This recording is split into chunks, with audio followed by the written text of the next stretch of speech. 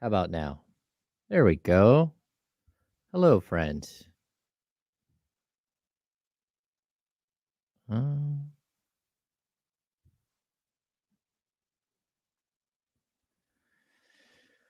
How's everybody doing this morning? My sweater game. It's a sweatshirt, man. It's a sweatshirt. Here we go.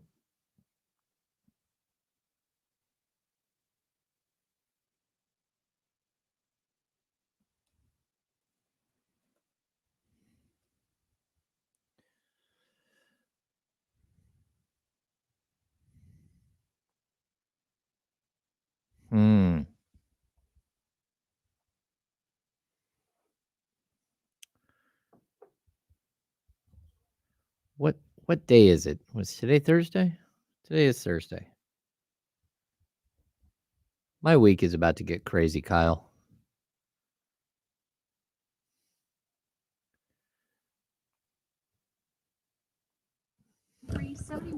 Oh, here we go. What's up, y'all? Yo.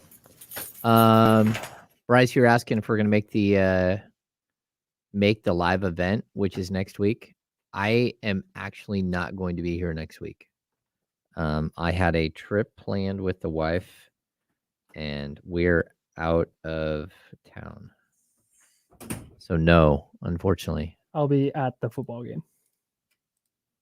The 49ers game? Is it Thursday night game? Yeah, that's why they're doing the shindig. Oh, Kyle is gonna big time us. He'll be actually at the game itself. Nice. Yeah. What's good, everyone? Everyone doing all right out there? Yeah, I wish I could join you guys. I'll be out next time. How you feeling tonight? Woo! David, I am going to Alaska. I will not be spearfishing or spear hunting. Either one. I don't fish. I don't hunt. Just because I wear a PBR hat. Come on now, people.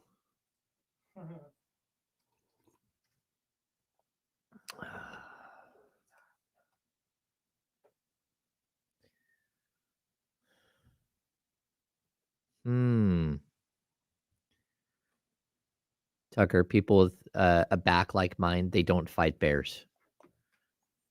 Oh, yeah. You see that one dude got his jaw ripped off? Oh.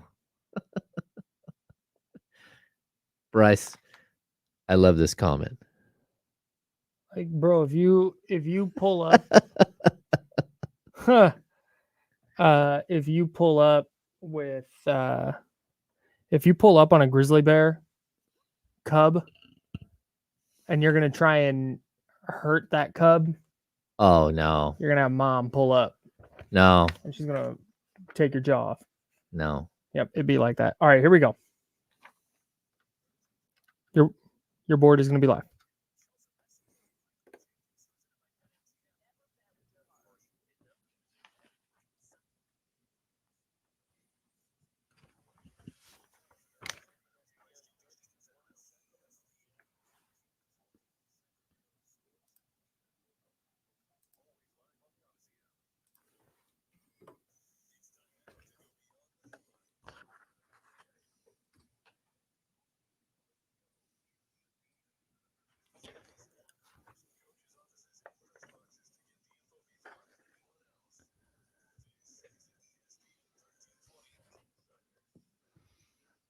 Oh, baby. Let's go, man. Welcome into the Insiders. I am James Ham. Joining me, Kyle Madsen. Kyle, we got a lot to talk about today. How's everything going this morning? Doing great. I'm really excited that we have more basketball stuff to talk about. Feels like the season's right here. Yeah, it feels like there's a buildup, right? It feels like the next we're almost to that point where we got to hit a sprint. We're almost a month away. 5 weeks. And it feels like 5 weeks away, and it feels like there was the Dame storyline to start the offseason, right? Yep. It was Dame and Miami, and what's that going to be? And that's just kind of died off. And I think rightly, Portland would frankly be insane if they traded him to Miami for what Miami has to offer. So that's just kind of died out. And we haven't had a good, like, superstar wants to move story in a while. And so I'm glad that Giannis was on a podcast yesterday and talked about it. Yeah, it's funny. We haven't had one for a while. Yeah, Kyle, we did. It was last week, James Harden. And then we had that doesn't count, bro. we had Dame Lillard That's every just the other offseason. day saying that he's only showing up to one of two camps. Like, okay. Okay, here's what I mean. We haven't had like a new one. And the Dame thing is just around. We know it's there. James Harden wants to leave everywhere he is, every offseason, all the time. Hate it. And then is he the only athlete that Kyle is just getting used to the studio where when that was so loud, people go by with a cart or with high heels, you're gonna hear high heels. No, I definitely hear the heels or the like really high quality dress shoe with the hard heel. Yeah, I get those as well. You hear that. Yeah, I think it's interesting. We're to a point where the NBA is like page 6. Like it's like who's getting divorced this week. It's like what NBA star is gonna demand out and I don't know. When it comes to Giannis, like he is the Bucks, right? Right. Yeah. He brought him a title. He's one of the 3 best players in the league right now. Yeah, this is not. I mean, even not to be disrespectful to James Harden or to Damian Lillard, this is not the same situation. It's just not. No, this is a player who is a franchise altering player. Yes. And when this happens, I mean, all focus is going to shift to him. And then if he does become available, it's an arms race. Kyle, do you have audio for us? Yeah, I do. Here's Giannis Antetokounmpo yesterday. As long as we play and we approach the game every single day the right way, and we all sacrifice for a common goal, I can see myself being in Milwaukee Bucks for the rest of my career. But the moment I feel like people are not committed as I am to get that golden pin in the back, I am not. I'm a Milwaukee Buck, but most importantly, I'm a winner. I want to win, and I have to do whatever it takes for me to win. And if there's a better situation for me to win the Larry O'Brien, I have to take that better situation. Dang, ouch. That's 48. That's Giannis Antetokounmpo on the 48 Minutes podcast on the Believe Podcast Network. Dang, that's honestly the thing that's most shocking to me, and I want to talk about the long-term ramifications of this coming up, but the thing that's most shocking to me is I didn't expect Giannis to ever get to this point. I thought Giannis was going to be like Dirk in that, you know what, through the ups, the downs, he's going to be there. And the Dallas Mavericks are synonymous with Dirk Nowitzki and vice versa. I thought that was going to be Giannis. I thought in 2050, if I'm lucky enough to have children one day, my children will know who Giannis is as a Milwaukee Buck. And when they see the Milwaukee Bucks, they'll know, you know what? Maybe I don't know who Michael Redd is, but I know who Giannis is. How does it go so wrong so quickly? I have no idea. Yeah, I think it's interesting too. The way he keeps phrasing things is very pointed. Mm-hmm. Like if you're his teammate, you're like, bro, am I doing something you don't like? Yeah. Is there something I'm not doing that you're noticing? Like, what do I need to do? Like, is there a way for me to like get taller or like, is there something I'm missing here? And, the Bucks, like the Kings, they're doing a lot of run it back, right? Mm-hmm. No doubt. So they did bring back Brook Lopez. They've got Bobby Portis locked up. They've got Drew Holiday. They've got Chris Middleton. And they're in kind of a weird spot, right? Because this is largely the team they won a title with. But it's also the team that they just got knocked out by the 8 seed Miami Heat in embarrassing fashion. They got smoked in that series. They did, and they have a $191 million payroll for this year. It's not like they're not paying. Yeah. They went out and, man, I heard right away Brook Lopez was looking at joining the Houston Rockets. That was like early intel was that Brook Lopez was going to the Rockets. And I know that sounds really strange, but that's part of what their free agent splash was going to be. It was they were going to chase Van Vliet and they were going to chase Brook Lopez. And then they get him back, but they're paying him $25 million a year. That's a lot. $36 million, $37 million for Drew Holiday. I kind of I don't hate that because I think Drew Holiday is a really good player, really good two-way player. Yeah. The one that gets me is Chris Middleton.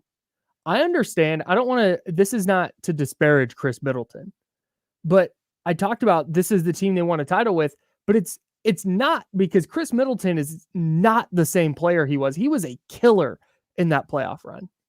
And now he's banged up constantly and not on the floor.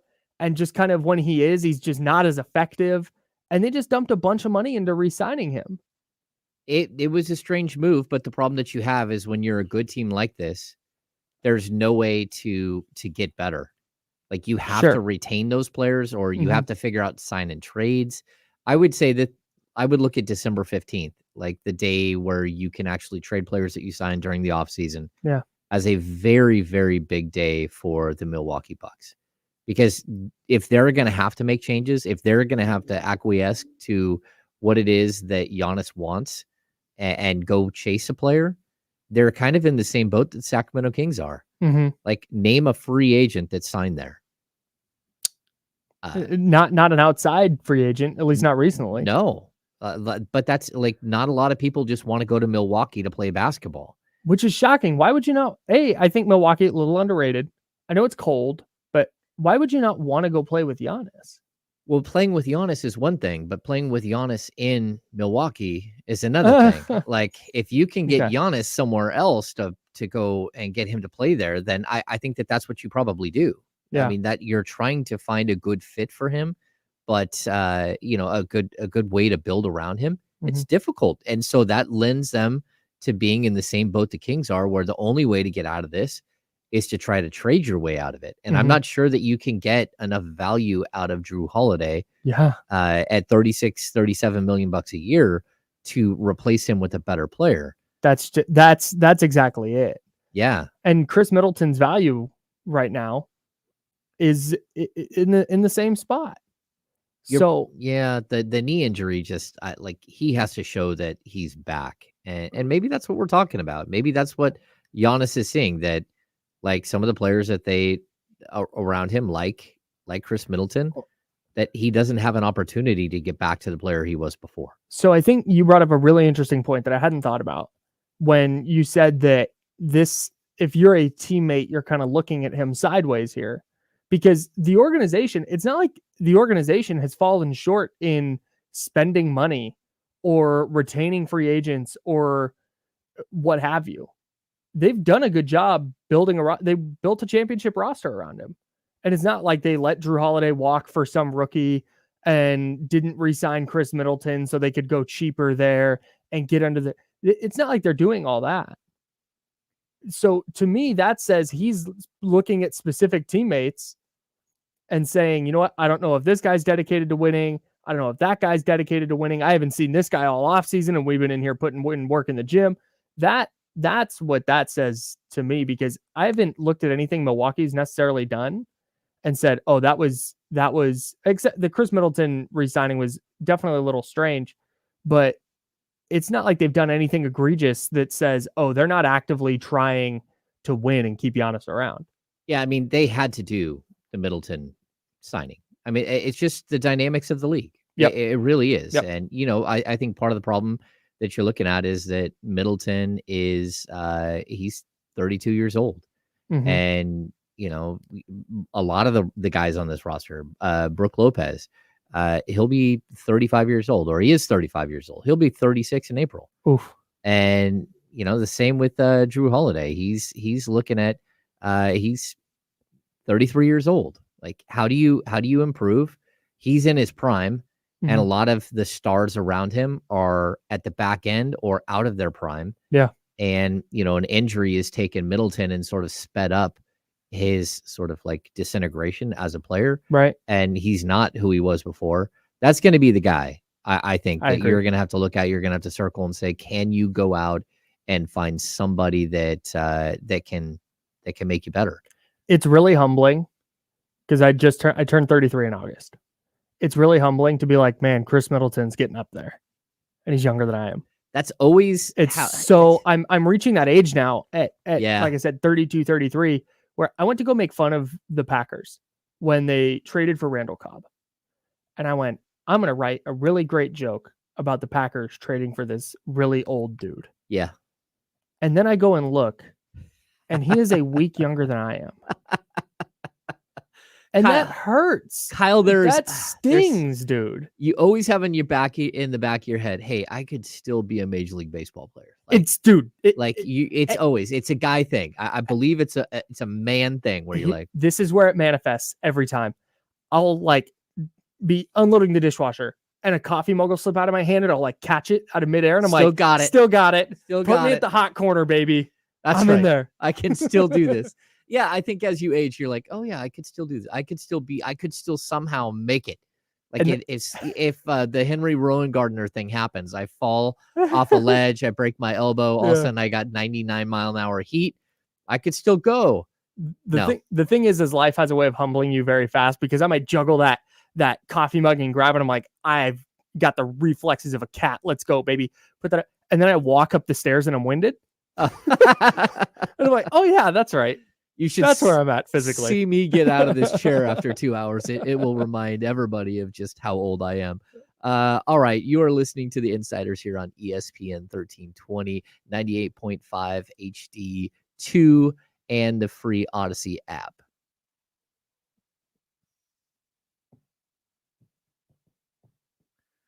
That's abrupt.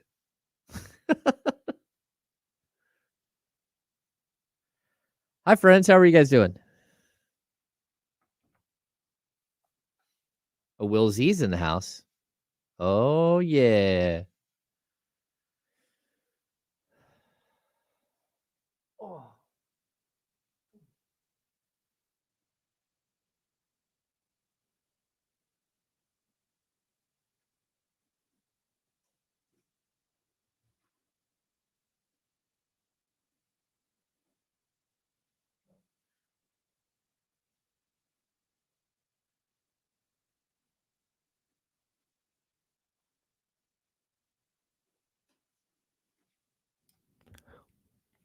What's up, Chatty House? Yeah, that I saw somebody say get the pain meds ready for knees and backs and things like that. Yeah, that's already. I got a hip thing. Do you know how I disappeared on you, Kyle? Hang on. I had to walk in to a doctor to tell the doctor. I haven't been to the doctor in forever. I had to walk in and tell the doctor my hip hurts. Oh no, it's so embarrassing. What do you tell? Dude, did he tell you? Do you? I was an athlete. I played sports and stuff, and now I'm like, my hip. Do you drive with your wallet in your back pocket? I used to, and now I don't. So what I think happened is, I think I messed up my knee for real playing softball several years ago when I did not have health insurance. Oh. So I went, I can live with this. It's fine. And I think something happened in my knee that like destabilized because the doctor thought I tore my ACL. Oh. When he did the test on my knee, he went, oh, your ACL's messed up and that's destabilizing your leg. And that's why your hip is hurting. All of that makes sense. Then when I got an MRI on my knee, it came back negative. And then that doctor retired. And then I got laid off and I didn't have health insurance anymore.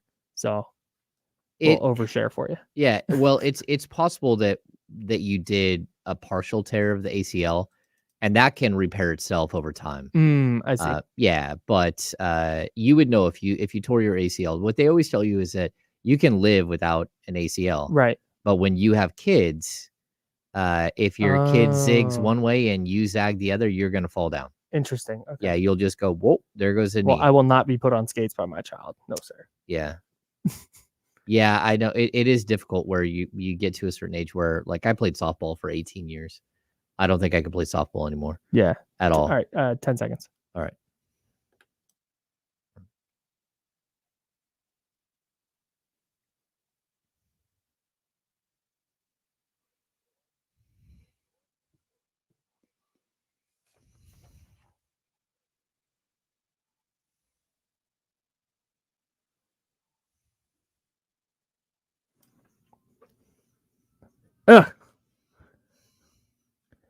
Kyle Madsen, James Ham, rocking with you on a Thursday. That's new, Kyle. That's new. This That's is a something new different. one. It's something I haven't heard before. Yeah, this is Blackpink. This song's called Pretty Savage. Okay. A big fan of this one. I was listening on the way to work today. I'm waiting for my CD or whatever it is. No, so I don't even know if I can burn a CD anymore. I don't know where I would do that. I How do you, genuinely have like, no clue. Can you send like a? I'm gonna get a thumb drive and just load a bunch of music on it for you. Okay. I think I can do that. I think. Although I don't even know. I don't even download music anymore. I just stream it. See, this is very difficult. I'm gonna have to like create a playlist and just send it to you, and you'll have to create it yourself. Unless you use YouTube Music, which is what I use. I don't know. I don't know what I use. I'm just in on all of this. I'm in on all of this. That's great. I'm so happy to hear that. Yeah, we've got a busy show today. Scott Gulbransen from Silver and Black today is going to join us in the next segment and break down everything Raiders. Raiders have a big game this weekend. Like there's some good stuff going on. But I don't think we're done with this Giannis thing, Kyle. No. We're not done with this Giannis thing. Superstar mobility, like these guys are. This didn't used to be the way it was, right? Like Larry Bird played out for so many years with the Celtics, and like whether he finished whatever, like you got Michael Jordan, who I don't know. I keep bringing up these people that finish their careers with, like Michael finishes with Washington, but for the most part, like we get Patrick Ewing. Yeah, well, Patrick Ewing played for Orlando and Seattle, and like there was a bunch of teams at the end of Patrick Ewing's career. Hakeem finished with Toronto. Yeah. Like so now I think about it, has this always been? But I think the difference is go ahead. What we're talking about with these guys is they're finishing out a career trying to go win something. Right. Karl Malone with the Lakers. Gary Payton with the Lakers. Yeah, Gary Payton with the Lakers as opposed to the Bucks or the Sonics. Yeah. Like that's not what we're talking about. What we're talking about is a 28-year-old player in his prime, 29-year-old player in his prime, one of the great players in the game, a guy who instantly, anywhere he goes, makes a team better. Mm-hmm. You feel confident saying that if Giannis Antetokounmpo somehow fell out of the sky and landed in Sacramento, the Sacramento Kings are the odds-on favorite to win the NBA title this year. Yeah. Yes. I don't have any problem saying that. We're not. Me neither. I'm just making sure we're not factoring in what they would give up to get him. He's just on their roster now. He's their 15th guy. Yeah. If he just fell from the sky and the Kings had to wave Jordan Ford to fit him on the roster. I don't know how I feel about that. You need a third point guard. I agree. But you understand, like if he was on the Kings, if it was De'Aaron Fox, Domantas Sabonis, Keegan Murray, and Giannis Antetokounmpo, with Malik Monk shooting and Sasha Kevin Zenkov Huerter, and Harrison Barnes and Kevin Huerter, like all of a sudden, oh my gosh, Davion Mitchell, you have the best team in the NBA. Mm-hmm. And that's what he can like, even if you take some of those players away, I still think he puts you in that situation where the Kings could actually be one of the best teams in the NBA. Mm-hmm.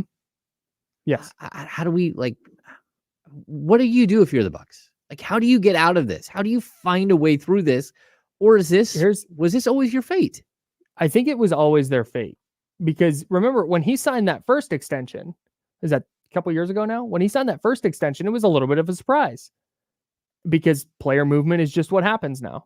Guy in small market or team that's not winning gets to the end of his rookie contract or his rookie extension, and he goes and signs elsewhere, because that's just kind of what has happened over the last, half decade to a decade. But with Giannis, it felt different. And when he signed, it went, okay, he is the Bucks now. But I guess not. I guess there's, I think what happens here is Giannis has to go to Milwaukee, or Milwaukee has to go to Giannis and say, what are you unhappy with? Yes. Make your list of A, B, C, and D things that you're not happy with, and we will bend over backwards to fix them. And if you're not ready to do that, if he has 5 things, and things 1 through 4, you're like, we can make that happen. We'll trade for this guy. We'll sign this guy. We'll go into the tax, whatever you need. But 5, we're out. 5, we cannot do that. We cannot change the weather. If it's that you don't like snow, is number 5. Right. Yeah, no, seriously. If it's something that they are financially can't do or just physically can't do, then you have to trade him. you have to put him on the market and you have to get whatever you can and start building up your franchise for the post Giannis era. That's what has to happen. Have we got to a point, though, with any of these stars in the past where you actually saw the package come to fruition, like the trade package? Like, has there ever... Okay, so, of course, LeBron moves. Go ahead. Sorry. When LeBron moves, he signs as a free agent, right? Mm-hmm. That's the type of player we're talking about here. Yeah. Is there another player that you can say where they went out? Like, the Rudy Gobert deal is brutal. It's brutal. It's the stupidest trade of all time. Yep. Like, what they gave up was like literally, they should have just fired the GM the day they did the trade. I still can't wrap my head around it. No. But even like the Donovan Mitchell trade, when you trade an all-star level player, this isn't the same thing. Like, right. I don't know how to like. Giannis is a tier 1 player. Yeah. And the tier 1 is like 3 players. Yeah, maybe. Well, and even if you're looking at tier 1, like, is it him by himself? Like, who is tier 1? Because I think in terms of like, this is like the Bill Simmons trade value chart thing. Yeah. But in terms of players that it's almost impossible to put a price on in terms of trade value, it's Giannis, LeBron, probably. But not still. No, I think still in terms of what he means to the Lakers. Yeah, but trade value wise, I mean, you're talking about a 40-year-old guy. You're not trading for a 28-year-old guy who's got, 7 years of high quality basketball left. Okay, but so if you're trading for LeBron, I mean, you'd give up a couple of first round picks and you'd give up a star level player, but you're not giving up the package. You're not giving up Rudy Gobert money. Okay, no, I follow that. So if that's because I was going to value to the team. Like, I don't think there's any trade package a team would realistically put together to acquire LeBron. Okay. That the Lakers would accept. Yeah, and I don't think a team is going to put together a package that the Lakers would want to accept because it's just you're stuck in this mode that he can't play forever. But in terms of is Luka there? No. He's not. No, I don't think he's in that tier at all because I think there are enough teams that like see red flags. Okay. And they're like, okay, look, he's great, but can you win with him? And can you build a team around him? Because like team building 101, that's tough. I'm trying to think. Jokic? Jokic is there. Well, Jokic is there, but I also think, Jokic is a guy that, number one, isn't wanting to go anywhere. Right. And also you have to have a specific type of team for him to fit in. And where Giannis, you throw on any team and he makes them better. Jokic I think makes every team in the league better, but you got to build the team around him. Just like Sabonis. Sure. Like there's a big difference between having Domantas Sabonis and having Anthony Davis, besides the fact that Davis misses like 40 games a year or 25, like, to be honest. But the difference is that AD can fit in at the 4 or the 5. He can play with just about anyone. And if you're bringing in Sabonis, it's you're thinking 6-7 assists a game. Right. You're building your teams very specifically. Yeah. So the point is the Giannis tier and the package it would take to get him is it's if there's more than one guy in it, it's 1 or 2, maybe. Yeah, maybe, because even a guy like Joel Embiid, he's not in that tier. And despite the fact he just won an MVP, he's 29 years old and has all kinds of injury history. Yeah. And we can all look at him and say, okay, maybe 2 more years, you're in your prime. Yeah. After that, where are we going? I'm not taking that gamble for sure. Yeah. I think there's the only trade that comes to mind, and I'm sure there's other ones. The only trade that comes to mind where I think, oh, that actually went okay for that team is the Anthony Davis trade for New Orleans. Zion just hasn't been able to stay on the floor. And that has nothing to do with that trade. If Zion was healthy, the Pelicans would be like a playoff team and very, very good. You're right, but like, remember back how much they gave up in that deal. Like, didn't they give up, they gave up Brandon Ingram. They gave up Lonzo Ball. They gave, like, to get AD there. So, like, I get what you're saying. That's probably the trade that that's as comparable. Yeah, no, but that's what the question you asked was, when has that trade worked? Oh, if you're Milwaukee and you're going, okay, we're going to trade Giannis to build up our team. I thought you were asking when is that trade worked out for the team shipping out a star. Yeah, you're right. And I think New Orleans is the only one that really comes to mind of yeah. But we still have to see with Utah. Utah's doing okay. Yeah. Although that was an insane deal for Rudy Gobert. This is such a difficult conversation. You know what it is? That's why we're having it. Kyle, it's a we conversation. have difficult conversations on this show. Yeah, it's a conversation I don't want to have because I feel bad for the Bucks. Because I know that like when he's gone, you're not getting another one again. At least not anytime soon. Yeah. And trying to find the next one is so incredibly difficult. And the other impossible part is I can sit here on the radio in Sacramento and I can say, yeah, if you can't meet all of Giannis's demands and you know he's going to walk after the 2025 season, because then he has a player option for 25, 26, you know he's not taking that player option. You know he's gone.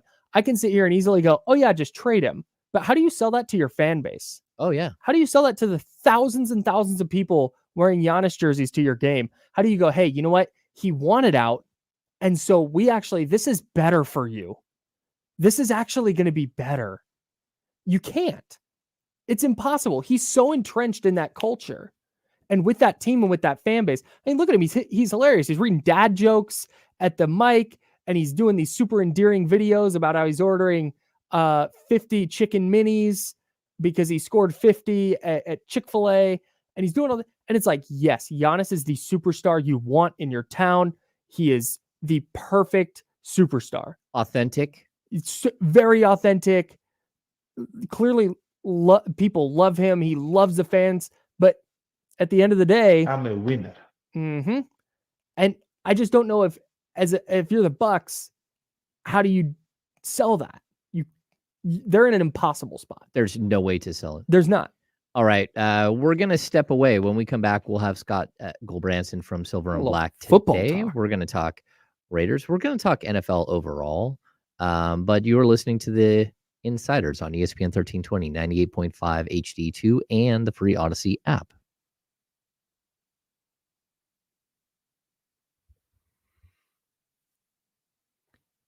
It's funny. Yeah. Okay.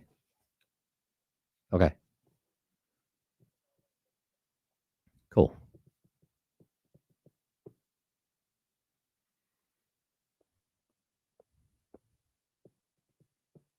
What's going on, Chatty House? Anything going on?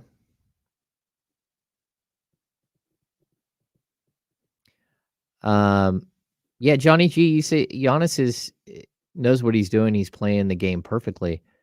I think maybe he is, but like there are repercussions for basically calling out your teammates. And I think at some point someone could say, hey man, you keep talking trash about why this isn't going to work here and saying that you want everybody to work as hard as you. And at some point someone's going to go, I kind of feel like you're taking a shot at me or you're taking a shot at this dude. Like, what exactly are you trying to say? And that's the problem.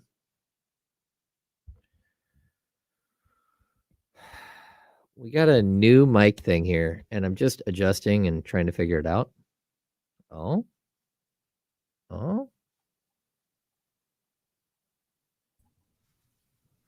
What's going on? How you doing? Good. So Scott, All right. What ASU action today? My daughter went to ASU. She's a Sun Devil. Okay, very good. Forks up. Let's go. Yeah. Yep.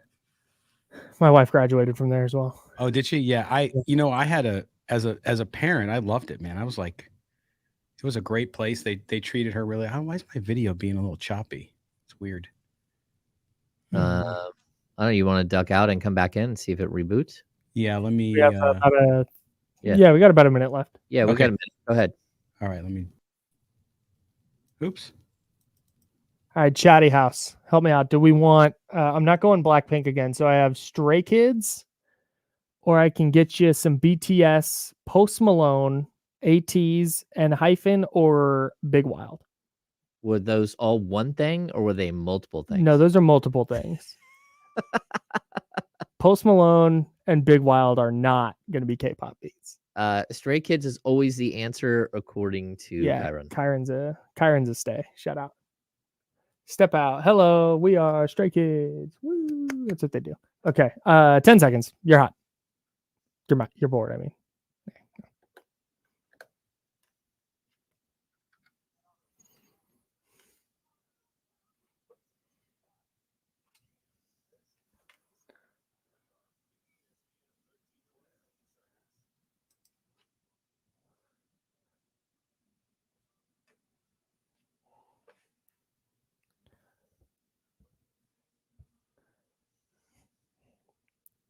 Hey, welcome back in. I'm Kyle. That's James. Scott Gulbransen of Silver and Black today. Joining us shortly. Talk a little Raider football. The Raiders got a dub last week on the road against Denver. Now they got to take on the Bills. It's a tough spot. The Bills by themselves are a really, really tough matchup for any team, right? They are. That's just a good team in the AFC. I agree. But now you're getting a Bills team coming off a loss on Monday Night Football in that fashion to the Jets. Embarrassing. And unless the Bills are just bad, unless they're straight up just what they were Monday night, and Josh Allen's going to turn it over 30 times this year and they're going to be a mess offensively, I think the Raiders might be in a little trouble this weekend. I would agree with you. This is one of the better teams in the AFC. It's one of the better teams in the NFL. And the fact that they laid an egg on opening night, I think they got caught up in the pageantry of the evening. They got caught up in the Aaron Rodgers situation. Yeah. They got a little complacent. Specifically, Josh Allen got a little complacent. This is something that I don't expect them to continue on this path. This is a really, really good team. And I think we're going to see them bounce back. And I think the Raiders are in a lot of trouble. I can't wait to watch.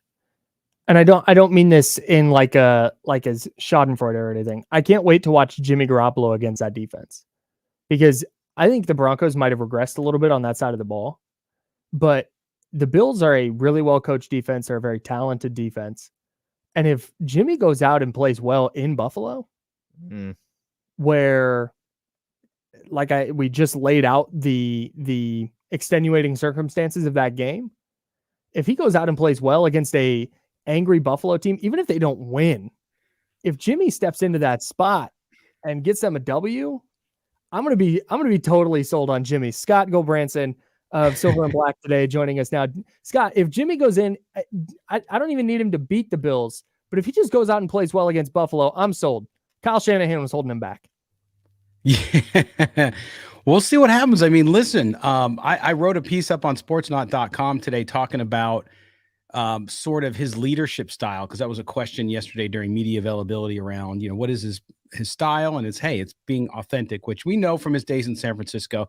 He's a guy that was popular in the locker room, but when it comes to the play, I think, look, in that system, you don't have to be a superstar, meaning from a stats perspective. You don't need to put up 400 yards and have 45 attempts to make that offense run, especially with some of the weapons the Raiders have. So it'll be interesting.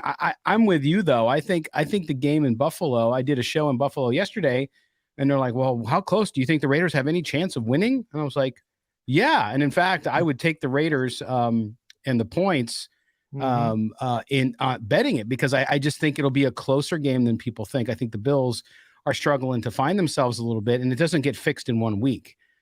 So if the Raiders defense can be better than it was in Denver and can be a little more consistent, then it could be a close game. Even if they don't win, though, to your point, if they go on the road and they play really well and this thing comes down to 3-5 points, something like that, then suddenly I think it's a confidence builder to go all the way across country, because we know how difficult it is for West Coast teams to go win on the East Coast, unless you're the 49ers in Pittsburgh. Yeah, I mean, we're talking about a team that just lost to Zach Wilson. I mean, boy. I mean, like, my point though is that shows you they're beatable for sure. So I mean, you would hope that they show up and that Josh Allen doesn't turn the ball over 4 times, and that they look more of like a professional team. But that's still a really high quality team that you're talking about. Scott, let's just rewind a little bit. The Raiders go into Denver. It's a AFC West opponent. Like, this is a big win for them. And I don't care who the Denver Broncos are. I don't think we know who they are yet, but for right now, that was a big win for the Raiders. Yeah, I would agree, especially with the roster turnover there's been in Las Vegas, right? You didn't know what you're getting. I mean, you start with the quarterback, of course, but then you look at the defense, a lot of new bodies on defense, and it was mixed results. It got better in the second half, which is what helped them win. And I think it's a testament too, as well, as we've talked about with you before, which is it's the culture. Like, how is this culture? I mean, last year we had a good on our show. We had a good guest who's like, hey, does this team win this game last year? And I think the answer is no, because I think the Raiders, remember, they lost 7 games by less than 2 scores. Or 1 score, excuse me. So within a touchdown, right? They lost all those games, including games they had huge leads in, which we can talk about coaching another time. But it shows some, I think, mental toughness and some real resilience. And that came with some roster turnover. And so I think that it is a big win for them. Some people were kind of slighting it. Well, Denver can't figure it out. They're just blah, blah, blah. But, we heard walking into that game how Sean Payton was the second coming, right? And he's everything. But he couldn't beat the Raiders. He starts the game with an onside kick. So it was a big win for them. And certainly, especially for a team with so many young players on it. Talking to Scott Gulbransen, Silver and Black Today is the podcast. Scott, I came away from that game Sunday super impressed with what the Raiders did defensively. Was that more of a product, do you think, of the Broncos just continuing to struggle and Russell Wilson not throwing it more than 6 yards down the field? Or was he doing that because of something the Raiders were doing defensively that they can carry over into Buffalo? Well, I think it was a tale of two halves. I mean, in the first half, I wasn't as impressed with the defense. In some parts, yes, but overall, no. And they still had trouble rushing the passer up the middle, because if you look at the first half, Russell Wilson was able to get out of the pocket and create, and so they couldn't do that. So you can't get Max Crosby going.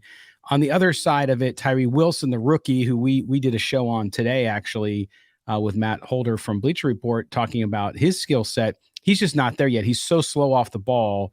He has a snap anticipation issue.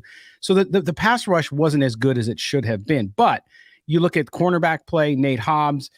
You look at the youngster Jacorian Bennett out of Maryland, who, not on a lot of people's radar, but this kid is really good. He's very physical cornerback. He had one big penalty that resulted in a touchdown, but at the same time, as the game went on. So I think you're starting to see this defense kind of find some identity to itself, but there's a lot of new players there. So communication, if you look at any new, whether you have a scheme change or a coaching change or big roster changes, especially on defense, communications the first couple of weeks of the season always seem to be a little bit off. And I think they were victims of that a little bit, but they do have to get better. If they're going to have a chance in Buffalo on Sunday, they got to play a lot better. You're going to have to disrupt the quarterback. If you don't disrupt the quarterback, then it could be a long day, because Josh Allen, when he does get going and he's not turning the ball over, he can be very lethal.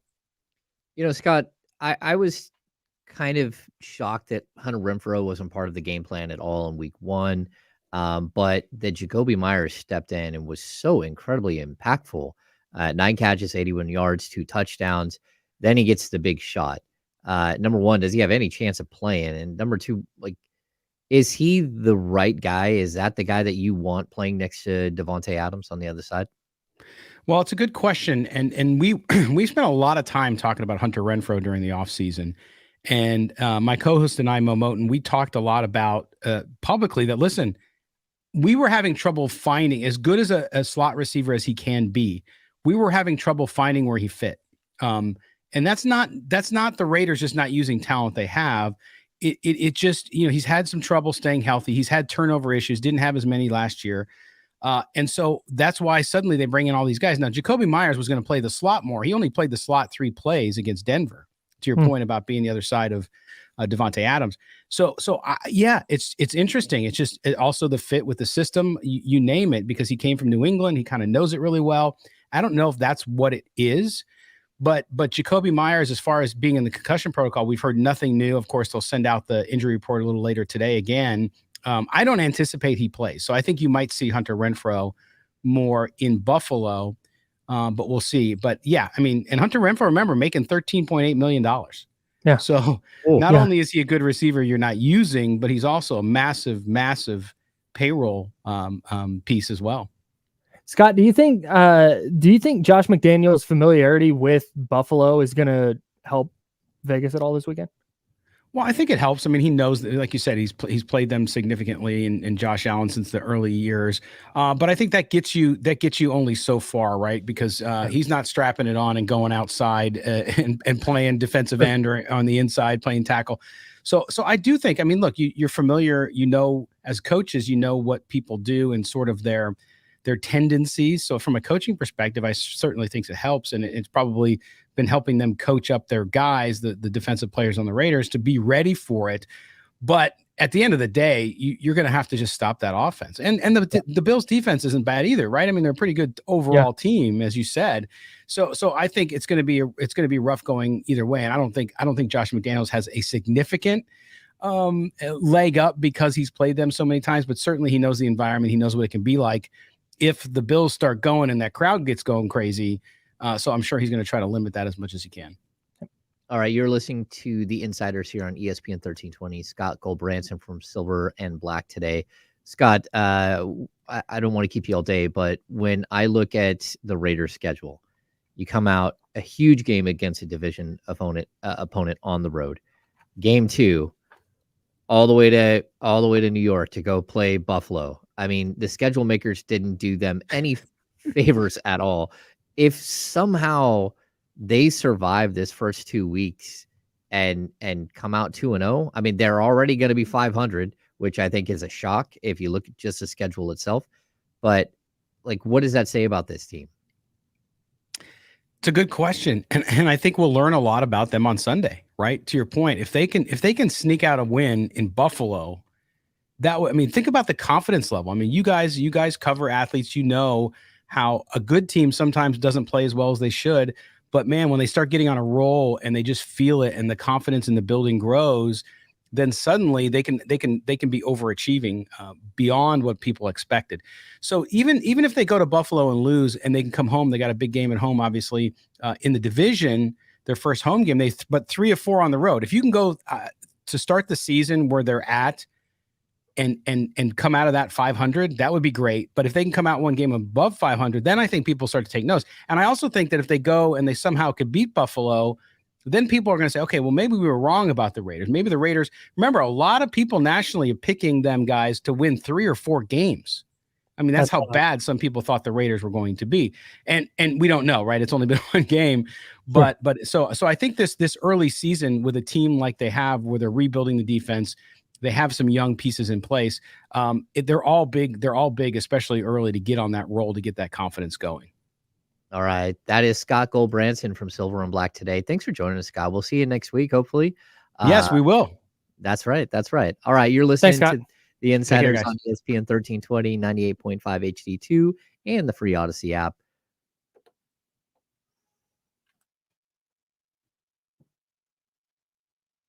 Oh. Thanks. So just to answer the Chatty House question, Ramsey was asking why I was cheering, and you gave me a quizzical look. It's because he said, good question. And not only did he say it once, he said it twice. Oh, and we get 2 good questions. Oh, we got a double good question. You get 2 good questions from the same guest. That's like scoring 60, bro. All right. Yeah. So really, really good work by you. I'm gonna have to put that, in my when I go on other shows. Like, oh, good question. But what if they're not then, being? Dude, I only say it if I do a radio hit, no big deal. When I when I do a radio hit, I only say it if it's legitimately like, I hadn't thought of that. Yeah. Because that's give me a second to process what I'm. Okay. It's a place filler. The good question is a place filler. Yeah, because typically the questions are all stuff you've thought about or written about or talked to people about. So you just have an answer, preload that one, and you spit it out. Yeah. But when somebody goes, hey, what about this matchup that I hadn't even considered? Or, hey, this coach that knows the team. It's like, good question. Anyways. All right. I'm with you. You never get a fake good question from me. All right. Sweet. Johnny G asks, will the insiders be at Sky River next week? We will not. Unfortunately, both Kyle and I have prior commitments on that day. I will be in Alaska. Kyle will be in Santa Clara at the 49ers game.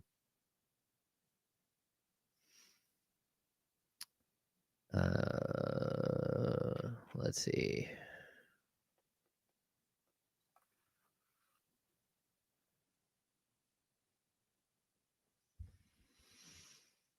How's everybody doing? Do you have any weird questions on a Thursday? Anyone? This thing on? Just kidding. All right.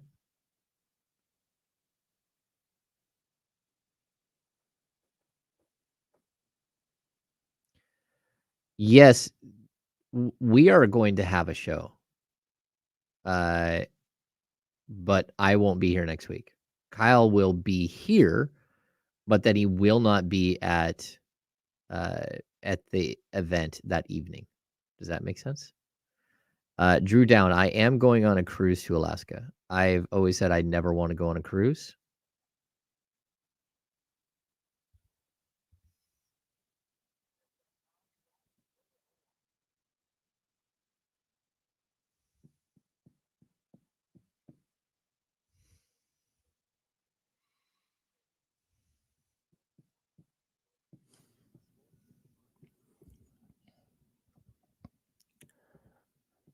I'm Kyle. That's James. Just talked with Scott Gulbransen of the Silver and Black Today podcast.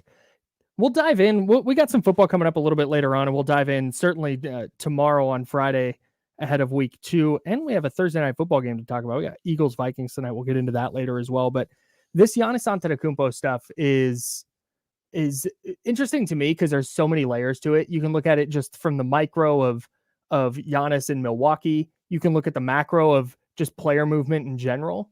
But I want to zoom in on Sacramento here. Yeah. Because let's go to 2025. Just the offseason. 2024-25 season ends. Giannis going to be a free agent. Biggest free agent since LeBron? Yes. Pretty comfortably? Yeah, I would say so. I mean, you're still talking about like 30, 31. Like he's getting a max money deal somewhere. He's getting paid. Yeah. What do the Kings need to do between now and then to be in the actual hunt? Not just, hey, they have the money and he fits, he fits every team. But what would Sacramento do? It need to do in your mind between now and then for Giannis, who let us know earlier today that he's a winner. He is a winner. But I don't know. It's a difficult question, Kyle, because the complexities of the salary cap, it doesn't matter how far up the salary cap goes. You're not going to be able to fit that guy in. Yeah. Not without clearing out massive amounts of space. And even then, you still have 2 primetime players that are going to be making a tremendous amount of money by that point. He's a player that you upend everything you're doing. You stop your growth plan and upend it to a, let me rephrase, upend it to a reasonable point that you can still be a contender with him. Actually, I'm going to put it this way, Kyle. Please, because this is a really good question. Because thanks. See, there we go. Maybe you'll get 2 of those in the show. We'll see. All right, it's 2-1 you. Here's how I'm going to look at it. The Golden State Warriors, right? They win a championship, right? Then they win 73 games the next year and they don't win the championship. And then they go get KD, right? I think that's who the Kings kind of have to be if they were going to be in the running. And that means that they would have to be a super, super close to title contention team and a team that somehow could clear a bunch of cap space all at the same time. Or if you were a team this season that somehow made it to the Western Conference Finals and you were just like so close and everyone could see how close you are. Yeah. And your whole roster is 25 years old, 26 years old. And everyone in the league is like, not only are the Kings going to be good, but they have a chance to be good for like the next 4 or 5 years. Mhm. That is where I think you go after him in the I agree. offseason, where you start stacking up players and building the package out that you're going to offer. But we're all such a long ways away from that. Like, So much can happen. yeah, so much can happen. And I really do think that, like, is there an opportunity? Yeah, why not? Because what he knows as a player, as far as Giannis, he knows as a player is a small market and a family feel. That's what he knows. Right. There's possibility that he wants to go chase like Knicks experience or Lakers Right. experience. Miami. There's also a possibility that he is still authentic and still wants to be that guy who walks in and everyone in town knows him and everybody wants to, say hi. And like, you get that in LA, you get that in New York, but it's different in a small community where you Yeah. feel like you're part of something, Mhm. not just part of some legacy. Right. Yeah, you're starting something and kind of building your own thing. Yeah. So what Steph Curry did with Golden State. Golden State was nothing, and now they are synonymous with Steph Curry, or vice versa. Yeah. Yeah. I totally, that's exactly. I get what the we're saying. market's bigger, but you get the Well, yeah, but the San Francisco market feels, or the Oakland market, like I think the Bay Area, for some reason, it feels different, right? yeah, it doesn't have the glitz and glam of New York or LA or Miami. Well, for sure. even like if we take, for example, the Giants. The Giants have won a bunch of, they've been a good yeah, franchise for the last decade and a half, right? Mhm. They tried to win with Barry Bonds, right? And that didn't work out. Mhm.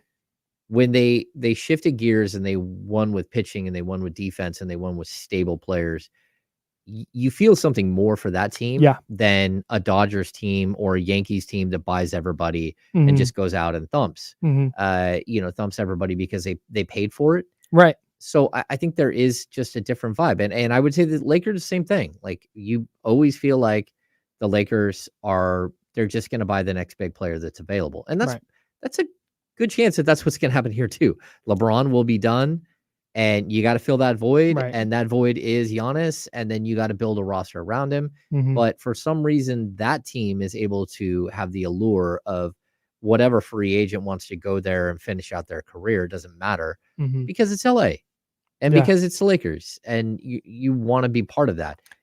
The Bucks don't have that. The Sacramento Correct. Kings, they don't have that. I Right. mean, you're able to get JaVale, but like, that's not what we're talking about here. It's a couple tiers down from Giannis. Yeah. Yeah. There's a funny thing with LA because my LA experience is, man, I go down there and I sit in traffic and like I go to the beach and it's like the beach is nice, but it's just kind of it's a lot of people. It's super crowded. And I always wonder, is it that great to live there? And then I think about it. I experience LA in my lifestyle. I'm guessing the LA experience is significantly better when you're an NBA player I and living honestly, that lifestyle. I think there's like a rich people tunnel that no one knows about. That 1000%. they dude. move around LA in a different way than 1000%. we're forced to move around LA. Yeah, that's very To possible. take a PJ from building to building. Yeah, It's like, cool, man. That must be nice. there's some sort of like secretive transportation that we don't understand. Yeah. Which isn't like me getting in an Uber and driving. You were posing the question like before we got on the air. Do the Kings need this? Are they like an all-star way? I would say this, like, if you had Giannis, you're a title contender every year for the next 5 years. I wasn't necessarily talking about like Giannis. No, but the question, I think the answer is more complex too. It's Sure. We don't know yet. I think that's right. And that's because I think De'Aaron Fox is an all-star again. Mm-hmm. And I think he can build on the all-star, but he needs to prove that he's a multi-time all-star. I think Domantas Sabonis is an all-star and an all-NBA player without any question. Like, he's more on a path that if he does this a few more times and leads his team to the Western Conference Finals or wins a championship, that we're talking Hall of Famer. He's got 3 all-star appearances. He's got an all-NBA. Like, he's on a path here. Right. The real question is, who is the third guy? Yeah. And like, not every team has to have a quote unquote big three, but if we're talking about, I think the question is always, can you build an all-star? Can you create an all-star out of Keegan Yeah. Murray? And if he becomes that guy, then everything changes. Sure. But that's I guess maybe that's the question then, is it does all kind of come back to Keegan Murray. Well, Because if to me, if Keegan's peak is just kind of, I don't like, if Keegan Murray's peak is what he was last year, but just on a little bit higher volume, then I think they probably need to add a third dude. okay. But if his peak is going to become kind of what I think they want him to be, where he's creating more off the dribble and he's still knocking down 40% of his threes and he's taking more shots and he's a really, really high quality two-way player. Now, all of a sudden, I think there's like an inverse relationship between Keegan Murray's development and the level of player they'll need to acquire. I totally agree. And I also think it plays into the other question of like Sabonis and Fox. Like, who are they? If they're this good that we saw last season, they're really good, but they aren't like named that duo around the league that you think. They're not, again, even in their height, they're probably not Giannis and Middleton, because you're seeing players that are, like that. I don't think we're going to see De'Aaron Fox become a top 3 NBA player or Domantas Sabonis become a top 3 NBA player. Yeah, Domantas, he finished 7th in MVP balloting, which I thought was probably right on par for where he could have been. Maybe even a little bit higher. I agree. But they aren't superstars. They're all stars, and they're really, really, really good players, and they have potential to make the Hall of Fame and all that stuff.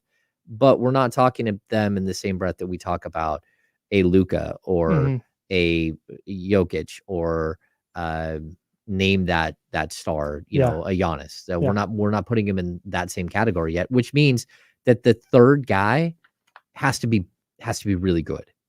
Like, you need a third guy in that situation, right? Yeah. Like, they definitely can reach Dwayne Wade and Chris Bosh status, but they can't reach LeBron status.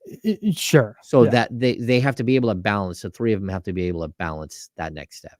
So I have another layer to this that I want to add so we can continue it on the other side, because I don't want to throw it at you now, because I really want your input on this. So okay, I will save that for the other side. We'll pin it. All right. You're listening to The Insiders on ESPN 1320, 98.5 HD2, and the free Odyssey app.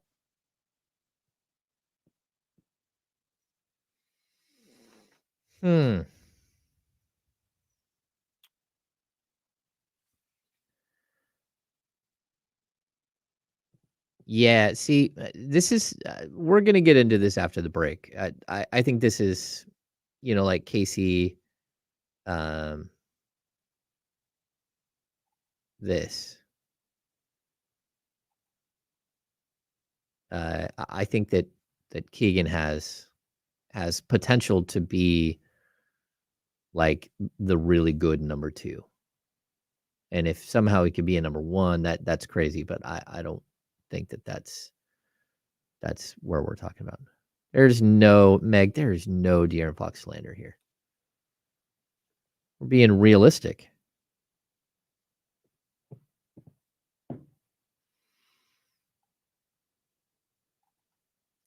Oh, Kyle was asking, you know what?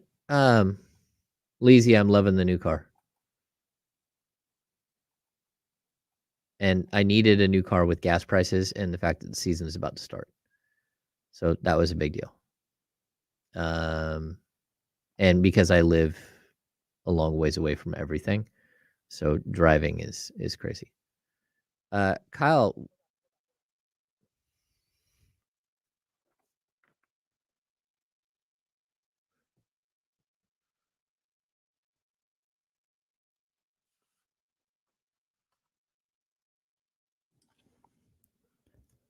Oh yeah. 1 hour down, 1 hour to go. I'm Kyle. That's James. It's fine. No, we've been talking a lot about it. So Giannis Antetokounmpo came out if you missed it, and more or less said, I'm a Milwaukee Buck for now, but we'll see how that goes, because ultimately I'm a winner was his line. And I will do what's necessary to put myself in a position to win a Larry O'Brien trophy. It reminds me of that the moment on Saturday Night Live when Will Ferrell is the devil, and I think Todd Slacks. Fred Slacks. Fred Slacks. Fred Slacks is a winner. Yeah. Yeah. Fred Slacks is a winner.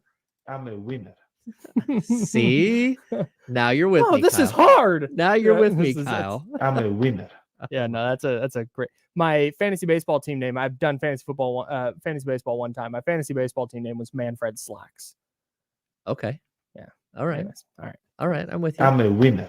I did not win. I hated fantasy baseball so much. Anyways, no, the just to continue our conversation from the last segment, you brought up Domas and De'Aaron and kind of the high where they're gonna eventually reach, where their trajectory is on the NBA hierarchy. Yeah. And that neither is likely to become a top 2 or 3 NBA player in their career. And there's no shame in that. That's most players never reach top 2 or 3 status. So yes, I think there's another layer to this though, that I go back to, we talk about Keegan Murray's development and De'Aaron, needing to prove that he's a multi-time all-star and all that. And I get that. I think the other thing though is how Domas adjusts to what the Warriors threw at him in the playoffs last year. And that's something that teams are going to continue trying to do, is sagging off of him and trying to gum up their offense with not, I don't want to say not defending him, but giving him, 10, 11 feet of space to operate. And I think that's something that's kind of the next evolution for him, is just whether it's shooting a jumper from there or attacking that space. He has to do one of the two, because standing there with the basketball is what the opposition wants him to do. And so that's the thing I'm really, really interested to see, because I do think there's another little level he can get. And that's from the elbow. Okay, the dribble handoff game isn't there, but he has 10 feet to attack the basket, putting the ball on the deck, forcing the defense to move, and either passing out of that or figuring out a way to get a shot on the rim. Okay, so first of all, I have the utmost confidence that the player we see this coming season from Domantas Sabonis will be better than the one we saw this last. I would hope so. And that doesn't mean that like he's going to average 22 a game and he's going to average 14 rebounds and 9 assists. I don't, like, statistically speaking, he's probably going to be the same player, because it's the same player we've seen for the last 4 years.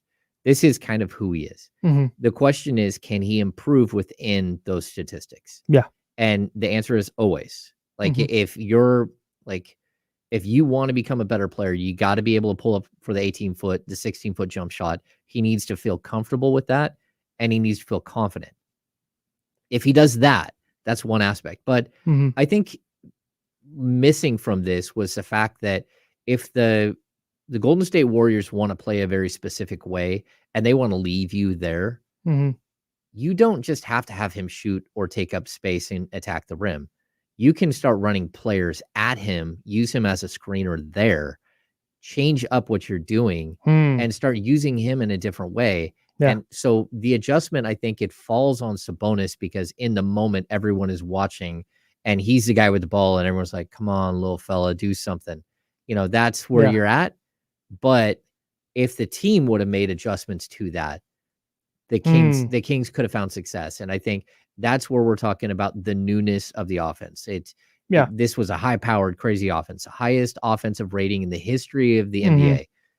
But there's something to year one of an offense, year two, year three, the continuity. We saw it with the early 2000 Kings, how they were able to take, they had a counter to the counter to the counter to the counter. And this team right now is at the counter to the counter.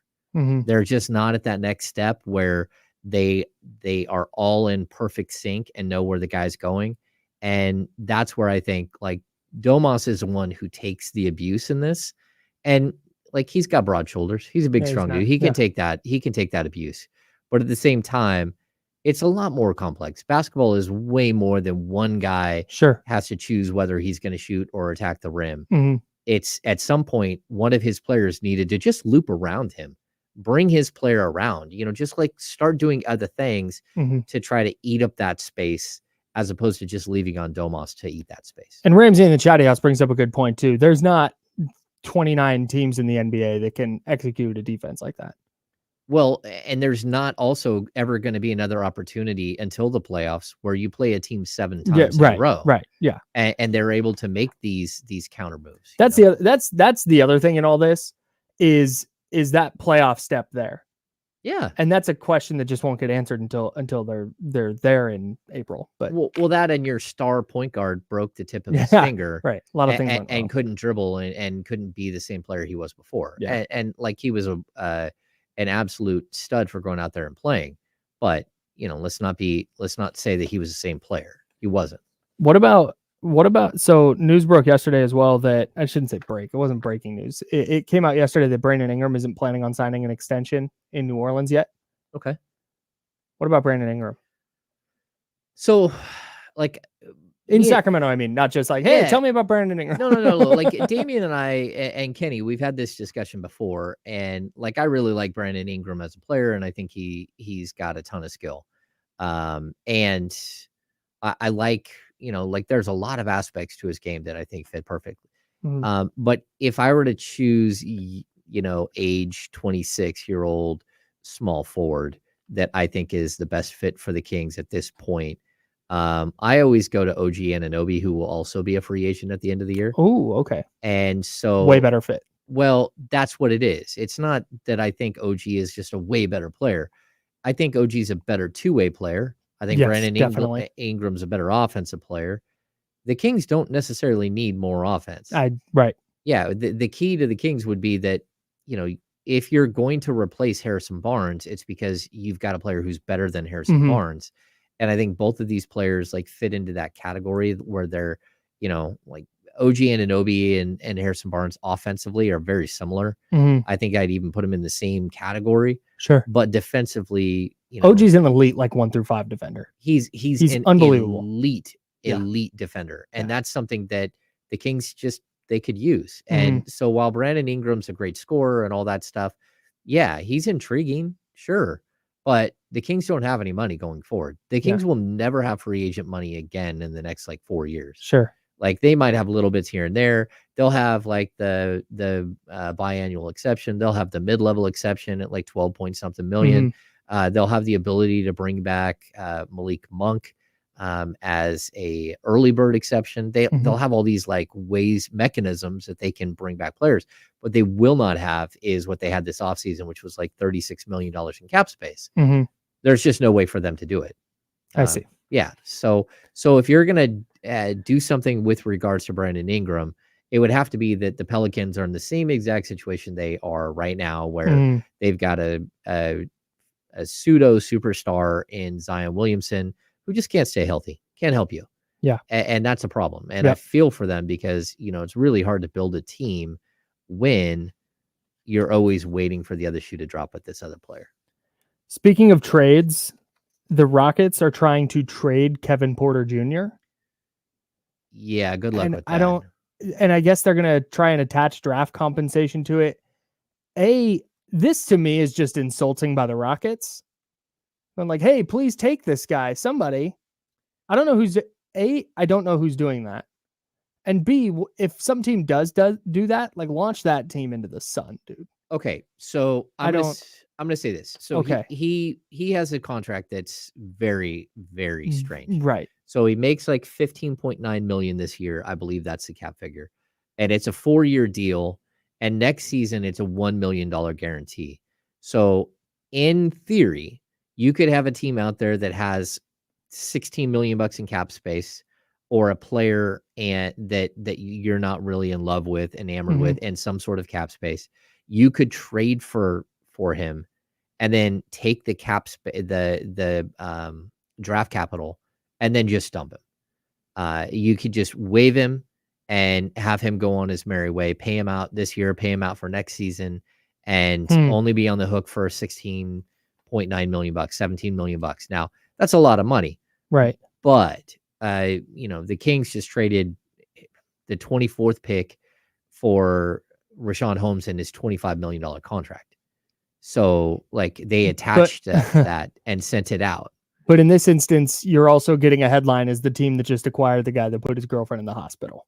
Well, that and the story just keeps getting worse, right? Yeah, Now, I would not. I don't care what cap space comes with it or what draft compensation comes with it. I agree with you. Yeah, that's yeah, it's tough, and I get your want to like launch them into space, but you also have to go, okay, look, if he's never going to play for us, he's not even going to show up. We're not even going to see him, right. and we're just taking on the salary and then waiving him. That to me is something that they'll consider. And that story just kept getting worse. Yeah, it was horrible to start, but like there's broken vertebrae in the neck and like just horrific. Like what in the world? So I'm with you, and I'm with some of the pundits that are out there that are already saying this. I don't know that Kevin Porter Jr. will ever play again in the NBA. He shouldn't. Yeah. I don't. What team? He was already a headache, and now he has this. I don't know what team is doing that. I'm shocked Miles Bridges is back in the NBA. I am too. So I would be floored if Kevin Porter Jr. comes back though. Yeah. Whether he gets traded or not. The difference between the two is one of them is so talented that someone is always going to take a gamble on it. And the other one's got talent, but the talent doesn't outweigh the nightmare that is the player. That's hard. But that's the league in a nutshell, man. That's really tough. Like you can have a guy that can put up 15 points a game, but if you got another guy who can put up 20 and isn't a headache, it's gross. Yeah, it is. I know it. It's sad. It's sad. All right, we got a lot to talk about here. We're gonna keep rolling. We got football to get to. We got more football to get to, and we're gonna talk about that after the break. So you're listening to the Insiders on ESPN 1320, 98.5 HD2, and the free Odyssey app.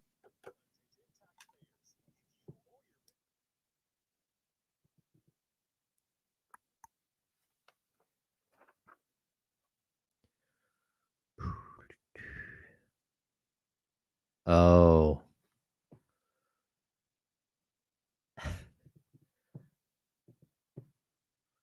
Hi, guys.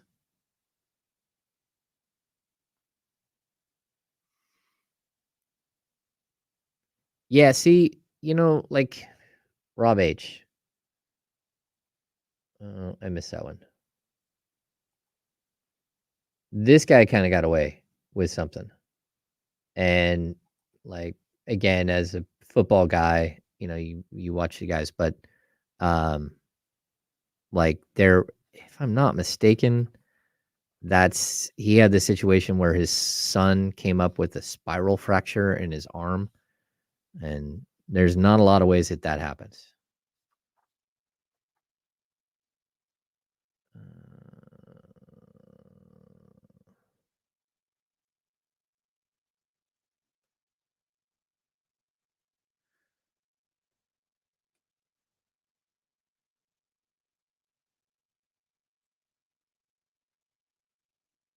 Yeah. Well, I mean, they called it an accidental broken arm.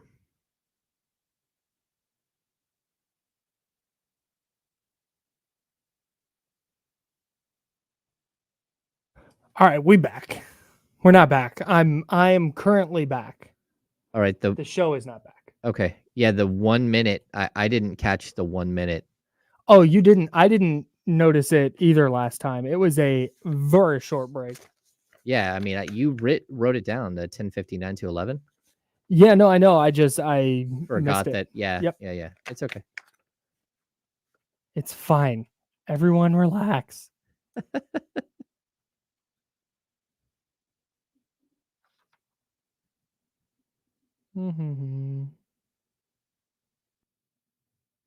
Got about 30 seconds.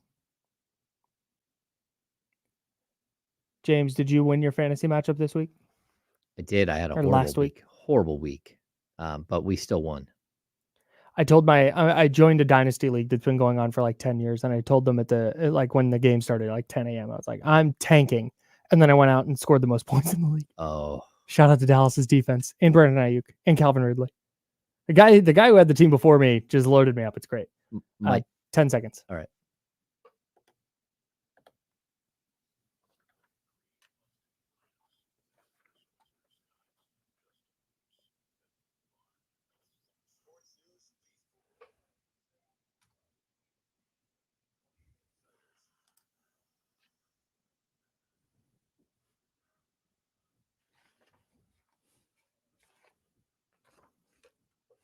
All right. I'm Kyle. That's James. Been talking a ton of basketball today, but I want to transition to football with week 2 beginning this week. Tonight, it's the Eagles and Vikings. We'll dive into that game a little bit later. I don't want to spend too much time on this show talking about Aaron Rodgers because we spent a ton of time talking about his injury and what does it mean. We did that all yesterday. And his Instagram post, though, about his injury,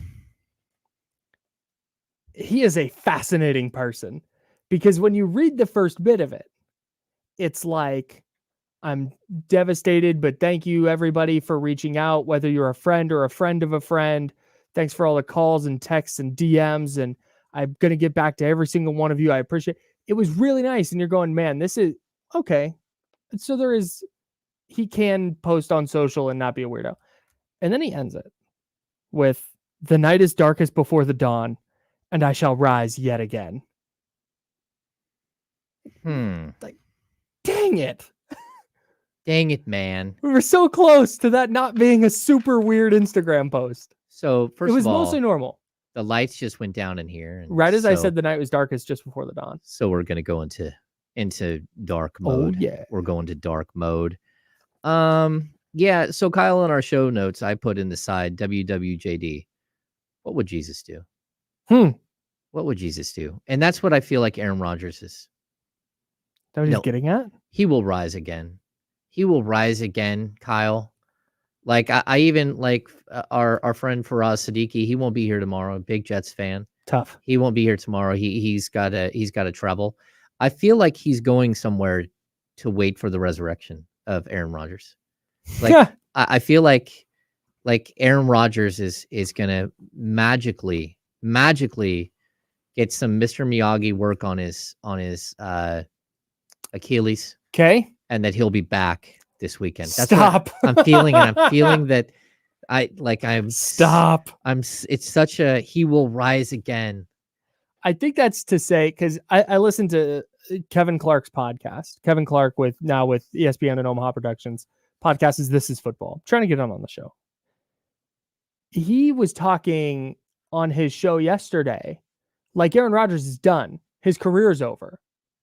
Because he's almost 40 and he's not going to want to do. And I heard Sean Merriman talking about this. I heard Dan Marino talking about this. And granted, they tore their Achilles, decades and more decades ago. Well, and Dan Marino was much, much younger when he tore his Achilles. Yeah, he was in his early 30s, mid-30s, early 30s. I think he was in his early 30s. Yeah. And Sean Merriman wasn't obviously nearly as old either. But they both said the rehab process is super tedious and super grueling. And maybe he doesn't want to go through that. But I think there's a lot of people who were like Kevin Clark and just went, oh, Aaron Rodgers' career is over now. That's all done. That stinks. He'll never play for the Jets again or any team. And I think this was his message of saying, I'm going to go through the rehab process. I'm going to try and be back on the field for the start of next season. Wait 3 days. A stone will have been moved. Okay. Just like there's like such a detachment from reality. Like the reality is he's almost 40. He popped his Achilles. He will never be the same as a regular human being. His leg will never work the same, let alone being an NFL quarterback. Maybe I'm wrong. Maybe so you think he's okay. So you think right now on September 14th, 2023 at 11:20 a.m. Pacific Daylight Time, you think Aaron Rodgers is done? He'll never play another snap. Well, I don't know if he'll ever play another snap. He won't be the same guy. And like, what was the best case scenario here? I think the best case scenario, we saw 2 seasons of him in New York, right? Like maybe, that's what I was thinking. He would play 2 years. Okay. Well, that's just kind of what I put in my head. The first one's gone and part of the second one is gone. And I think what he'll do is he'll drag it out. I don't know if I'm going to be able to play. I don't know. And then there's going to come a point where it's like, yeah, this probably isn't, I don't know that. But by that point, his money will be in the bank and he'll get another season and of pay. And it'll be like, okay, I'm probably not going to be able to go. And even if he does, this is not just a standard injury. Mhm. There is no guarantee that the Aaron Rodgers that walks out onto the field Yeah, will be the same Aaron Rodgers. sure. And so, like, sure, maybe you do come back. Maybe he plays another 5, 7, 10 games. Mhm. But that might not be what the Jets need. And we're looking at the Jets right now, right? We're looking at Right. what Aaron Rodgers means right now to the Jets. Well, what if Zach Wilson actually like gets his head screwed on Mm. and like all of a sudden can play football? I would be shocked. But Okay. go on. But let's say that they are still a contender and that Zach Wilson has been part of the reason why you are a contender. Mhm. And you get to this offseason and you just flat out don't need him. You don't need Mhm. Aaron Rodgers because you don't know that the player that you're getting back will Sure. be better than Zach Wilson. We can all think that, Mhm. but we're talking about a 40-year-old who popped his Achilles. Yeah. So I mean, it's just different. Like I hope that he heals up and that he figures it out. But I hope that he understands that football isn't everything, Mhm. and that getting back to being who you were, you got to figure out who you need to be going forward, not who you were. So And- so that's what I think is going to wind up happening. I think right now, if Aaron Rodgers walked into the studio, first of all, I would be like, why are you here? Second of all, well, he did grow up in Chico. I mean, he could stop by here on the way. it's a good point.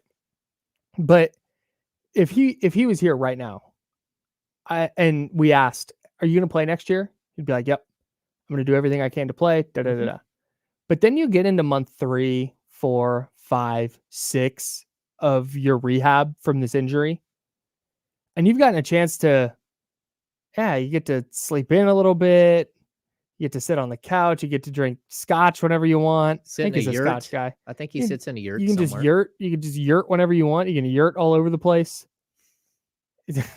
Nope, not gonna do it. All right, Kyle. No, I'm not gonna. Yeah, just gonna yurt everywhere. Yurting around America. No, then his answer might change. I think he's just that type of dude who's gonna go, this is actually my best life.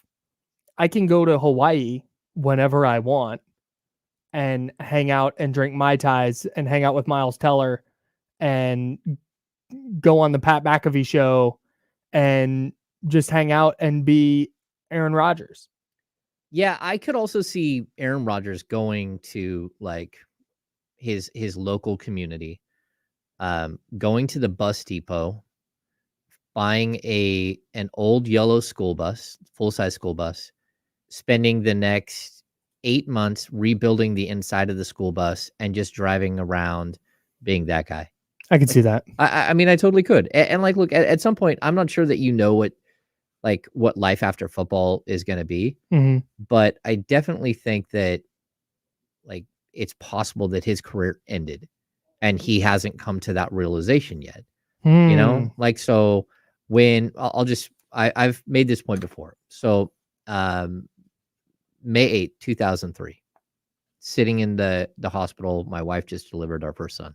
Mhm. Watching the Sacramento Kings play on like a 13-inch television way up high in the corner. Right. But like the old, like, you know, the one that had the VCR tape. Oh that yeah, could no, put it you had into. to, and you had to go up and change the channel. Oh, it was bubbled and like, and like it had like a slot, like where I think you could watch a VHS, but like it was like the TV, like either way. It's a hospital TV. You've seen movies. I'm watching, yes. And Chris Webber takes a bad step, and it's over. Like they're in Dallas. He takes a bad step, blows out his knee, needs microfracture surgery. No one knew at that moment the Kings' attempted dynasty was over. It was over. That was the dude. And it wasn't until maybe even a year and a half, 2 years later, that you really started to understand that he would never be the same. And we're talking like a 31-year-old Chris Webber. Day my son was born, Chris Webber blew out his knee.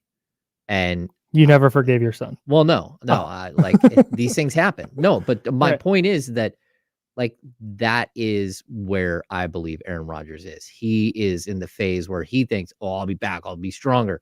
He doesn't realize that it just ended. And maybe that will take some soul searching. Maybe that will take the rehab. Mhm. But I think there will come a moment where he starts to understand. Mhm. And then we factor in the New York Jets. There's a point that the Jets might already understand that they might already have a list of free agent quarterbacks for next summer that they're going to look at. If Zach Wilson isn't the guy, they might already be looking at quarterbacks in the draft and scouting. Yeah. Like everyone has to do what's best for themselves in this situation. Kirk Cousins is kind of the perfect Jets quarterback. now that I'm really thinking about it. No, I wonder, because I think Aaron Rodgers is one of those guys that is, if you tell me X, I'm going to believe Y, no matter what. He's just one of those people that is wired in a way that if you tell him the sky's blue, he's going to wonder why we decided that was blue. Well, it's because Joe Rogan told him. I wasn't going to go there, but yes, I did. That's what I was getting at. So I wonder if a doctor told him, yo, bro, there's years of research on this, and people that have this injury at your age don't get back to anywhere close to full strength. And he's taking that as, well, I'm going to. I guess there could be some defiance here. So, yeah. There could be like, I am Aaron Rodgers. I will rise again. I can't wait for the first time he goes on McAfee post-injury. And I certainly can't wait until I want to hear from him in maybe December or January. Yeah. And then see where he's at on playing again. But I hope he does. You hate to see guys' careers end because of injuries like that. Yeah. I mean, we're talking about a guy who hadn't missed a game in 5 years at all. Yeah. Not a game at all in 5 years, and has been incredibly durable throughout his career. All right. We're going to step aside for a minute. You're listening to The Insiders on ESPN 1320, 98.5 HD2, and the free Odyssey app.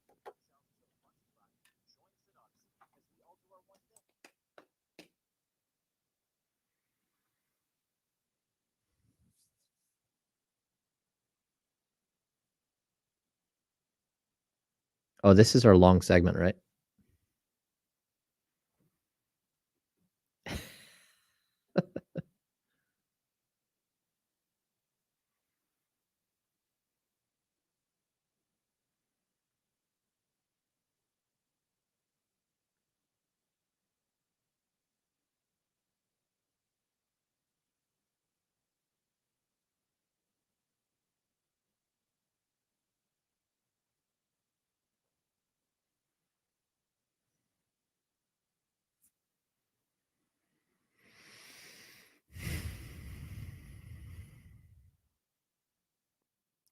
Sorry. What's going on, Chatty House? Yeah, December 2nd, Aaron Rodgers will turn 40. It's tough. Like, I know, like, he's an odd dude. And like he certainly, like, he rubs some certain people the wrong way, but this is not how you'd envision a player like this losing his career. It's kind of ending his career. Kind of a real, if that is the end for him, it's a very real, like, all-time sports where were you when moment. Yeah, it's tough. Loki, you're asking if it's the god of mischief, don't buy it. Yes. I have not restored an old school bus, but I have thought multiple times about building a tiny house because I have those types of skills. The problem is, what would I do with the tiny house once I built it? Like, I could build it and then sell it, but like, if you're going to put that kind of time and labor and like labor of love and design and thought process, I'm not sure that you would want to like build it just to sell it. So it's not, I wouldn't want to do that as like a money-making thing, but I would think about it. I also thought, Kyle, this is like my $1 million idea, which I'm not going to tell anyone except for the Chatty House. What if you made like a tiny house village? If you bought like 20 acres of cool land and had like a central meeting place. James, I think you're inventing a town. But a small, but like small, and like you had the plumbing built in. Small town. Yeah. But you know, like where people could come and either bring their tiny house or you could rent them a tiny house and they could like in Oppenheimer. Yes. Yes, except for okay. not out in the middle of the desert, but like and sans nuclear weapons. yeah, but like you would okay. have like a a central barbecue area, like family meeting style area, but then tiny houses everywhere with hookups. I don't know, just a thought.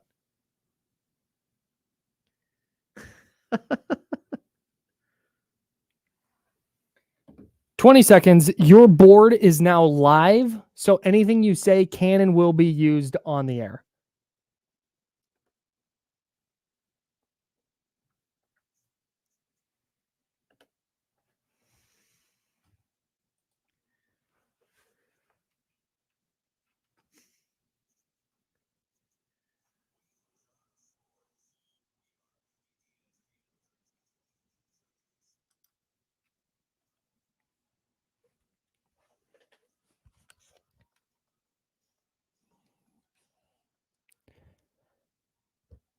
Kyle Madsen, James Ham. Spent last segment talking about Aaron Rodgers' injury, and one of the spin-off consequences of it has been the rehashing of the NFL's turf v grass debate or discussion. I don't know how much of it is really even a debate at this point, because almost to a man, NFL players will tell you they prefer grass over turf.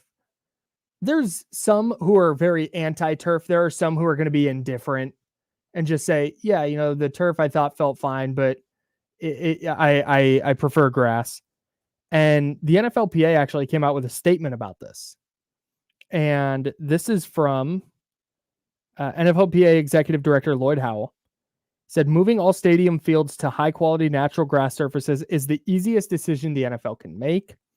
The players overwhelmingly prefer it, and the data is clear that grass is simply safer than artificial turf. It is an issue that has been near the top of the players' list during my team visits and one I have raised with the NFL. He goes on to say more, but the crux of it is, or the gist of it is, the NFL Players Association wants grass fields, wants artificial turf eliminated. Okay. And I think at first I thought it was unrealistic, because if it is indeed a money issue, the NFL is not in the business of doing things that cost them more money. Things that they believe that they can twist the data to go, actually, you know what? It's not that big of a difference. And this is still a relatively new set of data they're studying and pulling from here. But the NFL is not in the business of going, yeah, you know what? We're going to invest millions upon millions of dollars to convert all of these stadiums from turf to grass, and then investing the additional funds to ensure that those grass playing fields stay at a professional level. Okay, so this is an interesting, because the NFL has spent millions and millions of dollars in like funding to understand turf better, to build better turf. They're part of the discussions for everything. Like there's no way that they're not in with a couple of these big time turf building companies and having input and testing and all that stuff. So they have put time and money and research into it. And I'm not saying that turf is the answer. I do know that there is certainly grass fields that have been unplayable over the course of the NFL, where you're looking at it, it's just like, hey, that is not okay.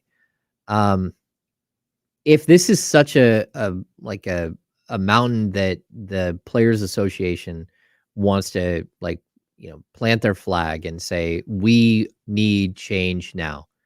Pretty simple. Be part of the solution. Mm-hmm. The Players Association is wealthy, just like the NFL owners. Like, come to a partnership here, figure out ways to do it, help pay for it, and just move forward. Like, AstroTurf has been out on fields for, 30, 40 years. It has done some horrible things in the past. But, like, we're going to start talking about it has to be changed right now because a almost 40-year-old guy got chased down and popped his Achilles. Like, look, where were you when? No, this is a culmination, though. Yeah, no, this is players I agree. Every year. This has been a conversation since at least the last 4 seasons, and this is just the latest. And now it's okay. Hey, look, you're headline of the offseason. You could not watch SportsCenter or NFL Network during the NFL offseason without seeing at least one segment about Aaron Rodgers and the freaking Jets. Yep. This was their selling point this year. And Aaron Rodgers went out and got hurt on turf. Whether the injury was because of turf or not is inconsequential. Yeah. It does not matter. This is a player safety issue or something the players perceive as a player safety issue. So I think what's going to wind up happening here is the NFL is going to go, okay, that's fine.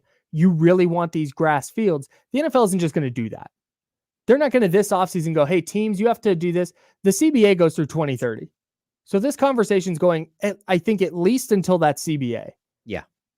And when they come to their CBA negotiations, their collective bargaining agreement, the players are going to go, we want mandated grass fields, install whatever hydroponics you need to ensure that that grass stays at a high level and a playable level and all that jazz. And the NFL is going to go, okay, but here's a concession you have to make.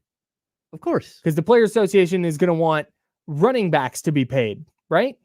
That's going to definitely come to the table. And the NFL is going to go, okay, kick the running backs out the door here, and we'll give you your grass.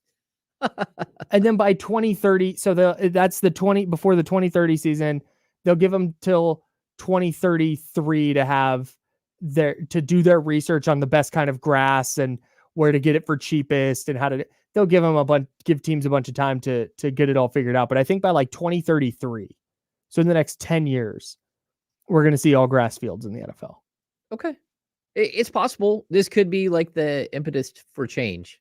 I hope so. But I also know that this is just another talking point. It's another way to distract from the fact that, you lost a star player. And, he wasn't the only one to pop his Achilles this weekend. J.K. Dobbins did too. And I don't know what he was playing on. Like, I don't know if it was turf or... I think the Ravens play on grass. Is that was it at home? Yeah. Okay. So, yeah, like these things happen. I think that's my point. And like, if it becomes such a player safety thing, again, they've done a lot of advancements. There are reasons why you have turf fields in certain places, whether it's because it's a dome or whether because it freezes or, the weather just doesn't work out. So the Ravens, actually, interesting, M&T Bank Stadium, they were a turf field, but in 2016, they announced that they were going back to natural grass for the 2016 season. Yeah. So they are grass. It can be done, is the thing. You can have grass wherever you want. There's just going to be certain upkeep and certain types of grass. I don't know anything about sod, lighting structures and stuff. I know a little bit about grass, but sod goes beyond my expertise. So that's it's going to happen at some point, because if it's a player safety issue or something players perceive as an issue, this is something that is not going to go away. And I think it goes beyond, radio talking point. You and me, Kyle and James, just having this discussion. This is the Players Association is putting out statements. Like they are ready for this change to happen. I think there's a boatload of players who want it to happen. And I don't think at this point there's going to be a magical injury that makes the league go, okay, fine. Because they're just going to resist it as long as they possibly can. And then when the CBA comes up, they'll cave. Yeah. No, that's how I think it's very possible. Yeah, I think it's a good talking point to have right now. It is. Let's see. We started the show with the news that Giannis Antetokounmpo, he's talking big talk. Here, we can re-rack that sound for you. Yeah, let's play it. Yeah, here we go. And we approach the game every single day the right way, and we all sacrifice for a common goal. I can see myself being in Milwaukee Bucks for the rest of my career. But the moment I feel like people are not committed as I am to get that golden thing in the back, I am not. I'm a Milwaukee Buck, but most importantly, I'm a winner. I want to win, and I have to do whatever it takes for me to win. And if there's a better situation for me to win the Larry O'Brien, I have to take that better situation. I want to know who's not committed, Kyle. Me too. Who is not committed? Bet it's his brothers. You kept signing my brothers, and not one of them is committed. Why are you signing them? Oh, Kyle. I'm a winner. And they're not. I'm certain that Giannis very much would like his brothers to be on the team, preferably in the rotation, but also I'm a winner. and he's not going to have Thanasis Antetokounmpo out there playing 30 minutes a night. I'm just Although I would be here for it. Give like me all the Antetokounmpos. I yeah, like 5 Antetokounmpos. Like that's a lot. Well, That's tall ball lineup. like 35 feet of Antetokounmpo starting. Wingspans of like 47 feet of Antetokounmpo wingspan. They lock arms. They lock arms around the perimeter. Hands across America. And they just take up the entire perimeter. That's honestly, that might work better than rolling out Pat Connaughton. And you can see like Giannis getting in his brother's face, like this is my ship now. Oh yeah, I'm the captain now. I'm the captain now, but saying you are not committed. You are not committed. Like, whoa. Look at me. Look at me. Look at me. That's right. I mean, I guess with your brother, you can do that. You would not be slept on no more, brother. That's what he's gonna say after one of them knocks down a 3. Yeah. It's like, wow, respect. Anyways.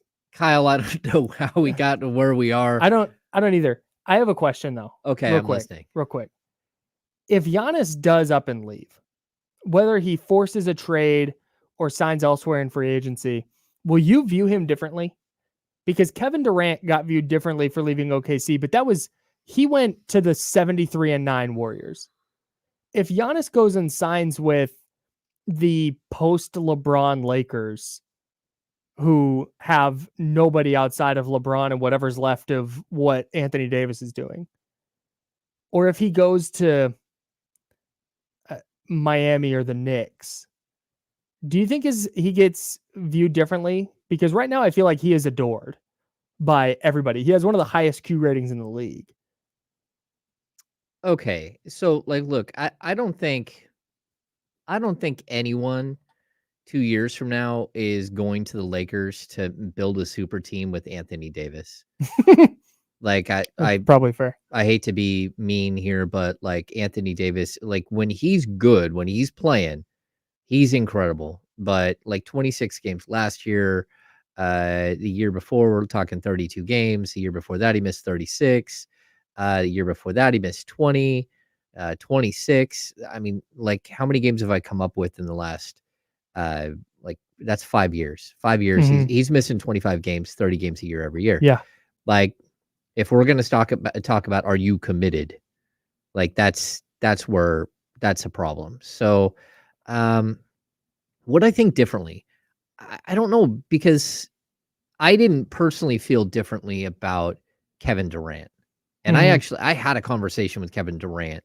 I know this sounds really strange, but I did. You dropped a name there. I did. I had a conversation with him when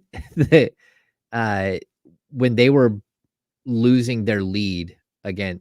OKC was losing their lead. I had this weird situation, Kyle. Oh, so 2016 conference finals. Yes. Got it. Okay. Okay. So, what happened was I had asked the final question after game 6. I believe it was game 6. And at that point their lead had dissipated. Right. And I asked him and Russ if maybe it was possible that they had forgotten to involve their teammates a little bit, because for the previous like 3 games, they had combined for 59 shots per game, just the 2 of them. Jeez. And they're only shooting like 72 shots in a game or 75 shots in a game. Like it's a slower time in the NBA. I mean, it's long enough ago where, not everyone is getting up, 80 to 100 shots. And Russ just stared me down. Of course. Just like stared me down. And again, I've made this reference before. He was wearing like his fashion shirts with like holes all in them. And like it looked like the Dare League campaign from Zoolander. So he's staring me down, and Katie answers and says, yeah, like, look, maybe, but we'll figure it out. Like, we're in a good spot. We think we still got a shot, like blah, blah, blah. Press conference over. Russ walks off stage in that little room that the Warriors had at Oracle. and just like walks all the way down, staring me down the whole way out the room. I got up, I walked outside. Kevin Durant was there talking to Sam Amick, friend Sam Amick. And I waited till they were done. And then I approached him. I'm like, hey, man, I wasn't trying to throw you under the bus. It was a legitimate question. And he said, no, we're totally fine. We're totally fine. He goes, since the day I got here, they want me to shoot every single time I touch the ball. He's like, so I understand what you're asking. He's like, but like the way we're built is that we win and we lose on whether me or Russ hit our shots. And so we're not winning because we're not hitting the shots. Enough of the shots.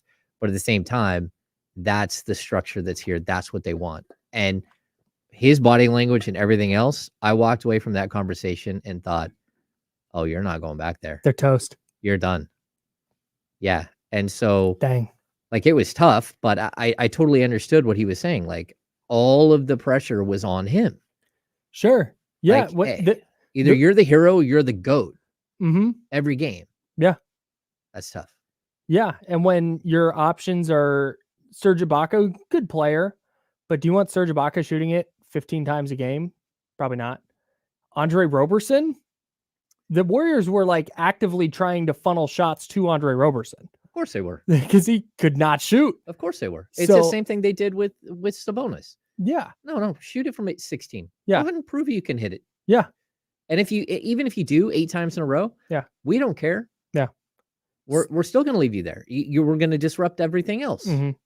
So you personally didn't feel differently when Kevin Durant left OKC? I didn't for the Warriors, because what I understood was that he wanted to go somewhere where that isn't the case, where he can be great. Just play basketball. He can play basketball. Yeah. He can be great, but he can be part of a team. Sure. Not Kevin Durant and Russell Westbrook. Sure. And I thought that he was put in an unfair position as a young player. And then when he had an opportunity to leave, it was to go to somewhere where he saw beautiful basketball. Yeah. And was like, hey, this looks fun. Yeah, that is what I want to do. I want to play that. And I get it. So like I was never as tough on him as just because I kind of had a perspective of him that was a little different. And I think it's hard to articulate that. And sometimes even his words didn't say as much as his body language. Yeah. And I was like, I get it. Like he's a good dude. Yeah. And he's looking for something different. And to me, that was okay. So Lizzie in the chat brought up a really interesting point, and I think I kind of agree with him, because the NBA community and NBA fan base at large was not cool with Kevin Durant leaving Oklahoma City to go to the Warriors. But Lizzie brings up a big difference here is, one, Giannis is probably not going to a team that just set a record for wins. Of course. And two, Giannis won a title in Milwaukee. He did it. And if over the next, let's see, this is 23, 24, 2 seasons, if Milwaukee is out in the first or second round and Giannis is great and his teammates are not good and Milwaukee doesn't seem to be doing anything, I think if he left, I don't think anybody would begrudge him. I mean, some people would because they hate stars moving, but I don't think there would be a mass begrudging of Giannis that would dramatically lower his Q rating. Okay, so here's the problem that I have. If his entire team is committed, to a man, every single player is committed. 2 years from now, Brooke Lopez is 37. 2 years from now, Jrue Holiday is 35. Chris Middleton is 35. Like, their run is over. Yeah. So it doesn't matter. Sure. Whether they're committed or not, whether they're 100% in, like we are all in, Giannis. The clock is ticking on that team no matter what. Right. And so he puts that franchise in a really, really hard position. I'm personally of the mind, this is me, my thoughts on players moving and stuff. If we're going to have conversations about teams and players where nothing matters, your career is meaningless, your season is meaningless unless you have a title. Oh no. Unless you have a ring, because that's where a lot of the conversation is. That's where the Golden State Warriors won 73 games in 1 year And it just doesn't matter because they blew a 3-1 lead in the finals. Yeah. And that just doesn't we may never see a team win 70 games again. And I think it will happen, but there's a chance it doesn't. But it just doesn't matter because they didn't win a title. And so for me, when it comes to player movement, if we're going to judge players all time based on how many rings they won, if that's just that is where it's at, go do whatever it is you have to do to win that title. Team up with whomever, play wherever. That's such a good point, Kyle. If you're going to judge them for not winning a ring, then you can't judge them for chasing a ring. Yeah. Damian Lillard is going to get viewed all time worse than he would have if he had demanded a trade from Portland 7 years ago and won a title in Miami or Boston or wherever. Yeah. He would be viewed dramatically differently. It's a very, very good point. It's difficult, man. I don't know how to help these guys get through this. Me neither. Because they're in a fishbowl. Impossible spot. That said, not a bad problem to have.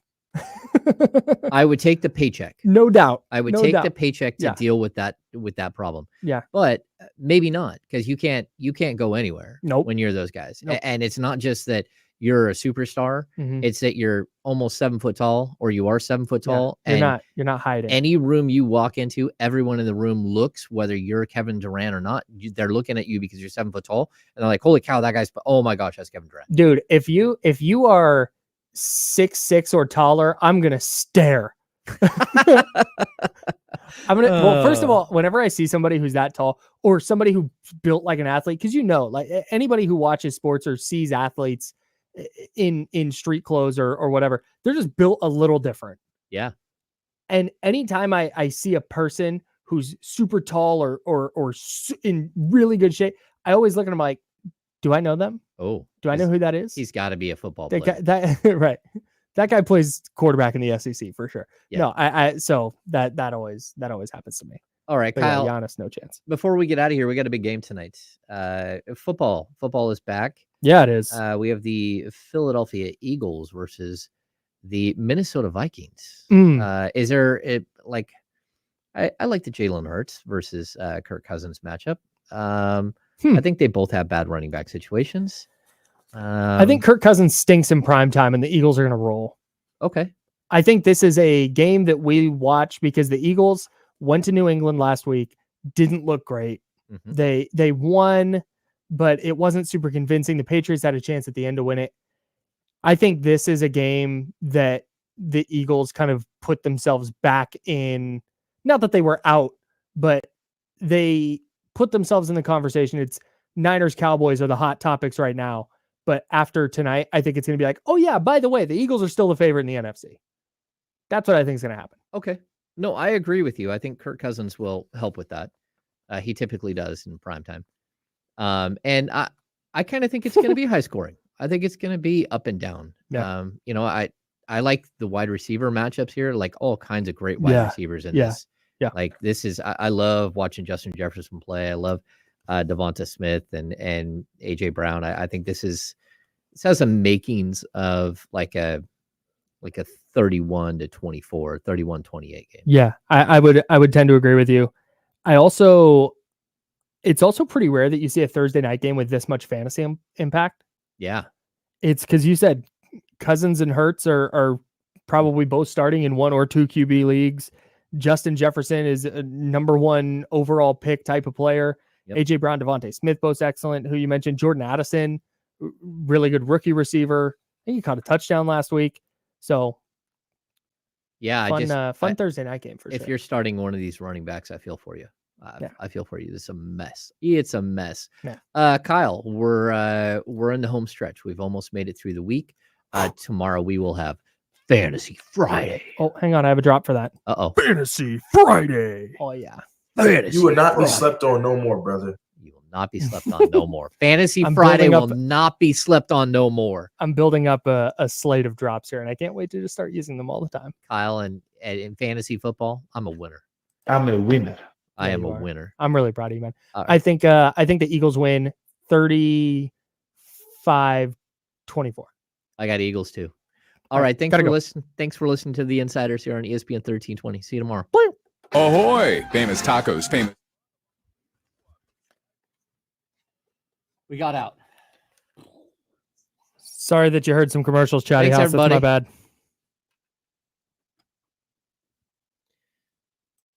I didn't move, so the lights went out mid-show. We just went to break. Oh. Getting up out of a chair is so difficult. It's so difficult.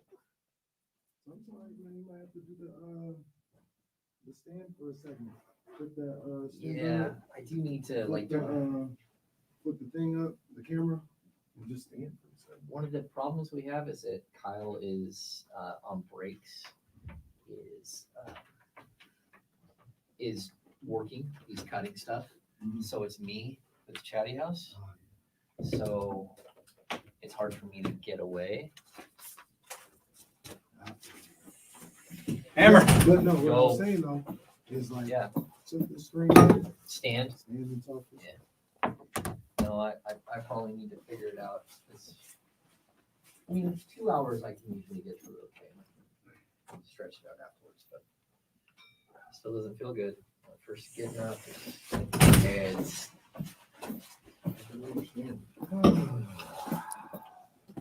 everything good? Yeah, man. How are you? Good. I'm bummed either Kyle or I will make it out to next week. Oh man, me too. Yeah, that's Yeah, me too. I mean, that was that's an opportunity. obviously, you're out, but we knew that was going to be tough with kind of the pluses and minuses of it being the 49ers home game.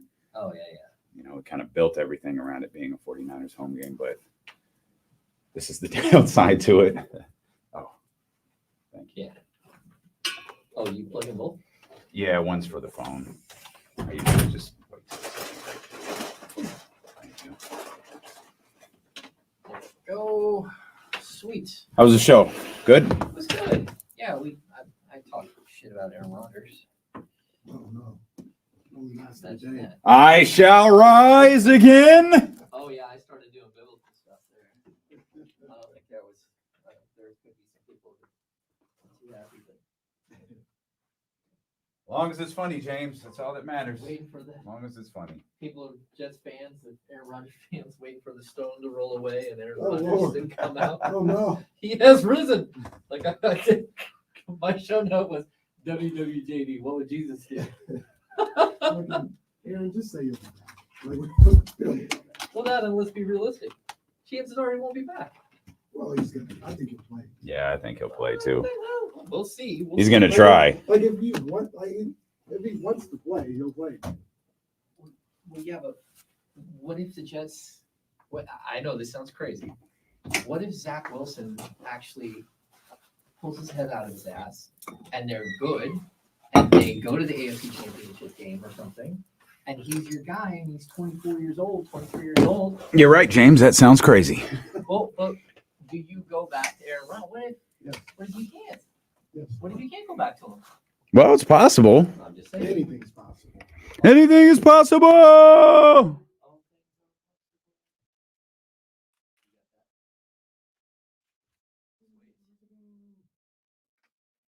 Thanks, Hammer. You guys have a good day. Thank you, my man. Are you leaving the 1320 up or are you doing your deal on Casey? No, we'll switch over. Just not very quick over here to D'Lo and Casey. What was a whoops?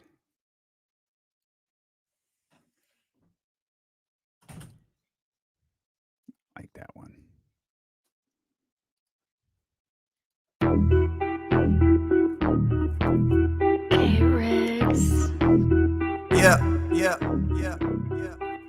We got them screaming D-Lo, KC, D-Lo, KC, D-Lo, KC, D-Lo. We got them screaming D-Lo, KC, D-Lo, KC, D-Lo, D-Lo. We your number one spot. We your number one spot for some sports, huh? Got the city going crazy when we work, huh? We top two, but we ain't two, we in first, huh? And when you need the real, we is who you search, huh? D-Lo, KC, D-Lo, KC, D-Lo, KC, D-Lo. We your number one spot. Vibe check, baby. Vibe check on this Thursday. Vibe check on this Thursday. Where We in y'all here, at? baby. Come on, man. We in here, baby. We in Come here, on, baby. man. Let's get it. Let's get it. Thursday, week 2 about to start tonight. One step closer to basketball. One step closer to the Niners kicking off their home schedule in 2023. One step closer to the live broadcast at Sky River for Casino, sure, for where sure. our second confirmed guest has just confirmed. Let's go. Chris go. Haynes going to be in the Let's building. go. Chris Haynes going Let's to be in go. the Shout out building. my man Chris Haynes. Big ups, big ups, big ups, big ups. Sky River Casino, 1 week from today. Our man Marcus Smith going to join us for a long overdue visit to D-Lo and KC. We got some emails and text out to Coach Patrick and Coach Thompson to come through again. Busy guys. And just now confirmed our man Chris Haynes going to roll through Sky River Casino to talk with us. And, man, well, there'll be some things to talk about. Why does Shams keep tweeting about a Kevin Porter trade? He's got to stop this. What are you doing? Like, He's got to stop. There's I do not believe this for 2 seconds. I absolutely do not believe this. No, there's nobody. There's that's going to no trade for way. him.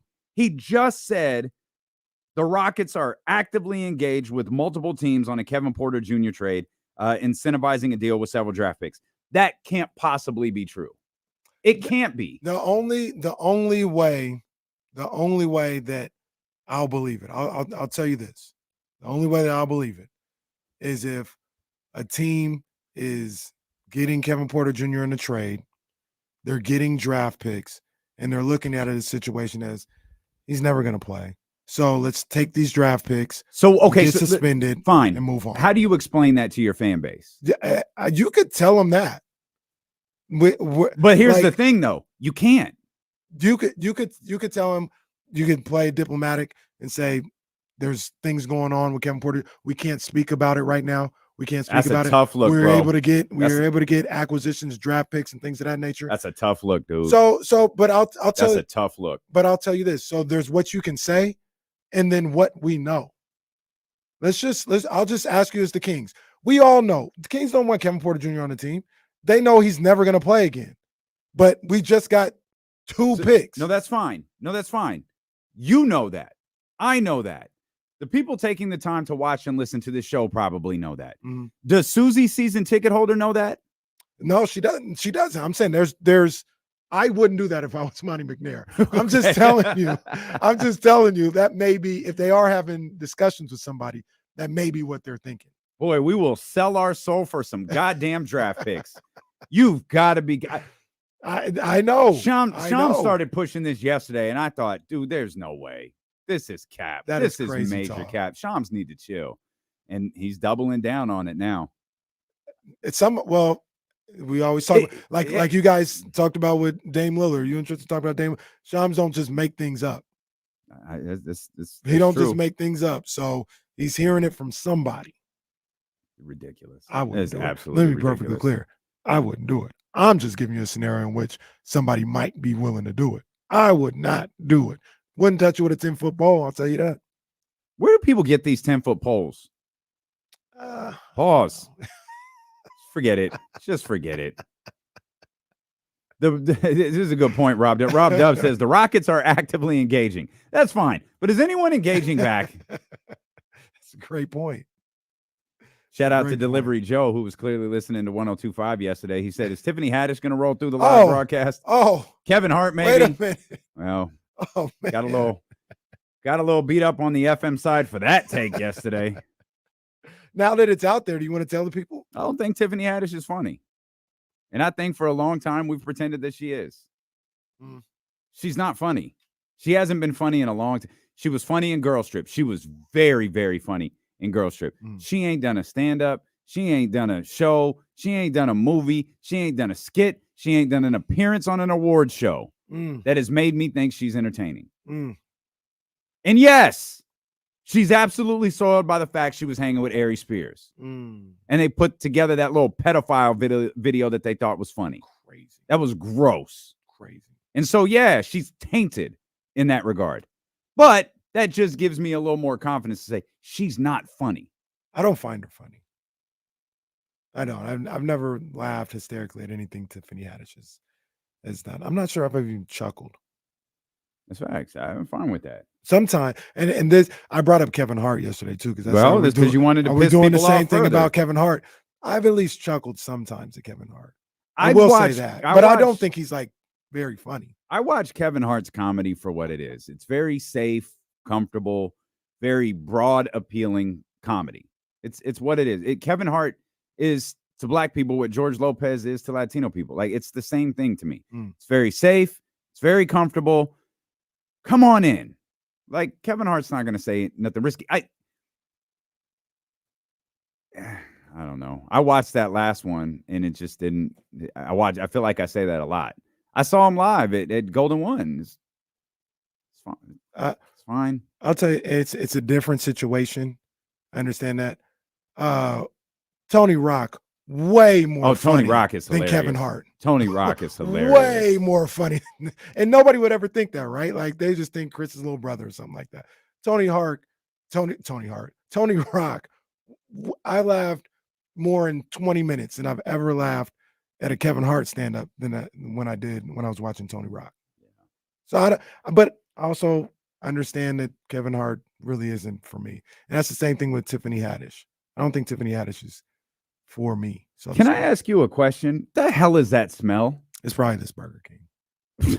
I tried to eat it before. I didn't even see you come in with anything. And there's some. It's like, what the hell was James doing in some here? Burger King in here. Are some there fries. chicken nuggets? Oh, No, it's just maybe fries. it's the fries. Yeah. All right.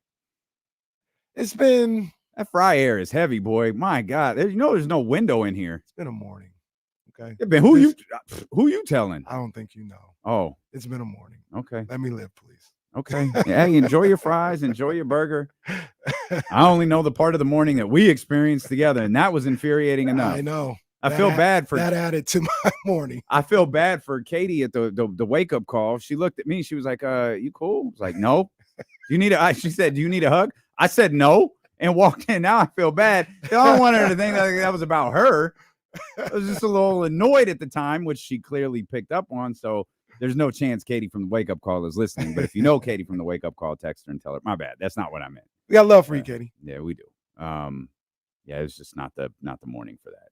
And then I was talking to Jesse. We were sitting out, during our little break time between, some of the KSFM stuff and the stuff we do here. And we're looking at the show, and Jesse's been busting his ass on the show for the last 3 hours. My stupid ass put the rundown together, and I'm looking at it like, why the hell did I write a Dame Lillard story in here first? Like, I'm looking at this like we're going to lead the show with Dame Lillard. I mean, I thought there was a reason there's for it. No, there's there was none. Adam Silver there. There's nothing. There's nothing. It was an article I read. It was literally like the last thing I read before we started working. And I was like, oh, the trade scenarios for Dame Lillard, some of them make sense. Like, that's what you leading the show with? No, I want to lead the show with Tiffany Haddish. That's what I want to lead the show with. Yo, they be putting stress on us, man. Y'all we just trying to live. Like Casey said, we're just trying to live. It's all this poor man. Just trying to live, trying to be great out here, man. I always remind myself whenever I'm this close to getting frustrated with you, I remind myself a man's getting married in 7 days, and his son called him Kenny on the radio show. That's all I need to know. His 10-year-old son called him KC on the radio. It's one of them days. Tell KC to put me in the chat. Oh my God. It's one of them days where you wake up, you spend about 5 minutes up and around, and you say, I'm just trying to make it to when I get to go back to bed and I can start the day over. That's where we're at. I'm just trying to get to Friday morning. That's the goal. I feel you, bro. You guys help me get there. I'm trying to get to Friday morning. I feel you. You know what the stupidest words in the English language are? How about them Cowboys? That's up there. That's up there. That's number 2. I'm going to try something different. Uh-oh. Those are the dumbest words you could possibly utter. Why? Especially as it pertains to your training. Because I thought, you know what I'm going to do? I'm going to try something different with my training. Okay. I can't begin to tell you how much pain I'm in the last 2 days because I thought it would be a good idea to try something different. That's good pain. I beg to differ. That's good pain. I beg to differ. I love that feeling. I love that feeling when I'm sore from Okay. from a workout, and Okay. you know, I love that. That's good pain. Okay. That's the pain you got to embrace. Kamara says you should do retail therapy to release the stress. One, I tried. you would say that. Two, I had a package delivered to my house yesterday just in time for the wedding. Hey.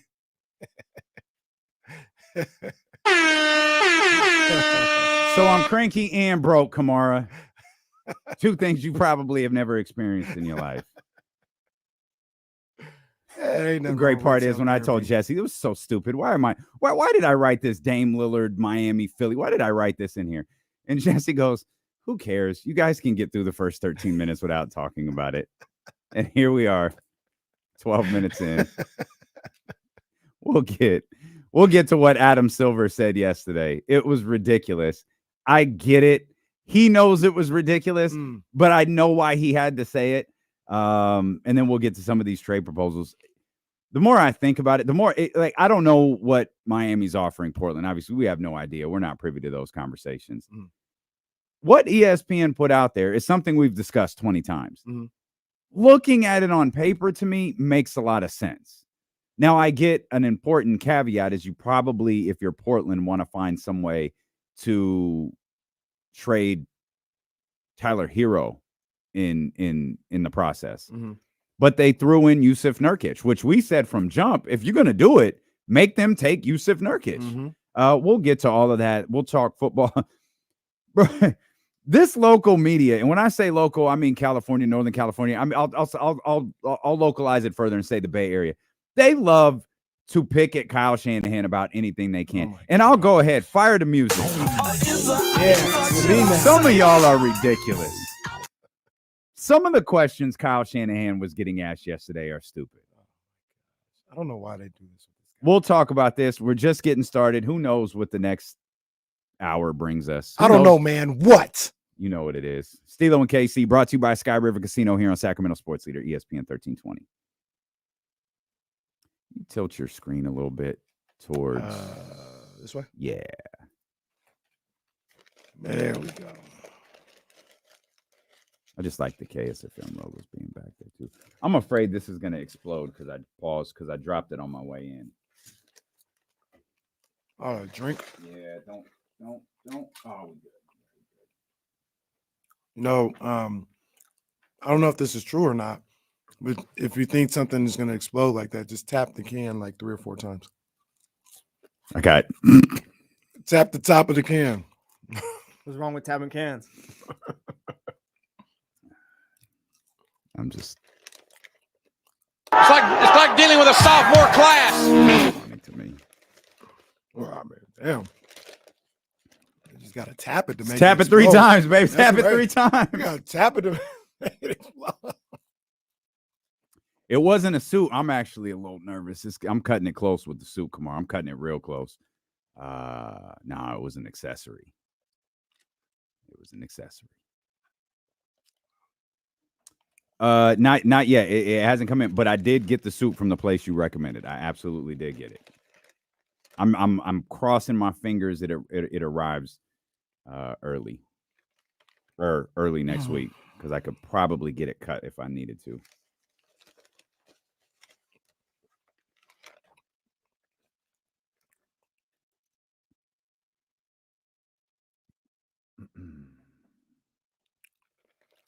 Yeah, I'm seeing the mark there, tapping the can.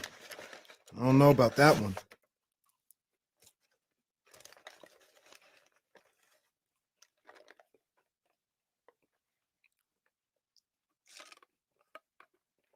That's what's up, Wheezy. Make sure you say, make sure you pull up on us, man. Don't just be there and not say nothing. Make sure you say what's up, man. Yeah, some of y'all be pulling up and we don't even know. Yeah, man. Tap in with us. Oh, 3 to 4 weeks. God damn, I got to find another suit to wear. I thought it said like 6 to 7 days. Because I didn't get any alterations made through them. I was going to do that here. Well, all right. That's plan B.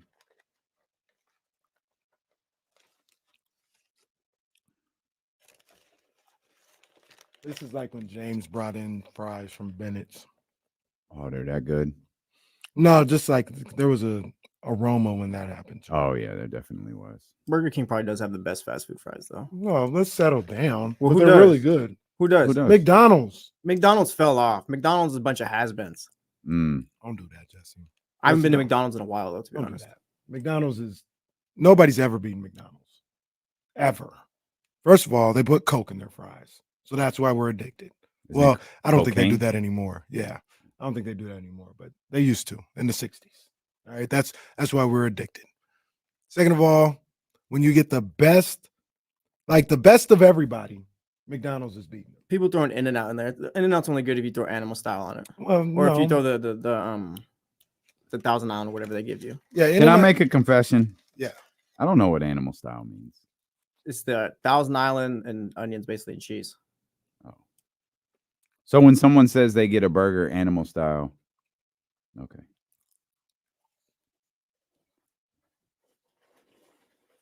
I can't say I love the term animal style either. Like I don't know why In-N-Out decided that's what it should be called. Especially like In-N-Out is like they're not like that's not their bag to be like messy or anything. Like they're like really clean and cut, but animal style is what you go with. Yeah, now that you bring it up, it is kind of like it doesn't make sense. I don't get it. I don't get it. I don't get animal style, by the way. Like you don't think it's good or what? I mean, it's okay. Like when I've had it, it's cool. I like it just regular. That's disgusting. You might stop it. Stop it. First of all, and also, because we were talking about fast food fries, In-N-Out, the fries aren't as trash as people have made them out to be, but it's not top 5. They're not as trash. They're like the Jimmy Garoppolo's of fries. Like they Damn. win. They're average to above average, but they win. 15, 16, 17, somewhere there in Yeah, the ranking. right there. Jimmy G, 1-0 Jimmy G. Gets the job done, but he's I don't know. average. I don't know. He doesn't win you games, but he wins games. Yeah, that's facts. Kenny Dilfer. Kyle Shanahan was pressed yesterday as to why he left key players in late in Sunday's game. Oh, real quick, you also mentioned because Kyle, you no sold or it went over your head, or we were so quick to get to Sky River. You didn't hear what I said. Niners about to kick off the home schedule. No, I caught it. Like, no, Sunday. you just It's started home. making the joke. I'm It's sorry. home. I'm sorry. It's a home You schedule, started the joke yesterday. Yeah, I sold it yesterday. No, I didn't miss it. I'm just used to it. it's a home schedule. I got baby. you. I got home schedule. Well, based on what the ticket sales say, yeah, it is. It's gonna be about 60,000 in there for the 49ers. The other 10 for the Rams. Good for the Rams. 10 to 15,000. Let's be honest. It's a good turnout for the Rams. It's a good job. That's a good turnout for the Rams in Los Angeles. Well done, guys. But to your original point, yeah, they're asking Kyle Shanahan. Just weird. I'm questions. sorry I no sold your home joke. That's I'm okay. I'm sorry. Damien. But we Hammer. we've been we've been pushing watching the 49ers first home game with us at Sky River. That is in fact a lie. The first home game is Sunday. The Levi Stadium home opener. The Levi, is yes. what we will be watching on that Thursday. Indeed. But Kyle Shanahan, questions from the media, ridiculous as always. I don't know why. Like, you know what? God, he's winning. You know, Brock Purdy's working out. What can we bitch at him about? I know Christian McCaffrey played too late. And to Kyle's credit, he was like, yeah, we didn't think the game was over. We've blown leads before. Like, I don't think he mentioned this, but go back to that Detroit Lions game. Like, this has happened before with them where they're up a lot late. Clearly, it to me, like, what did you expect him to say to get you the quote that you wanted for your article or your podcast or whatever you do? Oh, I don't know. I lost track of time. Oh, I thought Christian McCaffrey needed the reps. He didn't think the game was over. And you literally can't find anything else to ask him about. So you ask about Christian McCaffrey playing midway through the fourth quarter. Bruh, that's silly. It really is. Kyle Shanahan is it's so weird. I feel like the people who, and we have been adamant about this, especially with our good friend Jason Jones, you don't have to like the team that you cover. You just have to cover them fairly. And that's true if you love the team. That's why James is great at what he does. You can love the Sacramento Kings, but when you cover them, you have to cover them fairly. You have to cover the San Francisco 49ers fairly. I feel like the people who cover the San Francisco 49ers hate them. Either hate the 49ers or just hate Kyle Shanahan. Whether it's your boy Grant Cohn, whether it's what's my guy at the Chronicle, Michael Silver. Mike Silver. He hates a heel them. turn out of nowhere. Like he was riding them heavy Again, before. Now all of a sudden he just anti everything John and Kyle. You don't have to like the team that you cover. You don't have to be a fan of the team that you cover, but you've got to cover them fairly. You guys are covering them like you're trying to catch them in something. It's crazy. It's crazy. One thing I thought about with Kyle Shanahan that maybe I'm just Captain Save a Kyle as well. That's all right. E40. Maybe that's what it is. But I'm gonna give Kyle a little credit. He remains pretty professional with these guys that be talking crazy. Like Grant Cohn will ask a question and Kyle will answer it professionally, not think any type of way. Just answer the question. I probably would, at this point, I would have told Grant to go F himself a couple of times. I've told a couple of Grants to go F themselves, so sure, it worked. I might have said that because, bro, you be talking too crazy out there to come up here and ask a question like, well, what were you thinking on third down? I was thinking you need to shut the hell up. Next question. Same thing with Silver, but Kyle don't do that. Kyle, on third down, we saw they were in this coverage and we thought it would work, and that's the best we could do at that time. He better than me. I go crazy on these people a couple times because it's one thing to cover the team and be critical. It's another to be disrespectful. The whole gutless thing, I'll never forget that. Trash. I'll never forget that. And I probably wouldn't get over that if I was John and Kyle. But it also comes with the territory. I understand that. This is what it is. But there's a couple that they do a little too much for me. They do a little too much. Grant and Mike Silver are two of them. I wouldn't handle that stuff well. I barely got through this morning without cussing somebody out. Like, there's no way I'd be able to deal with what Kyle deals with. Damian would have been like Pacino on Any Given Sunday when he pushed the guy into the dugout. No, I probably would have been more passive aggressive. Like, why did you leave Christian McCaffrey? Well, I didn't think the game was over. And I would have said it so you heard, and then let Kyle Madsen from ESPN 1320 ask a question. That's what I would have done. They'd catch me on. That's why I don't ever have a problem with players who like snap back at reporters. Like, that's why I just like, yo, I read what you wrote. Like, what you think I didn't see it? Like, right. I see it. Right. And now you over here asking for information. Get out of my face. Now, it's not the best idea to stand over like a 60-some-odd-year-old man, wow. like you want to, Donkey Kong pound him on the top of the head. Like, don't do that. Right, right. But I understand these athletes or coaches or guys who get mad. What's my favorite line? What's your boy? Oh, it's Dicka. What'd he say? Why are you in such a bad mood? What's it to you? I low-key love it when coaches fly off the handle. That's funny. Why are you in such a bad mood? Because I don't like you. Oh, that sums it up. Simple as that. And I have to see your mug every day. And I can't kick you in the face like I have in my head for the last 7 weeks. Yeah, I don't know why they're like that with Kyle. I don't I either. have no idea it's why they're so like that with weird. Kyle. People hate Kyle Shanahan. They absolutely hate him. It's fascinating to watch.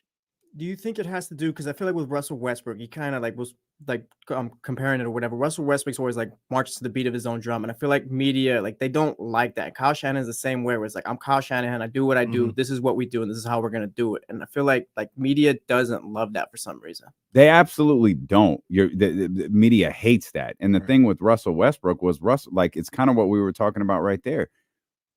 Russ, and I think this was in his doc. He did all of the media. He wasn't always like this. he did all of the media stuff until I think it was the finals. I think it was that Oklahoma City finals, but I'm not 100% certain. But it was in that era where they blamed him for everything after that game 1 win.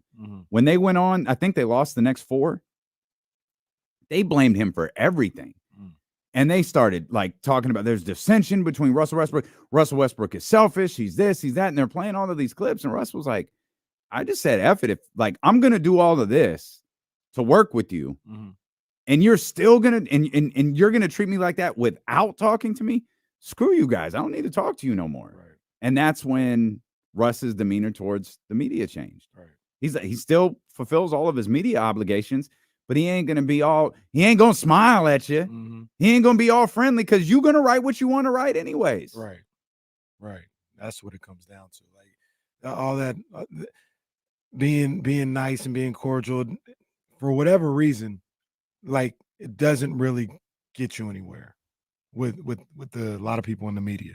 They say like a lot of people try to frame it as, or maybe they pick and choose who they absolutely do that pick to, and right? choose. Because there's guys that they'll just protect at all costs for whatever reason. I don't know what the reason is, but they'll protect at all Aaron costs. Rodgers. Aaron Rodgers is one of them, right?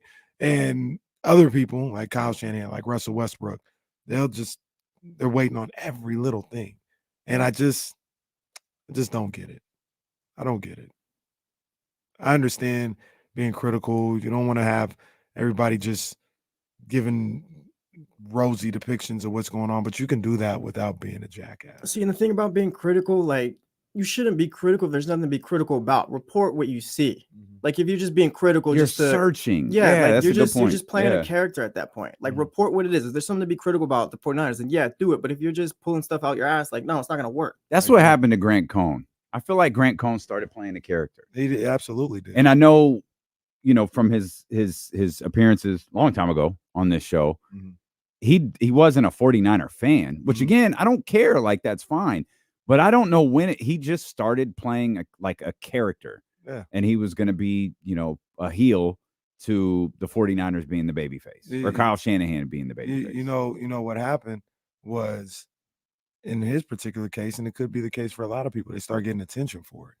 They start getting subscribers for it. They start getting a following for it. Yeah. So they got to feed into that to continue to, pay the bills or get the attention they want or whatever. Yeah. And that's cool, but you come off as a clown a lot of the times when you do that. Like the things that, and we're just using Grant as an example. He's not the only one, but I can't take Grant Cohn seriously. Because I know you got your agenda, you got your whole little shtick that you're doing. So if you really want to sit down and talk about a football game or anything like that, like I already know where you're coming from. I can't talk to you about real, like, oh, you got this agenda. Nothing that you say is credible right now. Not saying what you're saying is wrong or anything like that. Like if George Kittle dropped 3 passes, you saying George Kittle dropped 3 passes, that's not wrong. Yeah. But I know your slant. I know how you're going about this whole thing, and I choose not. That's what goes on with Skip. Like Skip, I know you're doing this just for attention. Like I remember the day I never was like a huge fan of Skip, but I would watch it. But I knew the day I was done with Skip was after Floyd versus Manny, and he came on the air the next Monday and said Manny Pacquiao was robbed. I said, come on, man. Like this is beyond podding at this point. You're just you're a character. You're just really out here to get clicks and to embrace debate and all this other stuff. It's not real. I want to watch something that's real. And I never watched Skip again.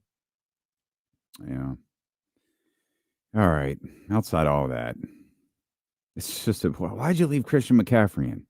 We were trying to win the football game. What do the 49ers need to do better this weekend?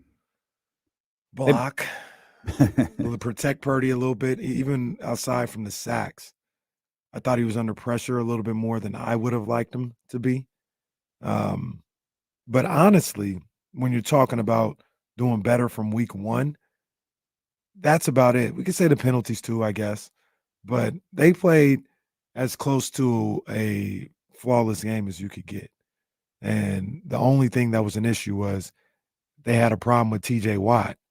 And there's a 99 on the Rams who the Niners have done a really good job with historically, but you always got to be aware of him. Yeah. Always got to be aware of him. I got one for you. It's a little bit different because you're going to have to block without committing penalties. This team committed a lot of penalties on Sunday. Going to have to find a way to calm that down against the Buffalo team that could make you pay for those probably a little easier than Pittsburgh could. Plus, this Buffalo team's pissed off. Probably this Buffalo team, quite honestly, we talk about pissed off all you want. This Buffalo team's probably embarrassed. Yeah. Where the you talking about the Bills? Yeah. The Bills and the Raiders? I thought you said with the I said the 49ers. I wrote this wrong.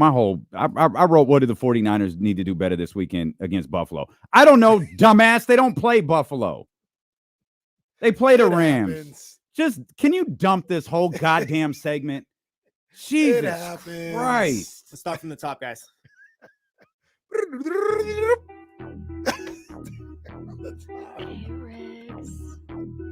Yeah.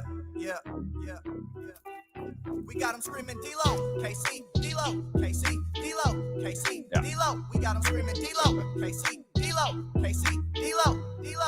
We your number one spot. We your number one spot for some sports, huh? Got the city going crazy when we work, huh? We top 2, but we ain't 2, we in first, huh? And when you need the real, we is who you search, huh?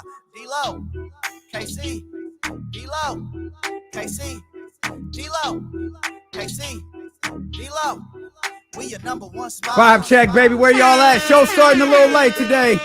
Show starting a little late today. We here, baby. We here. You know what it is. What's good, baby? We welcome you in here to the Thursday, September 14th edition of D-Lo and KC. I'm Damian Barley. The ultimate needle mover. God mode himself. He's Kenny Caraway. Yes, sir. Acknowledge me. And we are so happy that you are here with us. Chris Hain confirmed he's going to be at Sky River Casino with us 1 week from today. We hope that you're with us. 32 Bruce Street inside Sky River Casino 1 week from today. We'll be doing the 4-hour show live, and we'll be sticking around to watch week 3. The San Francisco 49ers take on the New York Giants. Start their home schedule week 3 against the New York Giants. Can't wait. That's right. Week 2, they take on the Los Angeles Rams in Los Angeles, where the numbers are showing it's about 65-35 in favor of San Francisco. And I'm calling cap because there's no way 35% of that stadium is going to be Los Angeles Rams fans. I'm sorry, Damian. The 49ers start their home schedule Sunday.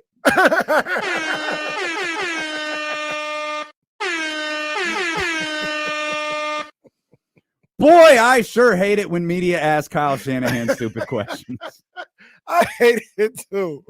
Hey, how many listeners are confused right now? All of them. Probably not as many as were confused when I asked about the Bills playing the 49ers. Let me read off the script like Sweetie. That's what I said. Oh, y'all got to see this clip. If y'all miss this is so funny. Y'all got to see this. I don't know. This is the way to start the show. Oh, this is tremendous. Shout out Sweetie, man. You know, I got love for Sweetie. Oh, Shorty had a big ups to her. Yo, Sacramento what is she? Stand up. She's got like, yes. Well, I was gonna. It sounds I know crazy. what you were gonna say. It sounds crazy. I ain't even gonna say. Say it. Nah, say it. I dare you to say what she did. she just got a different looking dress on. That's all I got. We'll show. Well, I'm gonna put it up on the screen before we actually say what Sweetie was doing, because the only way to properly say this, and this is going to be really tough for the radio audience. Yeah, she's licking a bone. Well, okay. Look, the picture's right there on the screen. I don't know what to do. That's what she wore to the VMAs. I don't know who designed that outfit, but so that's fashion, huh? I guess. I mean, well, it doesn't look bad. I'm not mad at it. It just, I don't know if that really hits the way, she thought it would. At least she had clothes on.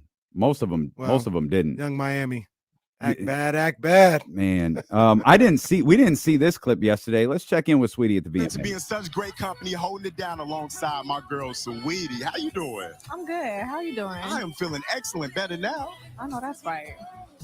Oh, I am so excited for tonight too, and I can't wait to see the fashion and some of my friends. Almost definitely. It's going to be an epic night for sure. Now, I'm hearing that a bunch of the stars are already to be in. Oh man, my man. That's the clip I was telling you guys about yesterday.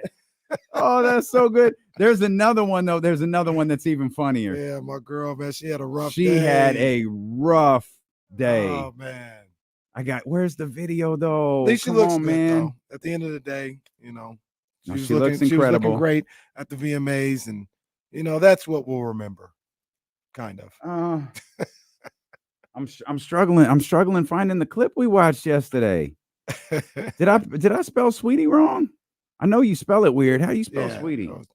SAWEETI. Yeah, that's how I spelled it. Must have scrubbed the internet. Oh, it's impossible. Deleted all tweets. It's impossible. Oh, y'all got to see this. It's hilarious. I mean, live television stuff. Yeah. Yeah. Let's try VMA prompter. Oh, Lord. All right. Forget it. Forget it. Shout out to Sweetie, though, man. Start the show over again. Tiffany Haddish. Lord. My God. Act like I've never done this before, man. Goodness gracious. But to your original part way back when, I do agree with the penalties thing for the 49ers. I think they got a little sloppy. Like that should have been a shutout. That should have been a 40-0 type shutout. Yeah. But the penalty on that on the drive where I think it was Diamond or Lenore got the late hit on Najee Harris. They had an illegal contact penalty around the goal line as well. I believe. I don't think so. I think that was third down. That I don't think it was first down because Kenny Pickett was kind of scrambling a little bit. I'll have to look at that again. But you know, that could have been a shutout. Probably should have been a shutout. If it wasn't for a couple of those type of penalties. And then they could have got to 40 if they wanted to, but they stopped blocking. And when they were blocking or attempting to, they were holding. So the penalties, you clean that up and you protect Brock Purdy. He had too many pressures for my liking. But other than that, I think they did great. I found it. Oh, let's go. Y'all have to experience this. We got more from your favorite nominees, more glitz, more glam, and definitely more music coming your way right after the break. And you're not gonna want to miss what we have upcoming on the VMA pre-show. I know that's right. Stay tuned, baby. That you oh man. Yeah. There were so many more struggles in there than I originally remembered. That was tough. There was about 3 of them where they had her tongue-tied. That was tough, and it was like she didn't know she was live. I know that's right. I know that. That's her go-to. I know that's right. We got to get Sweetie here and start working on the taglines for ESPN. Get her some practice before she goes out in the big leagues. Yeah, get Sweetie in here. Well, we would have seen her if the Straight to the Club show wasn't canceled. I know. R.I.P. Went the way of Flip Side. 40 to your memory. 40 to your memory. Take a drink and I start to think and I. Oh, no. CJ, don't do that. Monterey Trail, Monterey Trail, take it back her diploma. Come on, man. Shout out to the Mustangs, man. Shout out. Yes, indeed. Oh, man. Oh, man. Block better, less penalties. We'll see where the Rams are in this one. The Rams feel, I think, you know, I joke with our guy Jay Stahl and about the Rams. It's Rams week. I don't like them or whatever the case may be. I think the Niners are going to win this game.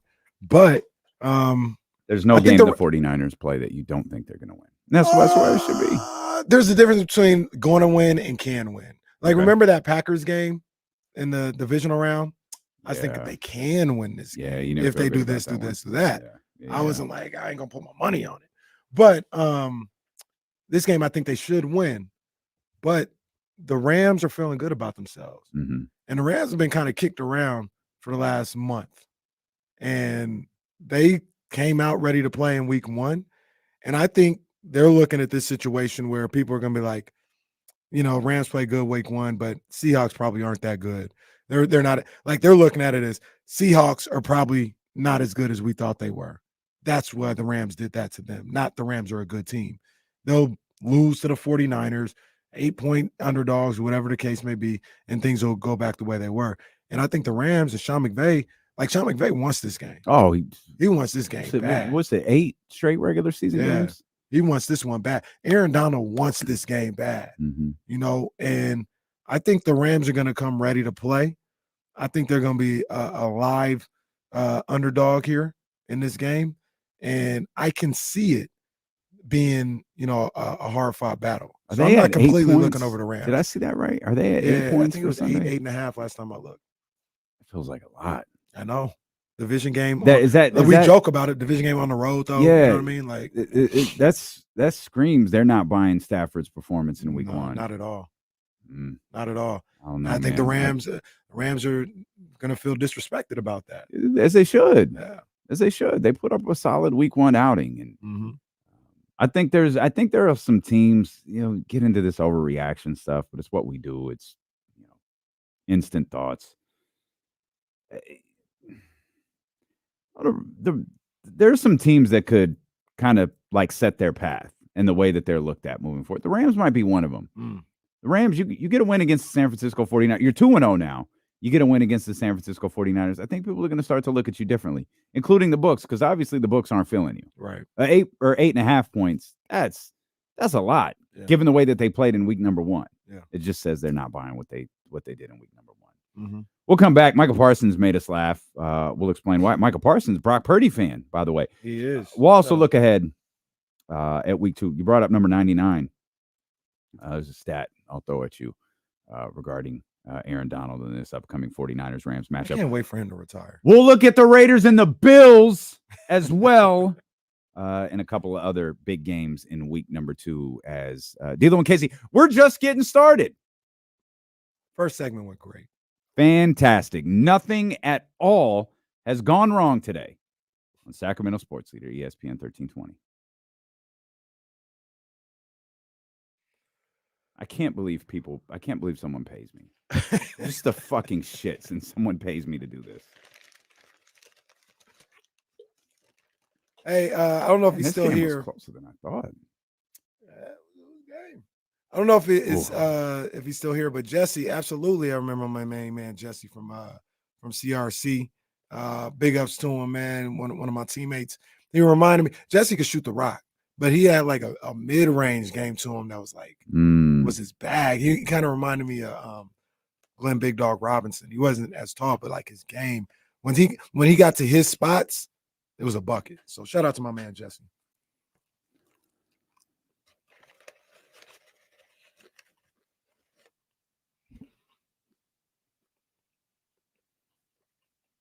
No, that's probably true.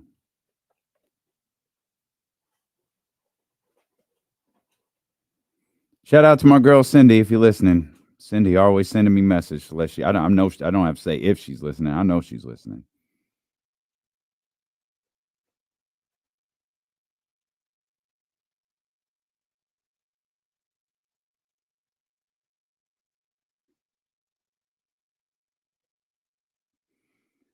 Now that song is stuck in my head.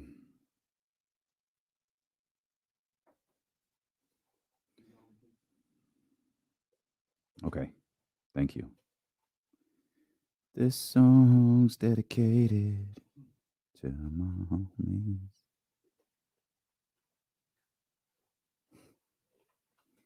Lazy be sending me some funny ass videos.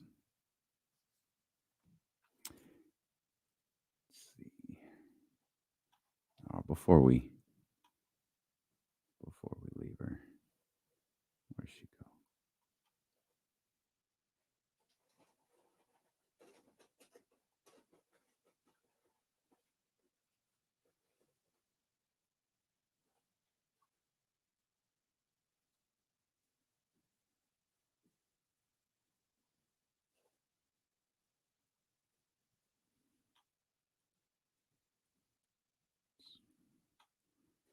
One more time for the good times. Let's go. We got more from your favorite nominees. More glitz, more glam, and definitely more music coming your way right after the break. And you're not gonna want to miss what we have upcoming on the VMA pre-show. I know that's right. Stay tuned, baby. We've got more. I just noticed something. Say this for, I recognize what this sounds like. This is a 2 bones, right? Yeah. Okay. I just want to make sure. Sweetie can wear whatever she wants. She can do what she wants She can to. wear whatever she wants. She make it look good. So she was going for like a Flintstones look here? I mean, I would think so. Got more from your favorite nominees. More Don't know glitz, what more she's glam, going for, and really. definitely more music coming your way right after the break. And you're not gonna want to miss what we have upcoming on the VMA pre-show. I know that's right. That pause was tough. That whole 17 seconds was tough.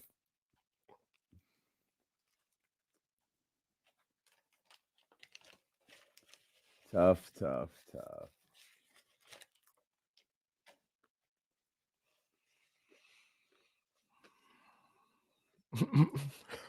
That one. I know that's right.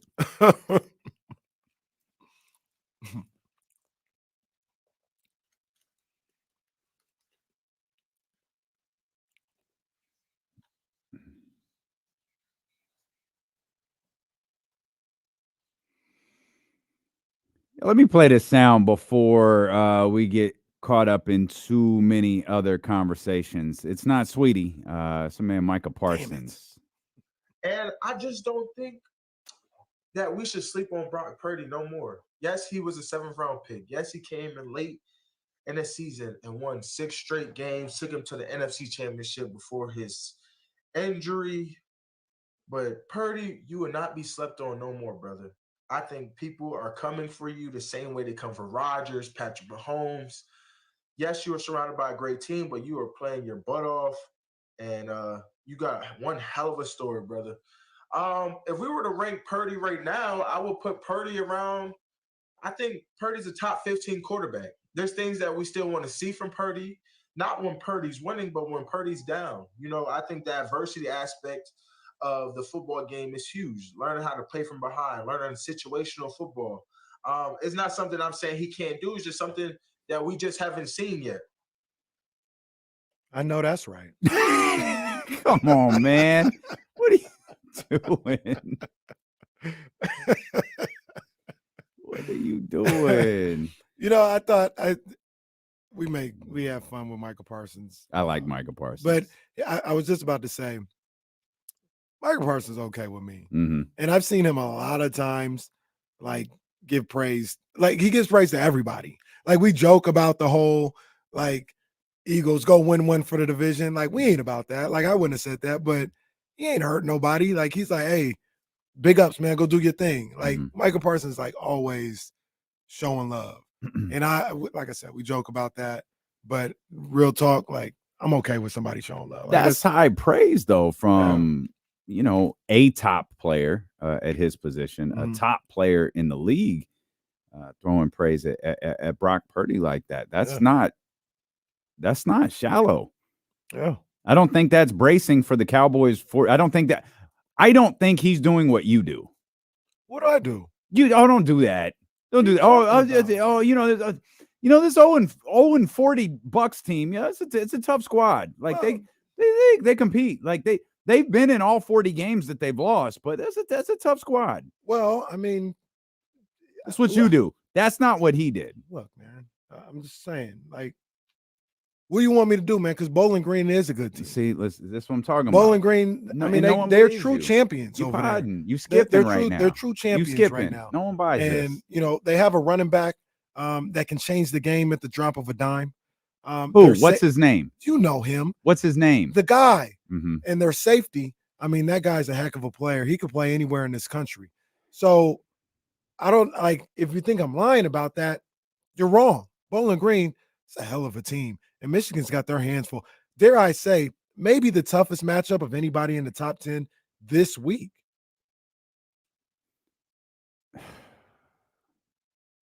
That's why those 17 people left us to go watch Sacktown Sports. That's why right there. Those 17 people went to go listen because of this. Bowling Green lost to Liberty. Thank you, Aldrin J. Thank you. I'm not sleeping on him. You guys can sleep on him. That's how the point is. Micah's not podding. He's not podding. Micah's talking. Yeah. And that's high praise for Brock Purdy from a competitor. He also said, not in that clip, he's like, yo, the Giants should be ashamed of themselves for not protecting Daniel Jones like that. Now, mind you, he's the guy going out there trying to kill Daniel Jones. Yeah. And he's like, yo, y'all need to do better. Y'all need to do a better job. They should be embarrassed. Oh, they should be. That's an absolute. Yeah, they should absolutely be embarrassed. I agree with Micah on everything that he said. You know what really stood out to me that I liked that he said was the adversity part. Mhm. You can learn a lot. He hasn't faced. I mean, he got hurt, but I don't. That's clearly not what Micah's talking about, and that's not how I took it either. Like talking about when you down 10 headed into the fourth. When you've lost, and I know you don't want to think about this, 2 games in a row, 3 games in a row, and you going on the road in a game that you've got to win. Well, there's levels to it for sure. I understand that, and I understand what Mike is talking about and what you're talking about. But we've seen Purdy do that. Purdy was down 2 scores against the Raiders and brought the Niners back to win that game on the road on New Year's Day. Purdy was down at the half against the Seahawks in the playoffs. I think. So and exploded in the second half and won the game. That was pretty pressure filled. You know what I mean? Like you got to win that game if you're the 49ers. And he's facing adversity. I understand. Well, I brought up the games. I brought up the individual games. My impression, and I could absolutely be wrong, of what Michael was talking about. He was talking about losses, which I don't think he has lost yet. It's crazy. Well, it's only 6 games. But a 6-game winning streak in the NFL that's a big deal. Well, I added the caveat of games. I think Michael was actually talking about like when your team's struggling a little bit, when you guys aren't in a flow, maybe when Debo's out or Kittle's out or you face some type of injuries.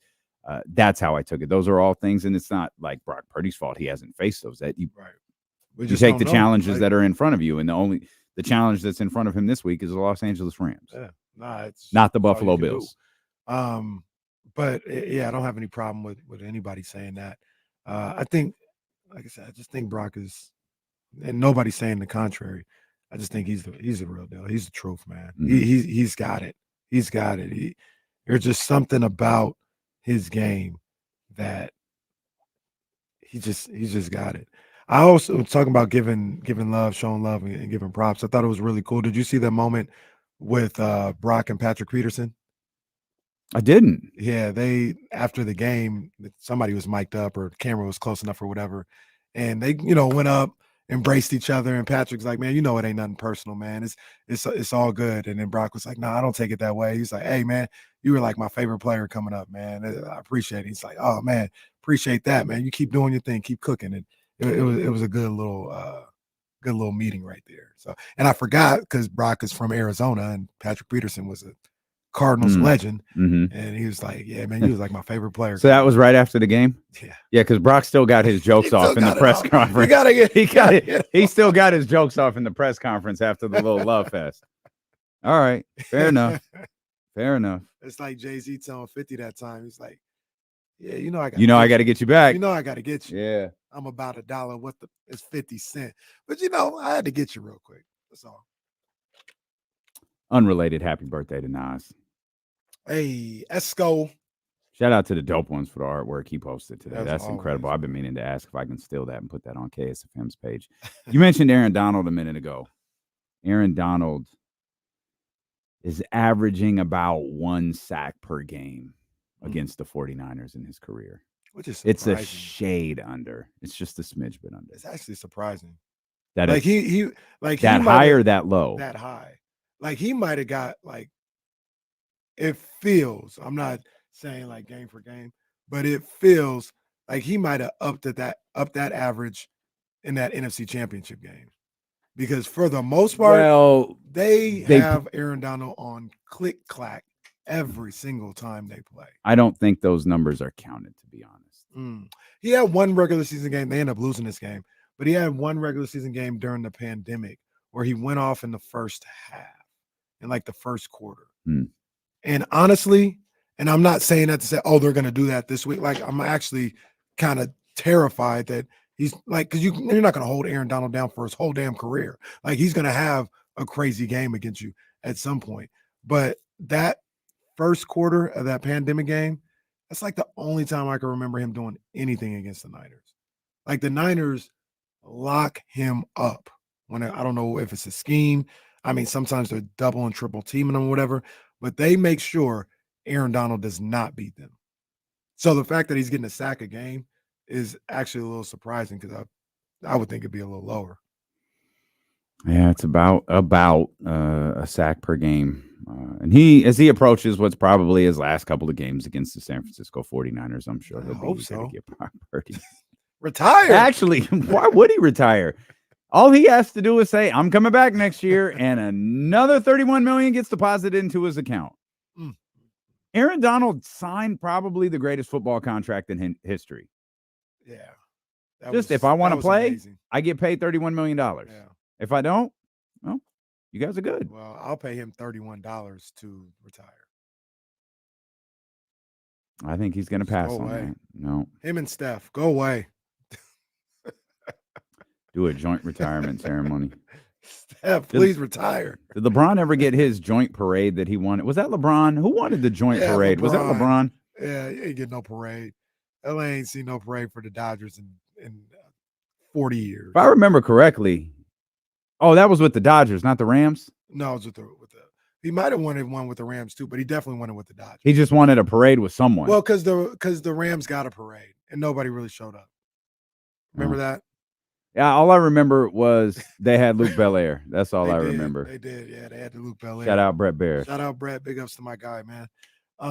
But yeah, nobody showed up for the Rams parade. That's probably indicative of what we're going to see coming up on Sunday. No one's going to show up to watch the Rams. They're going to show up to watch the San Francisco 49ers. And the Raiders are at Buffalo, as I was stating earlier. The Raiders are taking on the Buffalo Bills. The at Buffalo is an important component because we was talking a lot about Josh Allen after Monday's loss to the Jets. 3 interceptions, I think 4 total turnovers. Last year at home,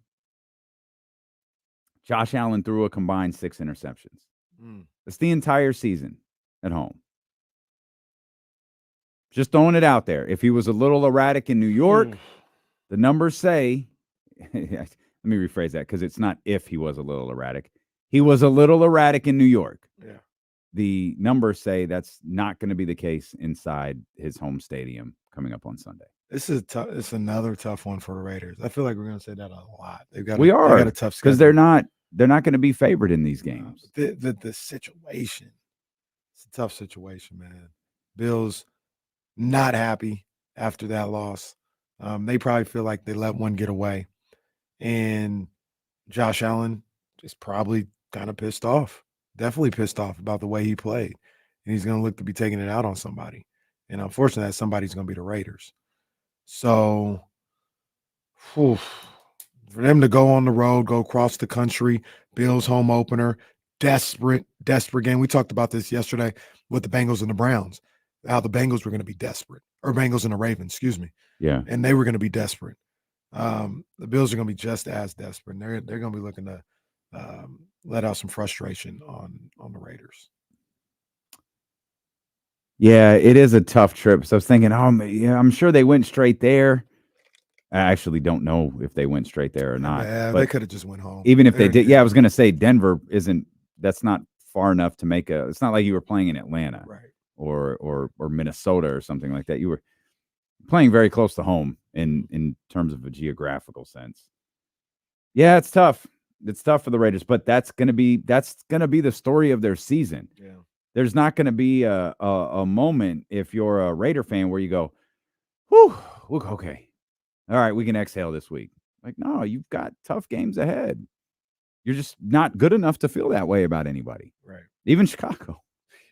You've got to be on your toes for all of this. On the side of the Raiders, though, the Bills continue to go through some weird stuff. Did you see the Stefon Diggs stuff?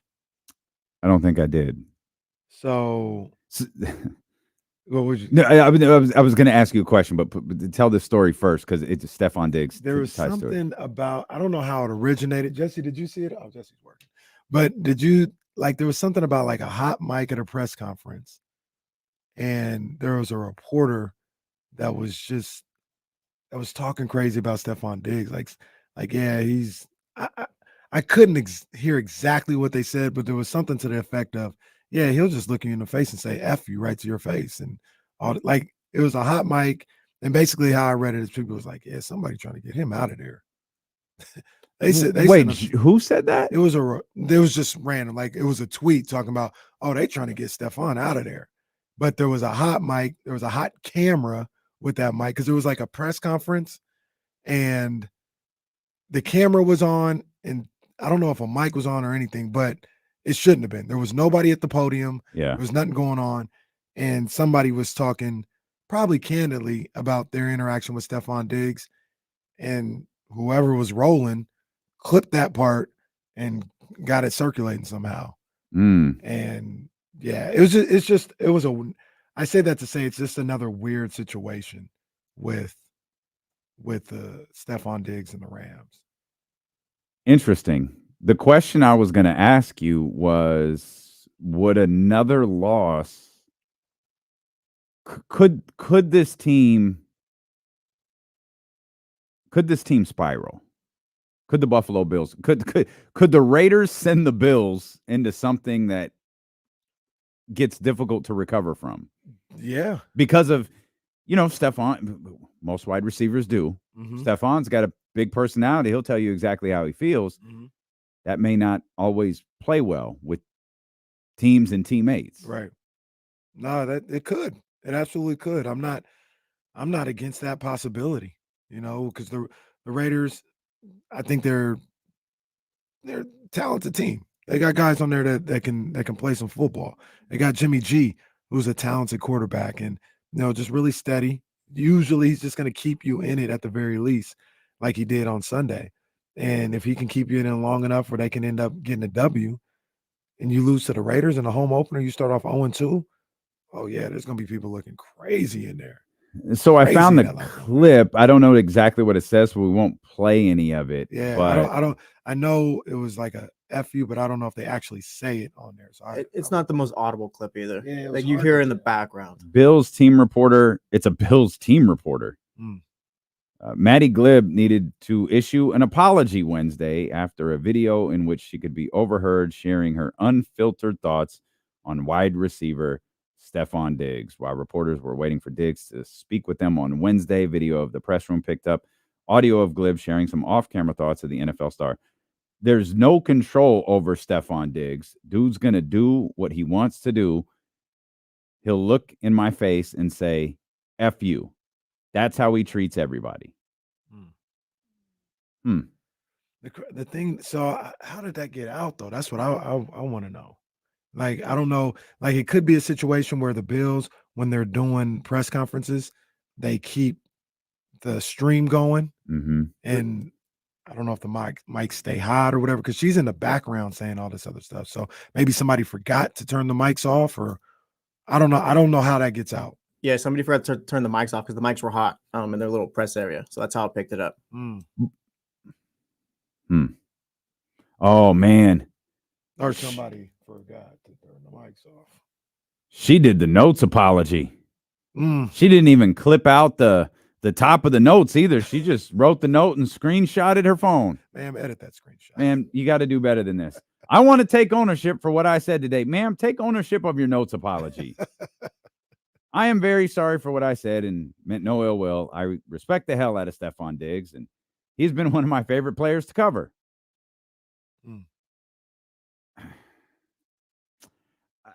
I don't know.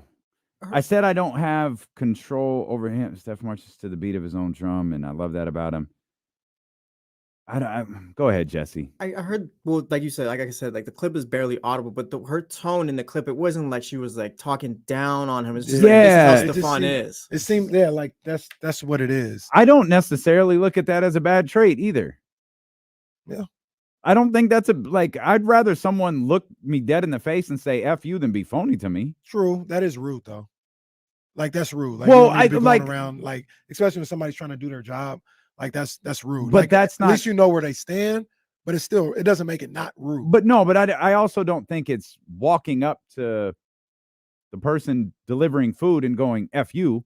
I think it's I felt like reading through this and reading through her unedited notes apology. it was more of he's not going to. I read it more as like he's not going to sugarcoat stuff.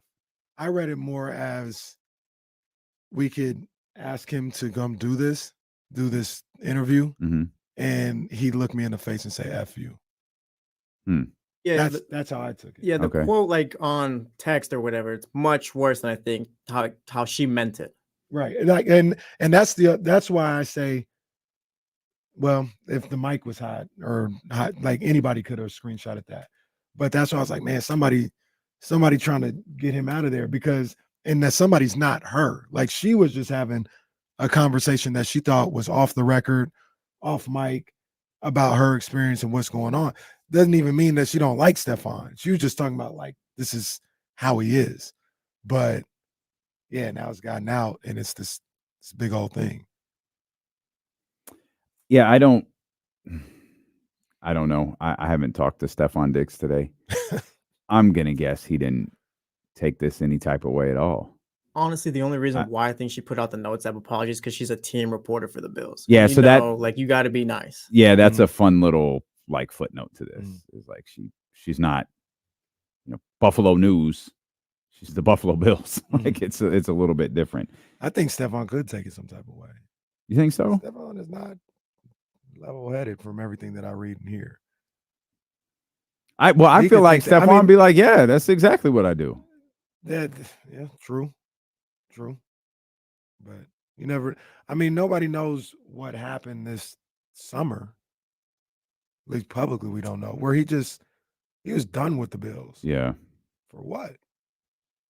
I don't know. I don't know what's going on with Stefon, but we love him. You're listening to D-Lo and KC on KIFM West Sacramento, 98.5 FM, KRXQ HD2 Sacramento, ESPN 1320, always live on the free Odyssey app, live on Twitch, Twitter, YouTube, and Facebook as well. Appreciate everybody watching and listening, no matter where you are. Thank you for hanging out with us. A couple of other notable games this week. Jets at Cowboys certainly has a different feel than it did a few days ago. Yeah, that was going to be a big-time game. Could sneaky be something huge for New York, though. If they could pull this off. I don't think they can. But I mean, you beat the Cowboys a week after losing Aaron Rodgers. Because you could emotions, opener. You can make 50 different excuses to how they were able to get Josh Allen, to how they were able to get by the Buffalo Bills. A fresh week, everybody knowing what time it is. Your Hall of Fame quarterback just had surgery, played 4 snaps for you his entire career. Going back to Zach Wilson, the guy you made the decision to move on from, you're able to get against a defense that shut out your stadium friends and put up 40. Well, here's how you make it happen if you're the Jets. You win a rock fight. And you have the ability to win a rock fight. Because we talk about that Cowboys defense, the Jets defense looks like they may be as good. And we talked about it a little bit because you don't necessarily want to take away 40-0. That's 40-0. But it's not like that Cowboys offense was looking great. No, they weren't. Dak didn't look well. So if you can put pressure and make Dak look uncomfortable out there and win a game, who knows how you score or whatever, but 10-6, 10-7, 13-10. You get in a rock fight and find a way to score, whether it's you turning the ball over and giving your offense a short field, or maybe you take one to the house or something like that. That's the way you win it. Would I bet on that happening? No, but I think that's their only only path to victory. And they could actually execute it because their defense is good. Yeah. So that would be the game plan. Robert Saleh, hey, we're going to run the ball. We're going to not let Zach Wilson turn it over. We're going to run, play field position, wait for our opportunity to be opportunistic with creating turnovers. That's our path to victory. This Sunday, we'll figure out what we got to do next Sunday. The amount of times I've said, man, Dak didn't really play his best, it's starting to add up. And now going against that Jets defense, I'll say, well, man, I we mentioned this on Tuesday. The Cowboys defense deserves like all of that praise. That Jets offensive line, you keep talking about Zach Wilson. I don't know about the Jets. Zach Wilson's probably there's a high possibility Zach Wilson gets killed on Sunday. Be careful, Zach. Because that offensive line, we keep talking about Zach Wilson's got to do this. Zach Wilson's got to do that. That offensive line needs to be better. Now you got Micah Parsons, who just told the team he beat, y'all should be embarrassed for allowing me to get to Daniel Jones the way that you did. Imagine what he's going to say to them. Dude, Zach Wilson nearly got killed on Sunday. About to have 2 quarterbacks wheeled out. Oh, no. Bro, you see them clips of Zach getting folded up out there? Yeah. Come on, man.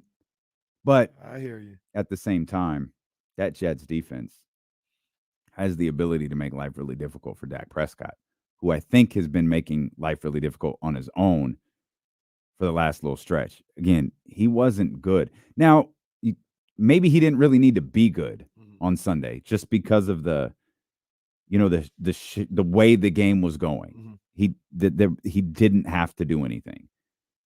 But there's a lot of games where you look at his numbers and you go, what happened to the kid who took Tony Romo's job and was throwing for, 350, 375 every night? Like, that kid seems to be gone. Right. And that's the thing that is a little worrisome because it's like, yeah, you don't have to go win the game, but like complete some passes. Do something. Yeah. You also don't have to be 14 to 25. Like complete some passes, man.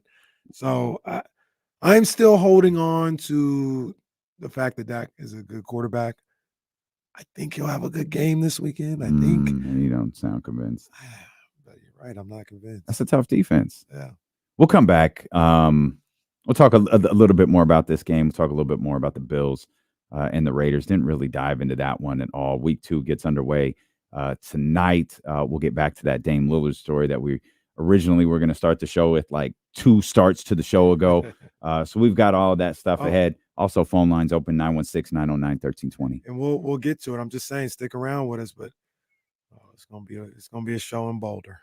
It's gonna be a show in Boulder. Oh yeah, we're gonna talk about it. Show. Prime is talking now too. We're gonna talk about it. Matt George, final hour of the show. Stealing with KC, brought to you by Sky River Casino here on Sacramento Sports Leader ESPN 1320.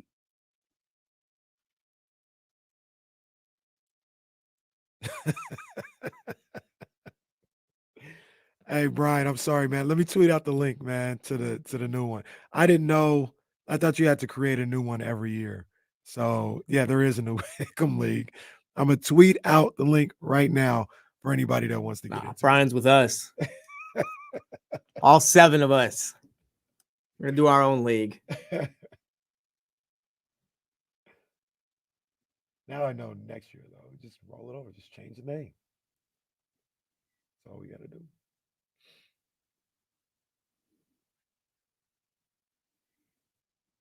Yeah, it did me too. Yeah, it did me too. Also, shut the fuck up. Don't dictate what an adult is to me.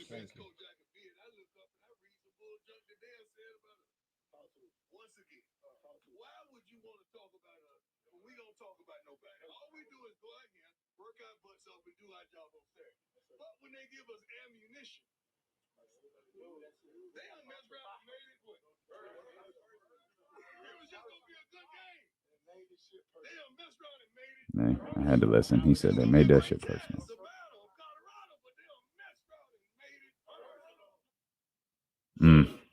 One little barely audible word, and I can't use it.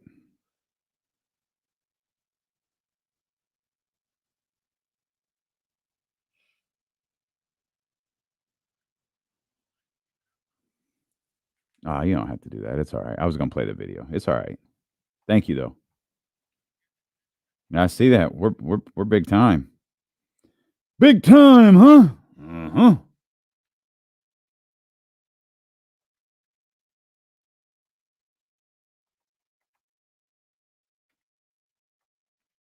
Trey Greenlaw practicing.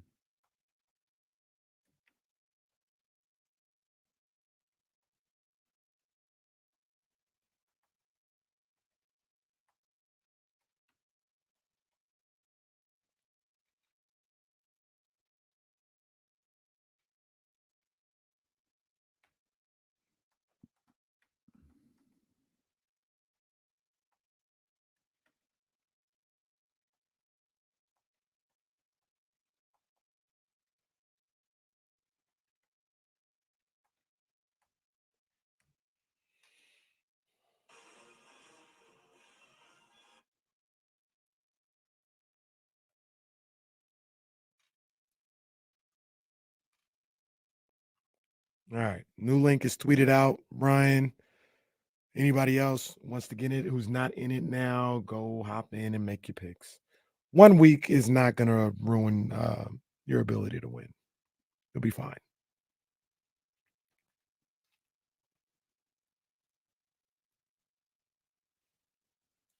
What's going on with the college one, Ramsey? The college side isn't allowing people to see the picks of others for the week or the standings.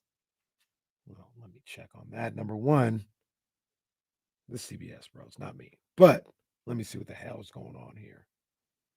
Now, I could probably see the standings because I'm administrator, but Ramsey, you're in second right now. I can see that. Roddy's in here. Shout out Roddy. Jesse's in this one too, but he hasn't made any picks.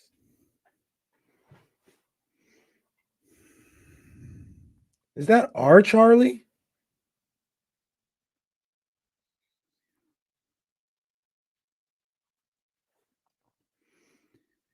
Tap in with us here. 916-909-1320. We got a lot of different things to talk about. Absolutely.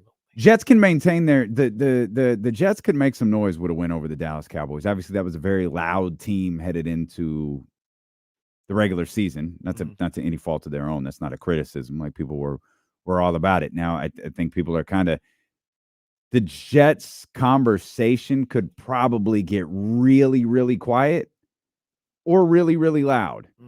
You beat the Dallas Cowboys, yo, that's something. Your first two wins with Zach Wilson as your quarterback, you've beaten the Cowboys and the Bills. Yeah.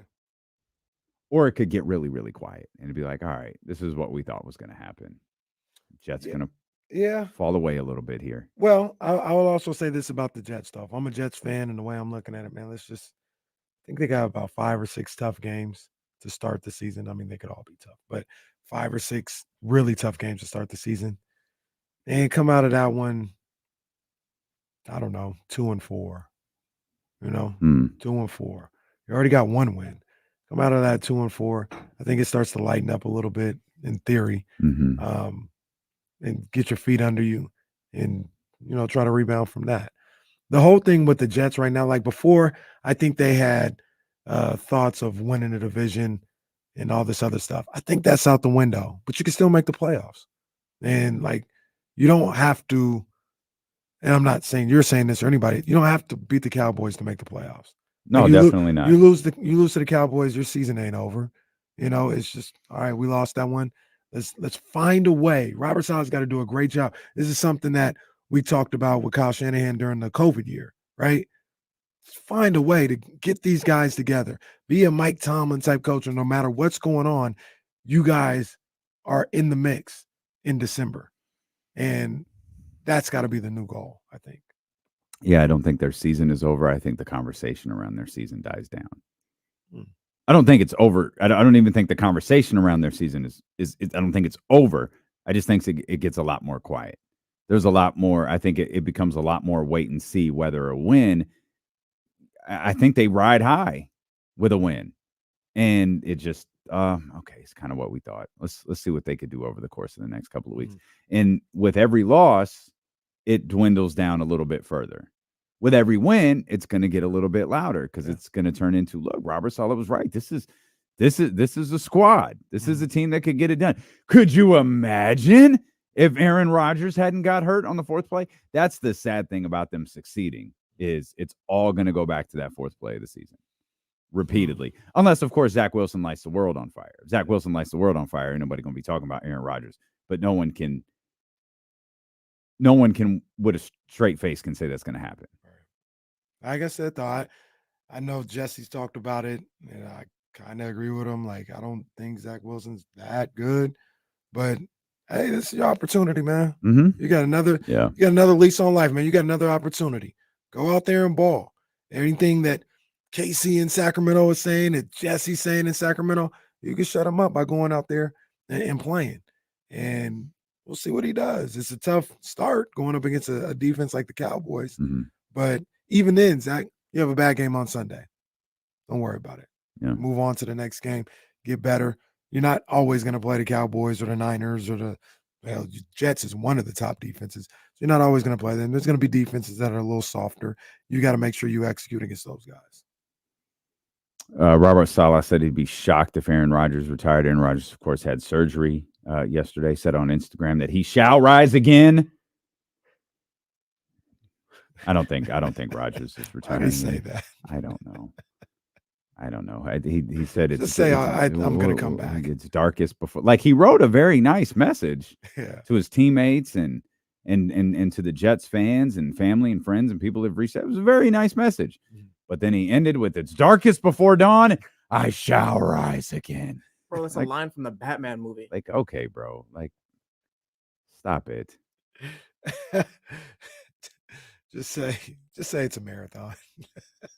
If he had hit with the marathon continues. That's all you got to say, sir. Oh, that would have been wild.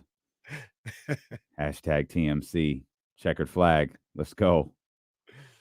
Just put the checker flag emoji. Steady went passion of the Rodgers here. But I don't. We're talking to James about this when we were changing over. I don't think Aaron Rodgers is retiring. Yeah, I don't think either. He'll be back. Yeah, I don't either. You know, it came with the crazy scenario of if the Jets ball out and Zach Wilson looks like, a top quarterback or anything like that, what do you do then? I think you still go to Aaron Rodgers. Eagles and Vikings kick off week number 2 here of the season. 916-909-1320 if you want to be a part of the conversation. And we got our man Dom. Dom, what's going on, baby? Hey, what's going on, guys? Thanks for taking my call. You got a really good show there. Appreciate it, Dom. Clearly, you didn't hear the beginning of this show, Dom, but we appreciate you, my friend. You're being hard. You're funny, too. Oh, man, I don't see the Cowboys hanging 40 on the Jets. Sure. The only way they do that is if it's a bunch of pick sixes, because Zach Wilson, I mean, for lack of something more articulate, he's not that good. Yeah. He's just not that good. It's a damn shame Rodgers got hurt. It's bad for football. Yeah, no, I agree football with that he got hurt. I agree with that. Yeah, Dom, I think you're on point. I don't think the Cowboys are putting up 40 on the Jets. I don't think it's 40-0. The scenario Dom presented is possible. I don't even think Zach Wilson's going to do that. But yeah, I don't think you're putting 40 on that defense. No. Not that you're not putting 40 on the Jets defense. No matter how bad of a position Zach Wilson puts you in, I don't think you're putting 40 up on that defense. Yeah, I don't think so either. And I think, if we see all these things, I'm sure I know the Jets coaching staff sees all the things. We got to put Zach in positions where it's easy throws, as much as possible, as much as we can. Easy throws, not ask him to do too much.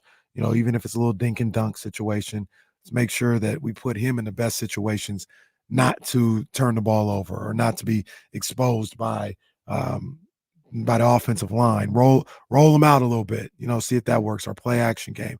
We got to get that going. We got to establish the run, even if we got to run 3 times in a row to let them know, hey, we'll run, and that'll set up some things for play action possibly. But we got to protect them is what that coaching staff is probably saying. The other reason why I don't think it'll be 40-0 is I'm banking on the Jets not turning the ball over 4 or 5 times the way the Giants did. Yeah. The Giants, they scored, or excuse me, the Cowboys against the Giants, they scored on a pick six and a blocked field goal. There was a fumble there as well. There was a lot of turnovers and a lot of points off of turnovers. Yeah. Right. So if you can not turn the ball over and try to keep them play the field position game, I don't see them getting a 40 in that respect, especially the way Dak played on Sunday. I think this is one of those first one to 17 or 20 type of games wins. Ooh. It's going to be low. It's going to be really low scoring. Ooh. I can see that. If either team gets to 20. Return of a blocked field goal. Interception return. Tony Pollard. Turpin, couple field goals. Yeah, there's a couple of weird scores in there. Definitely a couple of weird scores in there for the Cowboys, excuse me. What's the biggest storyline headed into week number 2? Kicks off tonight again. It's the Eagles and the Vikings. Biggest storyline. Kind of sneaky interested in that game, by the way. I am too. Sneaky interested in that game. This is just dawned on me. We'll be watching it here. I haven't gotten used to that yet. That when this show ends, we do another show, and now we're watching. Absolutely. There's going to be a time watch where the whole NFL season together, man. we will be. There'll be a time where we're watching, Kings and Nets live together here in the studio. Yeah, watching Kings and leaving when it's on pitch TNT black or something like that. I don't know. Well, of course. Yeah, national TV Kings. That's what we do. That Cowboys, the games that we talked about, all of them. Mm-hmm. Cowboys, Cowboys-Jets is interesting. I think Niners-Rams is interesting. And I think Bills-Raiders are interesting for their own reasons. Mm-hmm. So that game, those 3 games for sure interest me. The Bengals, what are they going to do, against a good Ravens team? Mm-hmm. This is a little different than the Bills, right? Because the Bills going up against a Raider team that a lot of people don't think is that good. Bengals are trying to stop from going 0-2 against a Ravens team that I think is going to the Super Bowl. So, I think they're very realistically staring at a possible 0-2 start. Yeah. Whereas the Bills, in the division and in life, right? Whereas the Bills, I'd be shocked if the Raiders won that game. I wouldn't be shocked if the Ravens beat the Bengals. Yeah, I'll take it. I think we're thinking along the same lines because 2 really big storyline. There are a big storyline to me is AFC Super Bowl contenders, mm-hmm. and it's the Bills and the Bengals because they could both be 0-2 by the time this is over. And if the Bills and the Bengals are 0-2, barring another, catastrophic injury like we saw Monday, that's the conversation this week. The conversation is about 2 teams. Hell, I mean, throw them in there. It could get real crazy. If the Jets lose, right? Like the Cowboys beat the Jets. Now you got 3. Oh, who'd you think I was talking about? We ain't talking about the Chiefs. I ain't even mentioned got to go to Chiefs. Jacksonville. Okay. We could be talking about 4. Maybe I looked at that one and thought Jacksonville's not beating Kansas City. But you're right. Fair enough. Jacksonville might get them boys. Fair enough. They very well might. We could be talking about 4 AFC Super Bowl contenders who are 0-2. And the Jets will be written off, which is fair to, especially as a Super Bowl contender. That's fine. Well, the Jets will be 1-1. Oh, that's right. The Jets will be 1-1. You're right. So used to them. They should have lost that game. Yeah, you're right. That's but I'd even say it'd be even crazier with those 3 being 0-2. Yeah, it'd be absolutely. That'd be crazy. Bengals, Bills, those 3 Chiefs. That's that, and some people might say, well, that just washes out it out because all 3 of them are 0-2. Right. But those were 3 favorites. It's not like they're not going to make the playoffs. But that leads more credence to what we talked about. Is one of them ain't gonna make it. Yeah, absolutely. Those were the 3 teams we focused on before the season started. One of them not gonna make it. Mm-hmm. Who do you think is more likely to go 0-2? Oh, I know. Don't answer that. I know. The Bengals for Damien. Yes, I think it's the Chiefs. Well, no. Well, I think let's be fair. Well, Doc, I wish it to those. They're playing. I like the Ravens. Yeah. That's No, that's yeah. That's what. yeah. It's not my. It's not. I don't have a hate for the Bengals. It's not. It's just however I feel about the Bengals. Just I don't like the believe in 'em. Ravens. Yeah, you just I don't. you I believe in don't. the Bengals. I don't. I believe in the Ravens though, Mhm. so I can see the Ravens getting the Bengals. I'm not out on the idea of the Raiders beating the Bills. I'm not out on I'm it. not out on it either. I think I'd be more impressed with that win than the Broncos win. Oh, Like, easily. That would be, Easily. That would be crazy. Yeah, and, easily. And I say that saying I thought the Broncos were going to win, sense of urgency, all this other stuff. Yeah. It's almost the same exact situation that the Bills are going to be in this week. Like For sure. they ring the alarm if they got to go 0-2 Girl, and they lose to the lose to the I'm gonna do Raiders. that every time now. So it's almost the same exact situation. Yeah. But I'd be way more like, wow, that actually happened if the Raiders beat the Bills. I think KC is in the most danger. I think Jacksonville might be the best team of any of the opponents. I like the Ravens. I think the Ravens are going to the Super Bowl. Really? But there's people who definitely believe Jacksonville's better than Baltimore. Huh. I don't. Mm. I do not believe that. I don't think so either, but I think Yeah, I don't agree with anything you just said, as a matter of fact. And you look at the circumstances too. You got Jacksonville on the road. Yeah, that's true. With Kansas City, the sneaky thing is like you could throw Travis Kelce back out there. The wide receivers still have to go out and make plays. You're not just going to throw it to Travis Kelce every time. Like the Chiefs, they have some serious offensive weapon problems, I think. Yeah. That's beyond Patrick Mahomes fixing it, because obviously he can get the ball there, but those guys don't know how to catch the ball to save their lives. Right. And I think they'll catch the ball though. I think what we saw people talking about the Chiefs receivers. I will say this. I mean, they were pretty open a lot of the time. So it's not the fact that they can't beat coverage. It's the fact that they dropped the ball. Well, it was They'll catch the ball. four dropped passes, right? And one led to 3 of them by one player. One of them led to a pick 6. Mhm. Do we have this is my job to relay this to you. Do we have a Travis Kelce update? He practiced yesterday. Right now, he's questionable going into the game. Yeah. Right now, I think the way it's been talked about, he might play, I think, Sunday. Okay, you guys got to see this clip. Uh-oh. Hang on a second. I searched Travis Kelce because I was like, well, let's be a responsible broadcast journalist. And this. Oh, I know. I think I know what came up. This first clip that pops up. I'm not sure why. I'm not sure what's going on in this video, but I don't know why they're doing the DX chops at practice, but Travis Kelce went full X-Pac. He did go. Chris Jones went Mike Tyson. Chris I feel like Chris Jones went Hunter Hurst. Yeah, that's Mike Tyson for sure. No, I think he went more Hunter Hurst Helmsley with that one. I don't know what's going on here, but I searched to get an update on Travis Kelce, and this is what I found. There you have it. This is what it looks like when we leave sales meetings. This right here. I got 2 words for you. Wow. So Travis Kelce appears to be just fine based on this video. He's ready to rock. Yeah. Well, I mean, he'll be ready to play. We'll see how nimble he'll be.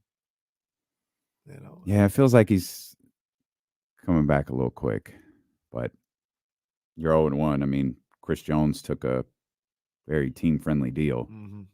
I mean, I think I read Chris Jones didn't win anything. Yeah, he did not. I think I read like they're not even rescinding the fines. Like they built something into the contract. Is that right? Yeah, the funny thing is that the incentives are like built in there for him to cover to pay the fines back. Wow. That's how it got reported. That's bro, I'd sit out again. I was gonna say I'm no expert. That doesn't feel good to me. Like that feels like it's got to be a bad situation between Chris Jones and the Chiefs. Well, no, he kind of tweeted about like he's gonna make his money back. Basically, he's cool with it.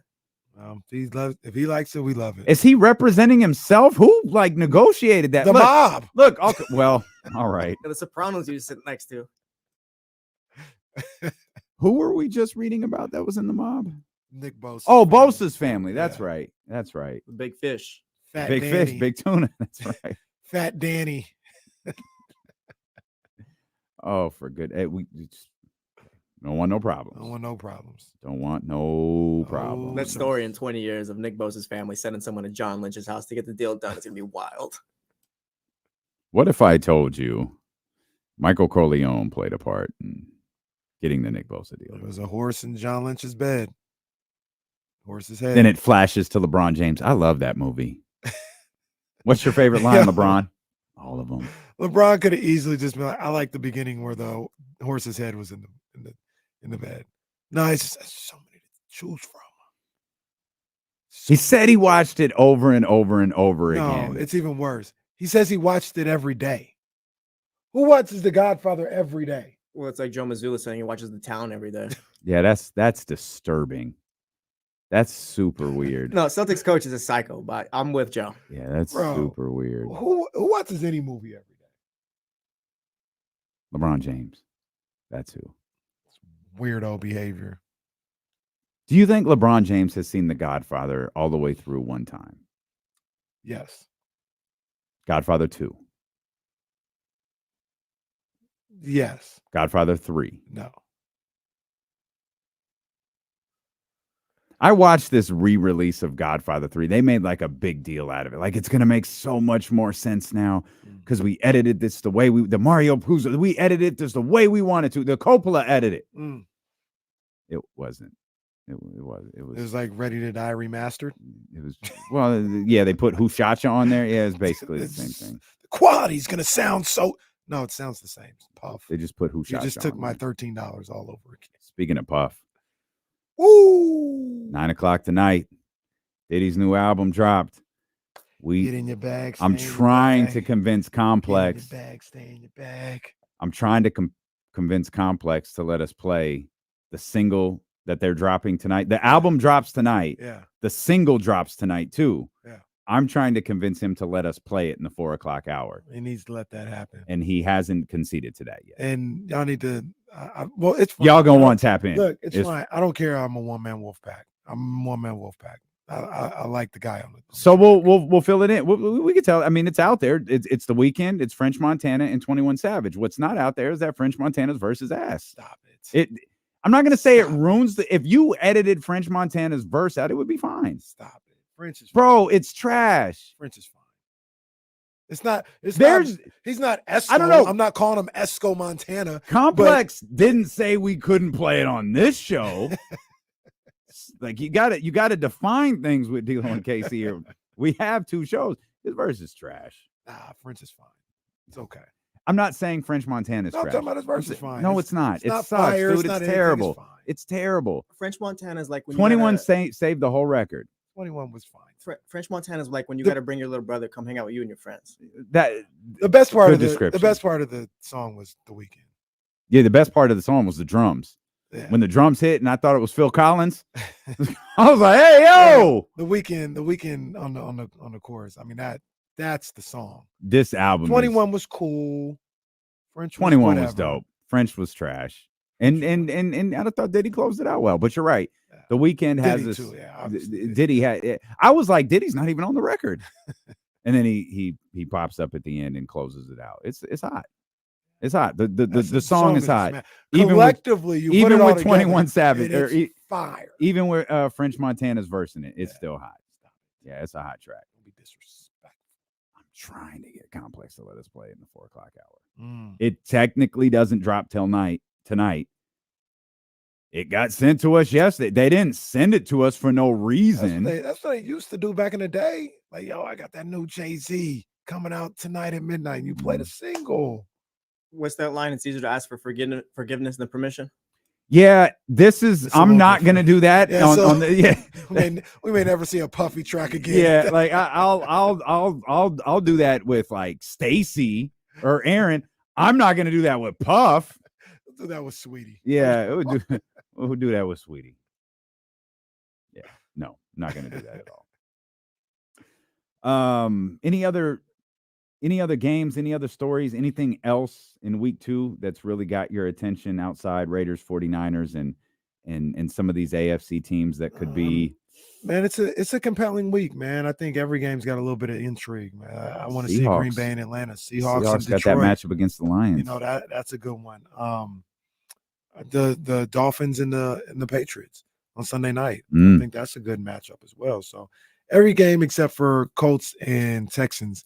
Did you get a chance to see Anthony Richardson at all? Mm-hmm. I like what I saw. Yeah. What I saw from him on Sunday is all the reasons why I didn't saw him want get clobbered a couple of times Yeah, too. he did. And that's the scariest part about these guys going to bad teams is normally they're bad because their offensive lines allowed the previous quarterback to get beat up. Yeah. That's what I worry about with CJ, Anthony Richardson, these different first year quarterbacks that are on really bad teams. I wonder. I saw him play, and I wonder if this is really who he is. But what I saw in week 1 is all the reasons why I didn't want him to go to Seattle. He looks like he's going to be a problem. I got you. A problem. Yeah, I got you. So good week, man. Even the Giants in Arizona. Like you want to talk about ring the alarms. If the Giants can't go to Arizona and win, Arizona actually played. I watched that game against the Commanders. They didn't actually do a bad job in that game. They were flying. Yeah, they around a fought. little bit. Yeah, they took a lot of cheap shots in that. Well, that's it. That'll be the what the hell is wrong with them? That'll be the other story is the 0-2 teams, like your boys in Denver. Those are absolutely your boys. They'll not like my there's boys. like a whole week's worth of shows that show those are your Broncos. What's the let's ride? Go Bron. What's the line? Broncos country. Let's ride. That's right. Broncos country. Let's ride. Broncos country. It's your guys. It's your quarterback. They Yeah, got but- Ron Rivera and the Commanders coming in. You talk about when somebody retire. Yeah, it's time for Russ to go. I'm sick as well. He don't bother. I ain't got to see Russ no more, so it don't really bother me. But I know when he was with Seattle, I was ready for him to go. What if the Chargers go 0-2 this week? Losing to the Titans. Is that a loser leaves town match? No, because they can both leave town as far as I'm concerned. I think the Chargers are going to be sticking around. I know I think you the do. Titans are. No, you do. I don't. The Titans are done. Not good enough. They're I heard probably not. Tannehill They're was probably not. trash. Threw 3 interceptions week 1, Tannehill. Man, the Bucks can go 2-0. I know that'd be crazy. They got probably Chicago. will go 2-0. I'm I picked starting them to- in the pick'em league. Starting to hurt from my man Justin Field. Well, And Justin Fields needs to hurt for himself. 'cause I'm also he's got to make some plays. at some point you just can't draft Ohio State quarterbacks Oh. anymore. Because I'm gonna need was it CJ? I'm gonna need CJ to. He's gonna have to carry the mantle because he might be the last one. Bears hype was too much this offseason, though, too. Yeah, I didn't understand the hype. I thought like, hey, there's maybe some growth from Justin Fields. I didn't understand why people were talking about him the way that they do. No, they're a year away, at least. Like this year, they're not doing anything. Justin Fields got to start showing something though. That's my guy. He does. Well, they also got to let him throw the football. I got a question. Well, it's up now. I'm going to debate during the commercial whether I'm actually going to ask it. We'll talk NBA too.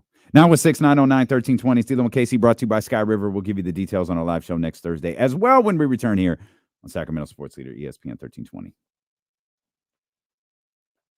was like 4 hours. Oh, it's only an hour 43.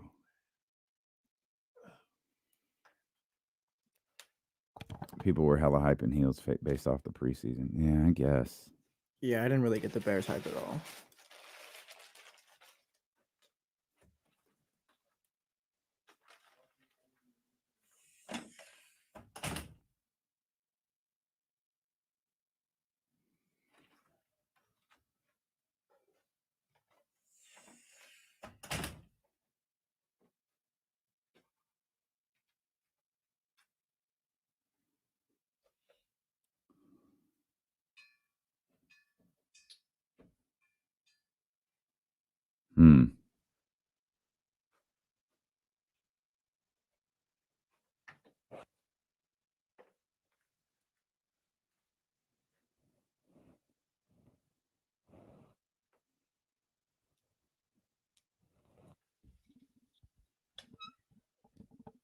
I'm not nervous, Aldrin, but I could see New England winning. Like I said, I think their strategy's got to be run the ball because Miami's rushing defense was horrible last week. So if they run the ball and keep the ball out of the offense's hands, like it's Bill Belichick. They can pull out a W, but Miami should win.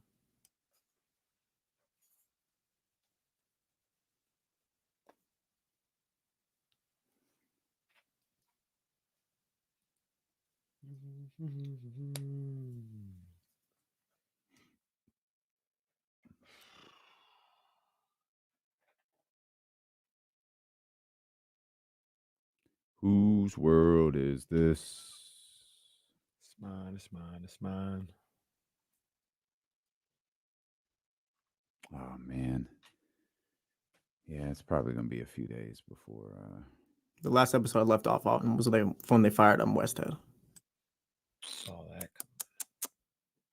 That might be the last one I saw too. I haven't seen the Celtics stuff yet that Kenny was talking about.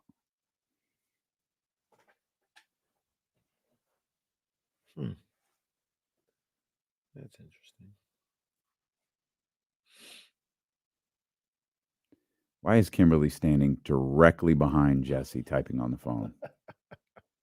It's not like we got a show going on or none. Just standing right there, perfectly still, responding to a text. Also, is she just wearing like a giant shirt? Looks like it.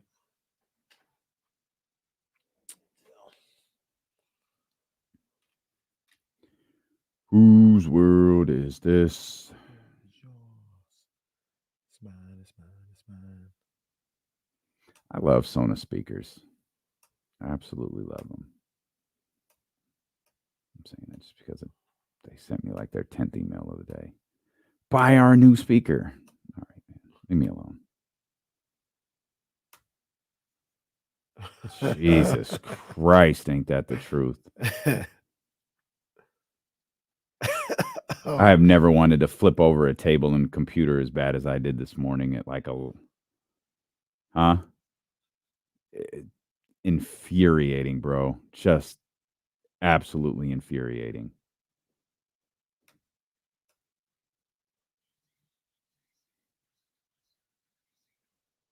Come on, man. They raised the price of League Pass. What? By $20. Come on, man. Damn. That's ridiculous. Y'all don't even let me watch game. Come on, man. That's weak, dude. I got rid of Hulu. Oh, all right, Peter Hulu. I think Netflix is next. I don't ever open that Netflix app. If I do, it's to rewatch like Hip Hop Evolution or something. Yeah, Netflix is good for going to like rewatch your favorite shows and stuff like that were on Netflix. Yeah, there's nothing. I don't go there for anything new. Yeah, there's nothing I'm watching on it. I feel bad for all you guys. I got so much to watch on Netflix I've never seen. I never went back to All American after that episode. Oh, never watched it again. I was like, this is I don't need to see nothing else. Still in the middle of season 2. Yeah, look, quit now. Just forget it. Just quit the now. The fact that they have 5 seasons is ridiculous. They got like 5 or 6 seasons. They do. Because they got to college. Come on, man. What are we doing? And there's a spinoff where they went to the HBCU. Oh, I watched that. That's kind of fire. I watched that. It's kind of fire. What'd you say? Honestly, are all these streaming services just trash now? Well, Netflix is horrible. Peacock is horrible. So what happens is you buy these services for like a show. Oh, I need Netflix because I got to watch this one singular show or this one movie. I need Hulu because I got to watch this singular show or singular movie. Peacock, Max, same Showtime, same thing. Yeah, I don't know. Like I said, You just subscribe to everything. I do, but I'm like, man, there's so much I got to watch. Like people will be like, man, Okay. Netflix is trash. Like I've seen everything on here. Really? No, bro. No, that's not how I look at it. It's not. I've seen everything on here. I ain't watching it. And here's the cold, hard reality, sir. You're not either. You say you're going to watch it, and you don't. You're going to watch the Giants play. You're going to watch a 49ers game from 5 years ago. You're going to watch the 49ers game this weekend. Then you're going to watch Kings games. Then you're going to watch League Pass. Then you're going to rewatch the Kings game. Then you're going to watch a Kings game from 10 years ago. Yeah. Then you're going to start watching SWAC basketball. You're going to watch college football. You're not opening Netflix for at least 6. You're not opening Netflix for at least 8 months. Well, that's not true. I did watch Swamp Kings. I watched Jake Paul's situation. So I watched enough. No, you did. Yeah. You did. Football season's here. You didn't watch those during football season? No. You're not going to watch them when King season gets here in 3 weeks. No, but also with Netflix, the family has Netflix. So okay, well now there's that. That's different. Yeah, they watch it. Ryan has her. She even got her little profile on there. She has her own profile. Yeah. That's ridiculous. Ryan That's just chilling, ridiculous. feet on the couch, just flipping through the Netflix. She likes what's her name? She's sitting with Jasmine. Man, what's her She's name? sitting with Jasmine. Like, hey, what time Dad get home so I can make him think I'm his little girl again? Oh, baby, he's not home for a while. You're fine. Somebody the scientist. Bill Nye? No, it's the little black girl. It's a cartoon. Wrong crowd. Yeah, I don't Bill know. Nye is the only scientist I know. I'm done after that. I don't know. She likes her. Okay. So Ryan's got a profile. All right. Reese is the one who don't watch it. Reese could be watching a lot more than he don't watch it. Well, it's probably a good thing that he's not sitting around watching Netflix. He watches SpongeBob all the time. He getting his free throws up? Not enough for me. What's the ideal amount of free throws that Reese should shoot a day? A day? Yeah. I mean, bare minimum is 100. Bare minimum. Like, yeah, bare minimum. Okay. I wish I had a basketball hoop in my backyard at 10. You do? Oh. You got a little crypto.com back there. I would have been Kobe. I would have been Kobe. It's not document stuff. It's like Anna something. She's kind of new. Anna something with the A. And it's a really cool cartoon. They got a lot going on in that cartoon too. Yeah, if you have kids, like I get having all of these streaming services. If you have a big family, I don't need all this stuff. I got YouTube TV and I just went back to just flipping through channels again. Yeah, Like, that's what I use now. Right? Yeah, like that's what I got. That's what I have. YouTube TV, but I have like Max and Showtime. Like there's stuff on there that I like. Like wherever Winning Time goes, I'm going. But I need to get rid of some of these other things. So I cut Netflix, or no, I cut Hulu, which saved me like $17. And then we just get this price increase for League Pass. And I think there was another price increase for Peacock. Goodness gracious. Premium though. Well, that's how it works. You got like a premium Peacock? Yes, yeah, indeed. Oh, come on, man. The media cut that off before I said the rest of the question. Well, I'm sorry. What was the rest of the question? Account. That's not what you said. Listen. Look how it just cuts off immediately. Listen to the definitive way the question ends. You got like a premium Peacock? There was nothing cut after that. It was nothing. Premium account. You did not say the word account. There's absolutely no way you said the word account. Absolutely not. Absolutely not. It was outrageous. I feel like Macho Man was a small package type of guy. Unprovoked attack. I did. Unprovoked attack. Thought right there. That did end right there. Let's talk about wrestling. Somewhere Bill Simmons is wondering why they don't bring back the Macho geez. Man. Come on, Bill. You got to do better. Oh, the name of the cartoon was Ada Twist the Scientist. I love that you presented that in a way that you thought me and Jesse were going to be able to finish your sentence. Oh, it's not just you and Jesse. I'm talking to the greater Sacramento area, the country. There are people who probably want to know what this show is. No, I get that. I just found it amusing that you were like, oh, the scientist. And you look, the little black girl, not Bill Nye. Yeah. Like we were going to be, oh, I know. What was her name? Ada Twist the Scientist. Of course. How did I miss that? Come on, you know Ada. I had the 49ers playing the Bills 2 hours ago, and you want me to know this scientist's name. Hey, I meant to put this in, but it was so hectic. When we talk about basketball, remind me of this weird story that. Bro, let's talk about basketball now. Okay. We're talking about the cartoons that your 4-month-old watches. Did you hear that story about how the feds investigated LeBron for PEDs? Sort of. I'm gonna be honest. Crazy. That was trash. So ESPN, the story, or like how that came out, or the whole presentation of it. Like, so ESPN did this big, like, monster story on PEDs, and it was a series of very, very, very lengthy articles. And what made me click on it was the picture of the Big Show. Yeah, I was like, "Oh, boy, what is this?" So there was a section titled like some of the lesser knowns, and I was like, "Well, they're going to put Big Show in this category. Let me see what this is all about. Is this the same thing that like Rey Mysterio was caught up in? Like, what is this?" And I read about Randy, one of LeBron's guys. Yeah. And I don't know why Randy had to be included in this whole article, past that he's friends with LeBron James. Because they were very careful. This is LeBron James's associate and very, very good friend. Right. He's never been questioned by authorities. He hasn't done anything wrong. Here's what we've learned. He contacted this person. He tried this. The I don't know if it's LMR, their parent company. I don't know who issued. Someone issued a statement on behalf of Randy, and in the end, it had nothing to do with nothing. Right. Past the fact that he's very close with LeBron James. He's part of the it's Rich, Maverick, LeBron, and Randy. That's the crew. You only included him because of that association. And I thought that was kind of trash. They were very, very, very, very, very careful to not implicate LeBron James in this. Yeah. But I thought including him in any of this was trash because who cares? Well, I thought him being included in that was trash. Like Randy being included. The only reason you're not the story, but the only reason they went after Randy is because he's associated with LeBron. Well, they didn't go after Randy. Like they didn't do that. They didn't do any of that.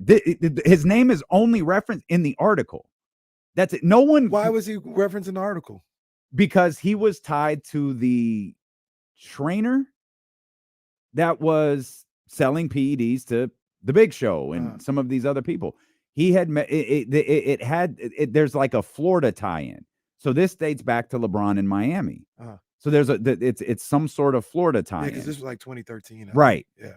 And that's the sole reason. He's not in any police investigation. He's not in any PED investigation. He's not in any criminal investigation. Some redacted documents some unredacted documents were released. And like thousands and thousands and thousands of them. Yeah. And reporters poured through them. And that's where you find the Paul White name, you find who's the Big Show, and you find Randy. You look and I don't even think Randy's his real name, but who's this? Oh, he's connected to LeBron. Oh, you start following the trail. There's like nothing here. And all indications are he might have purchased them. He might have used PEDs on the advice of some, like not literally once, like he used them once, but like he made one purchase and never did again. So it's clear you included him for the tie-in to LeBron James. Yeah, that was it. Absolutely. And because you found his name in those documents. I thought it was weak. I thought it was trash. It has nothing to do with nothing. Yeah, I get you. But people have been trying to throw the PED label on LeBron James for years as if he wasn't a physical marvel when he appeared on our screen at 16 years old. Right. Like, what do you think a professional strength and conditioning program is going to get a physical marvel to look like? What do you think a dude who spends $1 million+ on his body a year is going to look like? It's going to look like LeBron James. But people don't like that. When you're at the top, you got to try to knock him down. And that's what they did. What did we find out about the Big Show? I don't know. I got bored like halfway through. I was so confused. Like, the Big Show used PEDs. First of all, for me, I don't like if you're a professional wrestler. To me, that's the same as being a Hollywood actor. I don't care if you use PEDs. I don't care for Big Show. The way those guys get hurt, if they're using HGH and you can afford the good stuff, good for you. You're out there. But I mean, Big Show already he had the surgery, but he has the disease that Andre had. He just Andre didn't have the surgery. Paul White did. And so he's what, 7'1", 400 pounds. Yeah, his body's gonna ache after one, existing for 40+ years, two, after wrestling for about 20 of them. Right. So if you're using HGH to get by, I do not care. If HGH was readily available for everybody listening to this show, I've read enough about it to believe we should all take it. Yeah, I don't know. I didn't learn anything about the Big Show. I had no problem with no PEDs. Do what you got to do. Mm. There are some people who I would just admit, I wish would admit it's not just the 4 hours in the gym that's got you looking like that.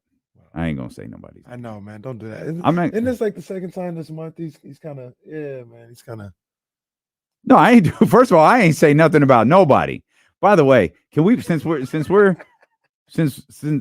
we kind of low key mentioning wrestling here? Yeah.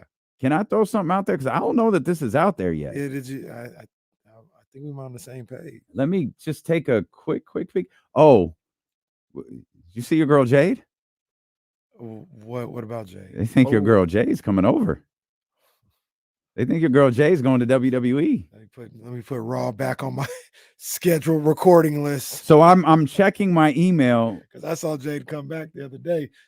Phenomenal. I love Jade. I'm checking my email and it doesn't say don't release. Yeah, so I'm just telling us. I'm just telling our people. Mm-hmm. I'm going to be at Cricket Wireless on Florin Road on September 29th at 9:00. September 29th, 9 a.m., Cricket Wireless. I'm going to be there with Charlotte Flair. Ooh. Just throwing that out there for anyone who wants to come through. Ooh. Cricket Wireless, September 29th on Florin Road with Charlotte Flair. She's the GOAT, right? Yeah. Yeah. She's the best woman. Yeah, like she's a phenomenal wrestler. I hate that they're doing the win title, lose a title, win a title, lose a title, just so they can get her to 16 or 17 or whatever number they're trying to get her to. Yeah. But yeah, she's the GOAT. Damn. So just lock that in. Off. I might have to take Reese over there. He likes Charlotte. Are you going to be here? I should be. I don't think I'm I need some time to get used, like how you do on a vacation. Like you ain't going the whole time. Oh, I got you. Yeah. I need a day. All right, I'm back here. Let me take care of business. So okay. We'll talk after the show. That was meant for both of us. Okay. Just you're not here. Yeah, I know. I'm thinking about Reese though. Reese really likes Charlotte. So come through. Pull up. Have to be off of school for that. Even if I can't take him, somebody might have to take him to see Charlotte. Yeah, come through. Let's stick in the NBA. Let's stick with the NBA.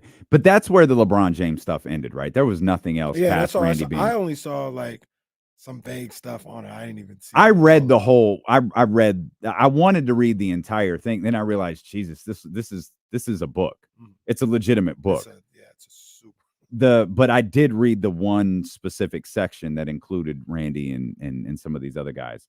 Or in terms of LeBron James, it only included Randy. And I just this was such a weak attempt to tie LeBron James that is to weak. this. That is weak. Trash. ESPN put out Adam Silver spoke yesterday. We talked about him addressing the player participation policy yesterday. He was also asked, as he is virtually every time he takes the podium, about player trade requests. He said, I'd really like players and teams to honor their contracts, which is hilarious. And I know he knows that's hilarious. But I also sympathize with him a little bit because I know that's what he had to say, because he can't say, I wish players would honor their contracts, because the first thing is going to be, teams don't. So why would a player? And he had to throw teams in there. He knows that's not how the league works. He knows that's not how professional sports works. He knows it's never been how it works. I just don't think there's anything else he could have said. He already answered this question 50 times, but he answered it in probably his most definitive way. I don't remember if it might have been Dame, but part of me feels like it was Anthony Davis. It could have been both. He's like, it's part of the business. I just wish it was done privately. If you have issues, like if this stuff has to be worked out, work it out privately. It would benefit everyone involved for it not to be public. But as we've outlined with this Dame Lillard situation, everybody's looking for their angle. It's a game. That's ultimately what this is. Yep. You can call it a chess match. You can call it checkers. You can call it whatever you want to. It's just a game. And everyone's trying to get one up on the other. Adam would have gotten my attention if he had just said, I'd prefer everyone stop playing games. Look, if Dame wants to be traded, fine. Yeah. Portland doesn't want to trade him, fine. Stop playing games. Deal with that stuff behind closed doors. Right. But ESPN wrote an article with multiple trade proposals that included, obviously, Miami, Philadelphia, New Orleans, and Toronto. Looking at the Miami one, and I guess maybe this was the first time like I really looked at it on paper. They included Yusuf Nurkic, which I think is the most brilliant move that Portland can do in this whole negotiation process, regardless of who they're talking to. It makes I get it. Like the trade to me makes sense. You're not going to get equal value no matter who you're dealing with in anything close to a Dame Lillard.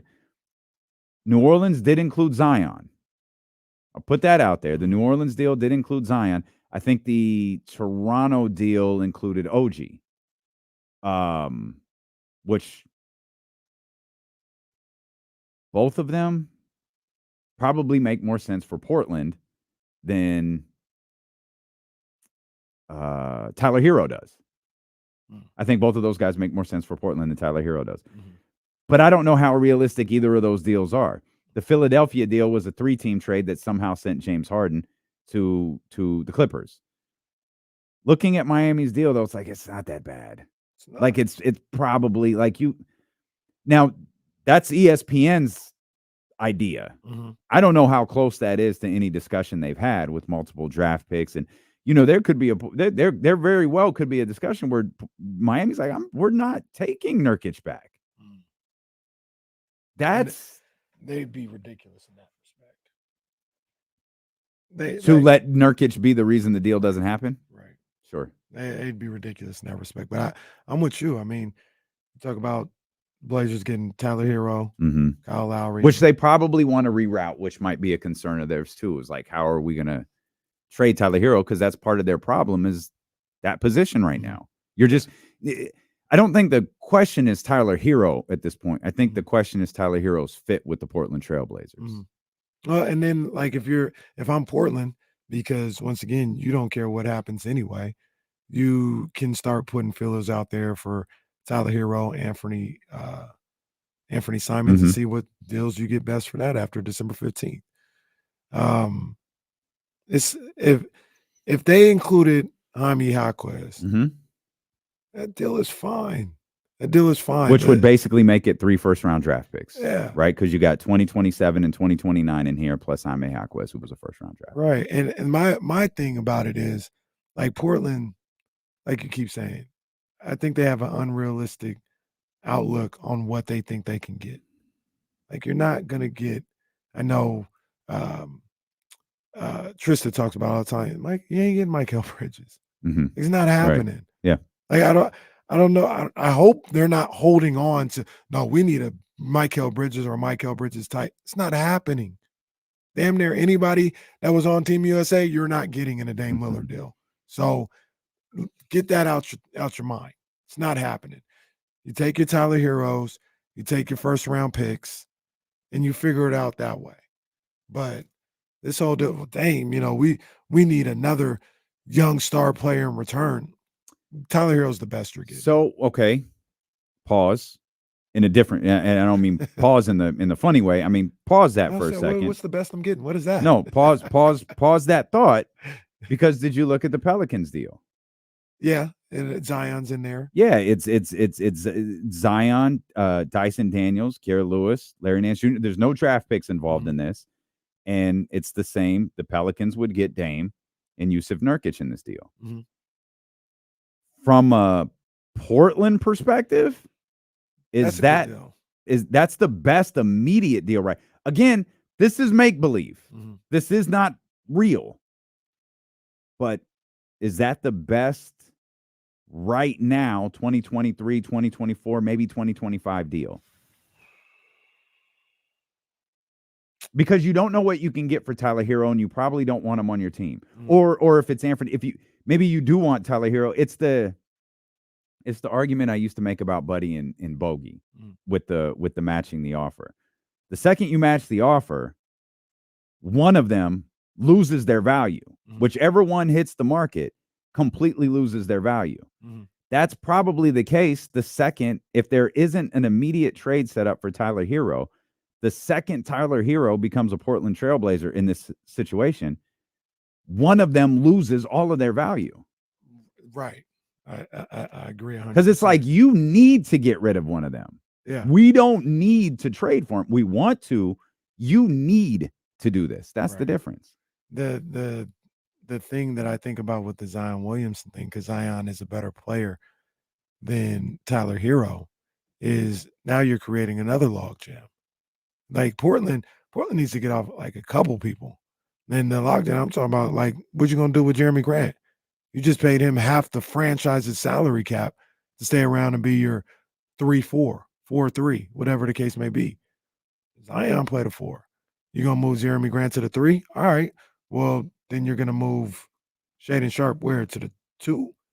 Or you gotta trade Anthony Simons still?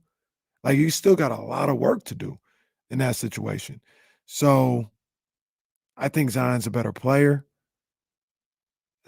I think it might be easier to move Tyler Hero and get you a power forward or a center back than it would be to move Anthony Simons and get, I don't know what you'd be looking for if you move Anthony Simons, but Well, you'd be unless you looking for just the same thing, wouldn't you? You'd be looking for a player at that position, wouldn't you? probably center. I mean, because if with Zion, you have your power forward. Can Jeremy Grant play the 3? Is he a 3? I think he can. I think he can. Shaden Sharp the 2. You got Scoot at the 1. So you got that's a really good deal. That's probably the best deal that you can get, but it also poses its own problems. And then you got, Dyson Daniels, Kira Lewis, these guys coming off your bench. I think they'll be good bench pieces as well. But Portland, I just think Portland's doing a lot, and nobody talks about it. Portland is Okay. Let's talk more about that then. I'll say this as a follow-up to something we were talking about a few minutes ago. Stefon Diggs did not take that young lady's remarks about him in a lighthearted way. Stefon Diggs tweeted he did not. I didn't think he would at all. The audio shared was very hurtful and was insulting to my character and to how I was raised. I've always treated people how I want to be treated. I greet everyone with smiles and respect, from the people in our cafe to the people that keep our building clean and in order. That's Stefon Diggs. Yeah, I didn't think he would. I think he's gonna. He actually tweeted a lot more than that. We all got a job, and I respect it. Please remember, I'm human, just like you. And if I ever made you or anyone feel like you can't approach me, I apologize. Heart emoji. That's a part of several different tweets. I kind of feel like this is a real unfortunate situation all around. Like I don't that team reporter, like Jesse talked about, she wasn't saying that for that to get out. That was an unfortunate situation. Another WWE Hall of Famer headed to AEW. That tease has never been dropped in the history of radio until now. And we'll get back to this discussion on the Dame Lillard deal and Medilo and Casey return here on Sacramento Sports Leader ESPN 1320. Bills in shambles. Jets got no quarterback. Pats, Tom Brady's not there. What a time. Bills in shambles. I did not hear about that Jade news. Oh boy. That'll be sick. She goes to WWE. Hell yeah. They say her contract will run out by the time the Royal Rumble's here. Jade at the Royal Rumble. Ooh.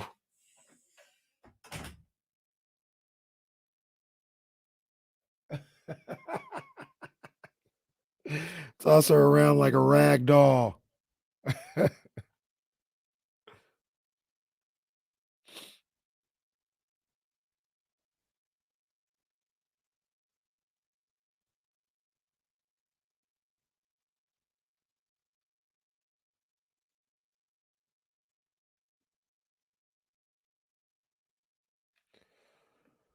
Ooh, no, I haven't watched any of the All Access stuff, Dr. David. I haven't watched it yet, man. Chris Eubanks called him out, says he wants to fight Canelo. It's what everyone wants to see.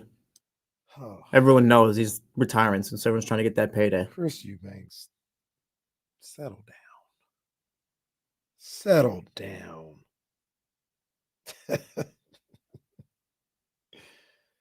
Chris Eubanks, please.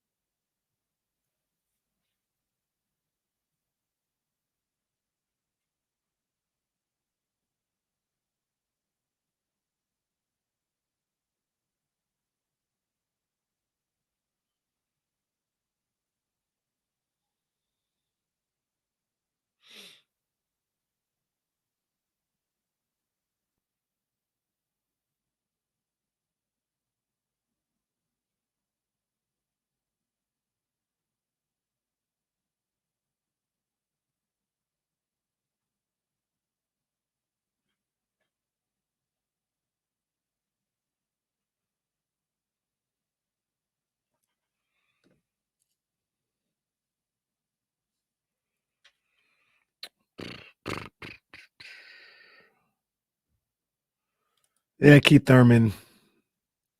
Time's run out, sir. Time has run out, sir. Did you see Adrian Broner? Oh man, AB. Yeah. The cool part is like it was his boy recording everything too. That's the other crazy. Like, what you recording for? That was crazy. That was crazy. AB. Al Heyman tried. PBC tried. Nah, man, but he just didn't want to do what he needed to do to like take your money and be happy with the rest of your life. He's at a point where somebody needs to come save him. He don't want to. You don't want no say. That's the crazy thing true. about it. Like, I don't know what you do with somebody that thinks they got it all figured out already.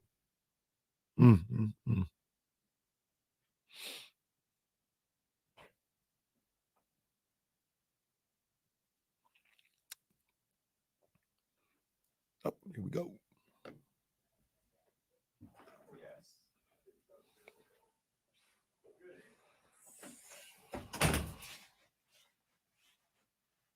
Hey,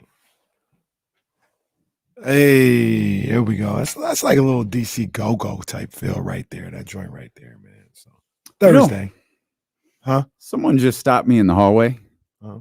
and asked who I was. Well, that works here? Yeah, No. swear to God. Had you seen him before? Mm-hmm. It's a true story. Are they still in the hallway? She said, Who are you? Now, to be fair, there's like 2 or 3 new people around here. I mean, it's a solid few weeks that this person's been here. I think I know who you're talking about. Mm-hmm. I'll give her a pass. She's still trying to figure everything out. No. She looked me. Okay. She's like, where are you? You're on KSFM and she points to the room. It's like ESPN. Yeah, ESPN 1320. Oh. Are you on that call with us at 3:30? No, ma'am. I'm still on the air. Oh. And then I do another show immediately after that. Oh. Okay. No, I take that back. You got to know. You got to know. I think I know who it is. You got to know. You have to know. Like, you have to know. This is like, I always say that because do you know what it's like to walk into a building every day and have a person stop you and say, who are you? You got to know who it is. And I only say that because like me, like when I came in here, there were people that it took me about a month to know exactly who they were. But when you first came in here with me, the person I think you're talking about, you know what you have to know. You know what the jacked up part is? The most jacked up part is I knew who it was. I knew her name. I knew that. Yeah, she must have heard that opening segment and said, I don't need to hear this no more. Whew. Yeah. I recant everything I said. You got to know. I know. Like I said, yeah, you got to know. That was tough. That was a tough moment. You walk around this studio thinking we're a big deal. We're on 2 radio stations, and someone looks you dead in the face and goes, "Who are you?" Oh, In any event, Mm. yep, it is. It is. That's Boy, unacceptable. boy, what a day. What a day this has been. And don't get it twisted. This isn't one of those, you don't know who I am scenarios. No. You've been here a month. And I know who you are. Right. I know you sit. You had balloons at your desk the other day, and I said, happy birthday. Mm. You know what bothered me the most? She didn't know we were on the air at 3:30. Y'all don't know what we go. Oh. Is there any alcohol in this building? Hey, where's Kim? I think I just saw Stacy walk in. I thought she was in Philly. Hey, okay. Just started from the top again.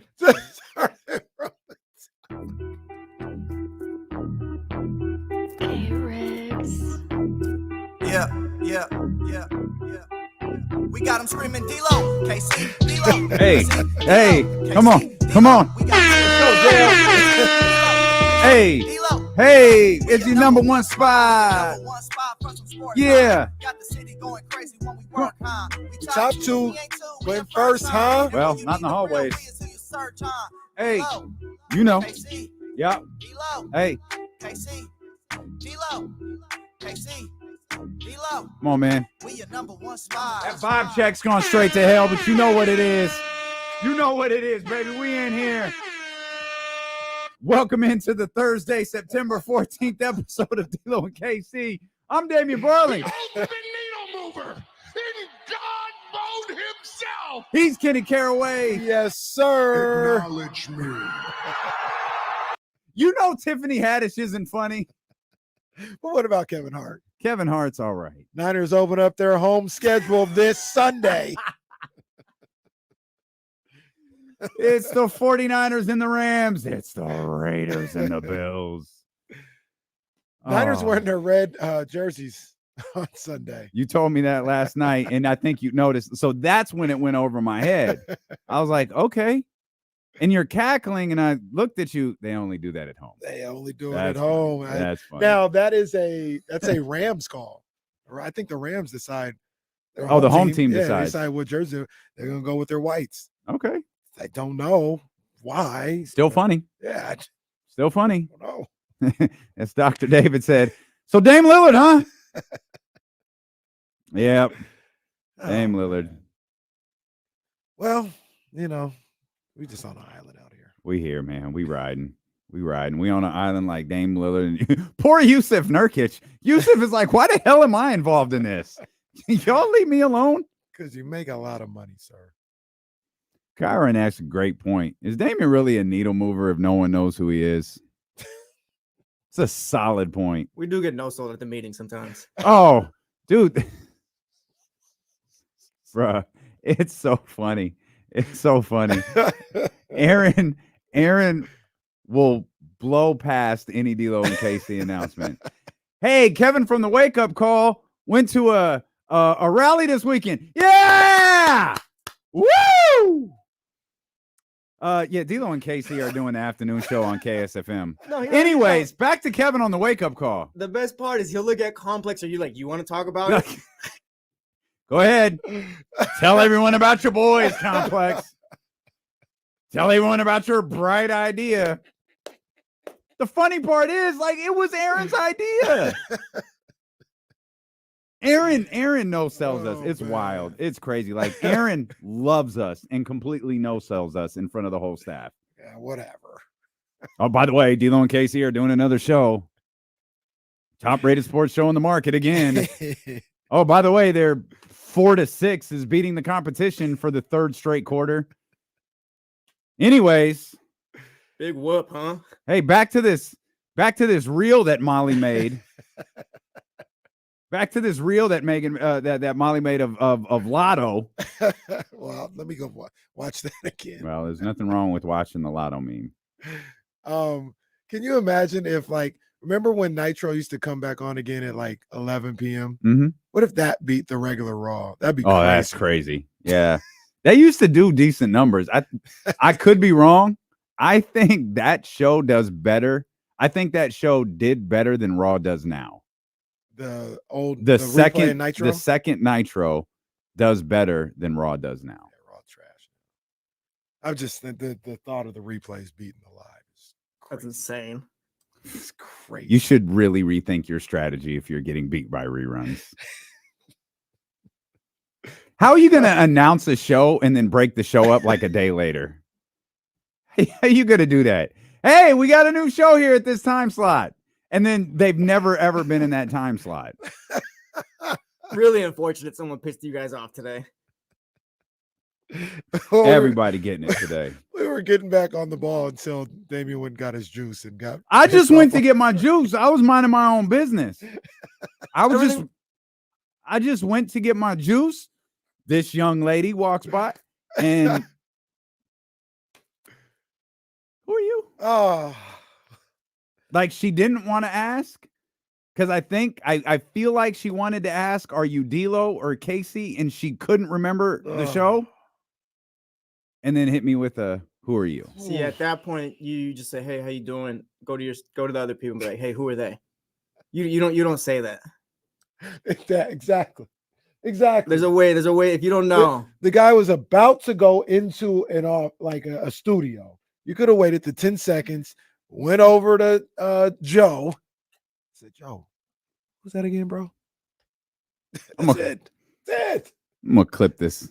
I'm gonna clip this and email this to Stacy. Oh, she can see what I'm gonna email this whole 4-hour show to Stacy.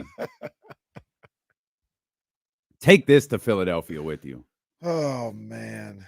I was in a good place before I went out there. Well, I know what might get us back in a good place. Okay. Oh, come on with it. Come on with it. Talk about what they trying to. Yeah, let's do it. They keep messing with my man. Why? What are they doing? They keep messing with my man. I wanted to play the clip, but we couldn't because one of the players says a word that we can't use on the air. But go ahead, talk about it. Well, I mean, Colorado State of all places. At the nerve, at the audacity, I'll go ahead and say it, the unmitigated gall to have a problem with Coach Prime, Coach Jay Norville at Colorado State. He said, quote, "When I talk to grown-ups, I take my hat and glasses off. That's what my mother taught me." End quote. All right. All right. That's getting the run. Did you see the rest of what he said? I did not. That's Talking what about I've been seeing. Talking about of course, because and what did Prime say about it? He said we was just gonna have a nice little game. We was gonna have a nice little friendly game, but now it's personal.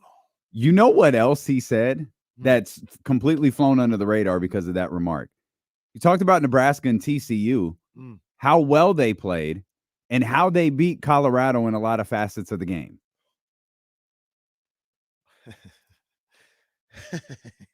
Hey, Colorado, TCU, they were better in special teams. There was a lot of things they were better at than Colorado was. All right, man. Okay. Hey, you don't have to kiss his ass. I'm not saying that. But ain't no need to be disrespectful. Especially, and I gotta check this. I'm gonna assume, Jesse, is he a new head coach? Colorado State's? Yeah. I don't believe so. Oh, I don't think so. I don't think so. Jay, with all due respect to my people over there in East Sac, I love them.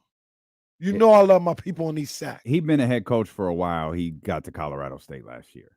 But he'd been a head coach for a while. Still, point is still valid. Shout out to my people in East Sac. I love you guys. I'm looking at you guys like you might be able to make something happen this Saturday. But you're FBS. And whose ass did they beat last year? The Colorado State Rams. Ran up the score. You want to run your mouth about Coach Prime and glasses and hats and TCU and Nebraska doing. You can't even beat Sac State. Shut your mouth. Shut your mouth. Prime. Do you really want to give Deion Sanders in Colorado billboard material? Do you really want to give their video coordinator and social media manager a reason to go grab the camera and say, hey, Prime, check out what Jay said? Do you really want to be the subject of one of those talks that Deion's been giving his team? Oh, man. What's funny about this, man? Oh, ESPN got it up. I know they edited it. I think we could pull this up on the screen. What's funny about this, man, is ESPN let it fly today. when someone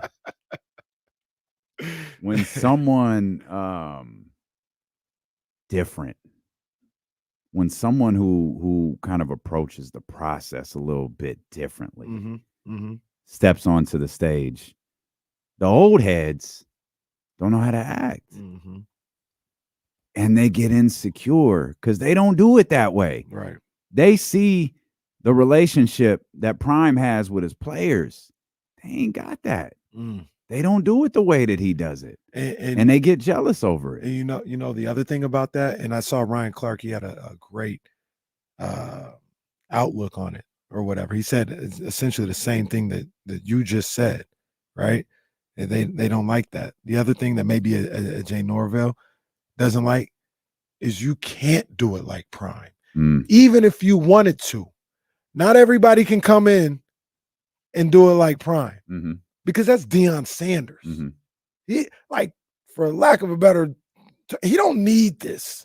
Like, they One of the cannot greatest like position players we've ever seen. Yeah, they cannot like what he's doing at Colorado. Fire him tomorrow, he'd be good. Jay, you get fired from Colorado State, you might not be good. So you have to behave and act accordingly. And I'm not saying that to disrespect him at all. That's just the way you got to earn your stripes a certain way. He doesn't have the cachet to do that. So it could be a situation where Jay may want to be like Prime, but he knows he can't be like Prime. And that upsets him even more. And one thing too with this too is I'm so tired of the old school mentality of like you need to be like proper, you need to talk, like be a certain way. There's nothing wrong that Deion does. Right. Like the way he acts, the way he coaches it, there's nothing wrong with that. No. And I hate how they treat it as if like, oh no, you need to be proper, you need to like it's an issue. Like that's it just irks me. Yeah, but go ahead and play the clip because there's something Deion says in here too that's also very, very true that people don't talk about. Is it up on the screen? It is. Fingers crossed. Minding my own business, watching some film, trying to get ready, trying to get out here and be the best coach I could be. And I look up and I read some bull junk that Deion said about us. Talk to us. Once again, why would you want to talk about us when we don't talk about nobody? All we do is go out here, work our butts off, and do our job on Saturday. But when they give us ammunition, they messed around and made it what? It was just going to be a good game. They messed around and made it personal. It was going to be a great test, a battle of Colorado, but they messed around and made it personal. They made it personal. Go to Colorado University right now. .com. Give me all the gear. I need it. Give me all the Colorado gear right now. I thought I was capping. I didn't found where I could get my Shedeur Sanders jersey at. Oh, you found it? I didn't found it. Sanders on the back and everything. I might have to pull the trigger. I'll believe it when you do Once it. they know who we are in here. Well. Once that happens. I'm sorry. Are you KC Sanders? I'm sorry. Who are you, sir? I'll be able to pull the trigger once they know who we are around here. Right now, I can't even afford to do it. So once they know who we are, then maybe I could do that. But Deion says something in there that is 100% correct.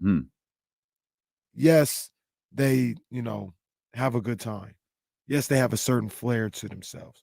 They do things a certain way. They're having fun. But he said in there, I don't know why they want to talk about us when we don't talk about nobody. We don't talk about nobody. We just come in here, work hard, have fun, get ready for the game. We ain't talking about Colorado State. They wasn't talking about Nebraska. They didn't say nothing about TCU. They don't talk about anybody. They're just confident in who they are. But why they always want to come and talk about us? It's like they look down on it or something like that. Like you're better than it or something. It's great. They know what's about to happen. Like Coach Norvell, you ain't getting no players. Deion about to get all the players. Deion about to get all that Colorado State rivalry is going to be nasty for as long as Deion's there. And all the other coaches around the country, they know what time it is. Deion's going to dominate the high school recruiting. He's going to dominate the transfer portal. He getting all the players. I said what I said a couple weeks ago. He playing for the national championship in 2 years. And they know that. They know that. So we'll see what happens on Saturday. They got to go into Boulder. And Deion, and here's the thing. They're gonna play their game. Colorado's gonna play their game.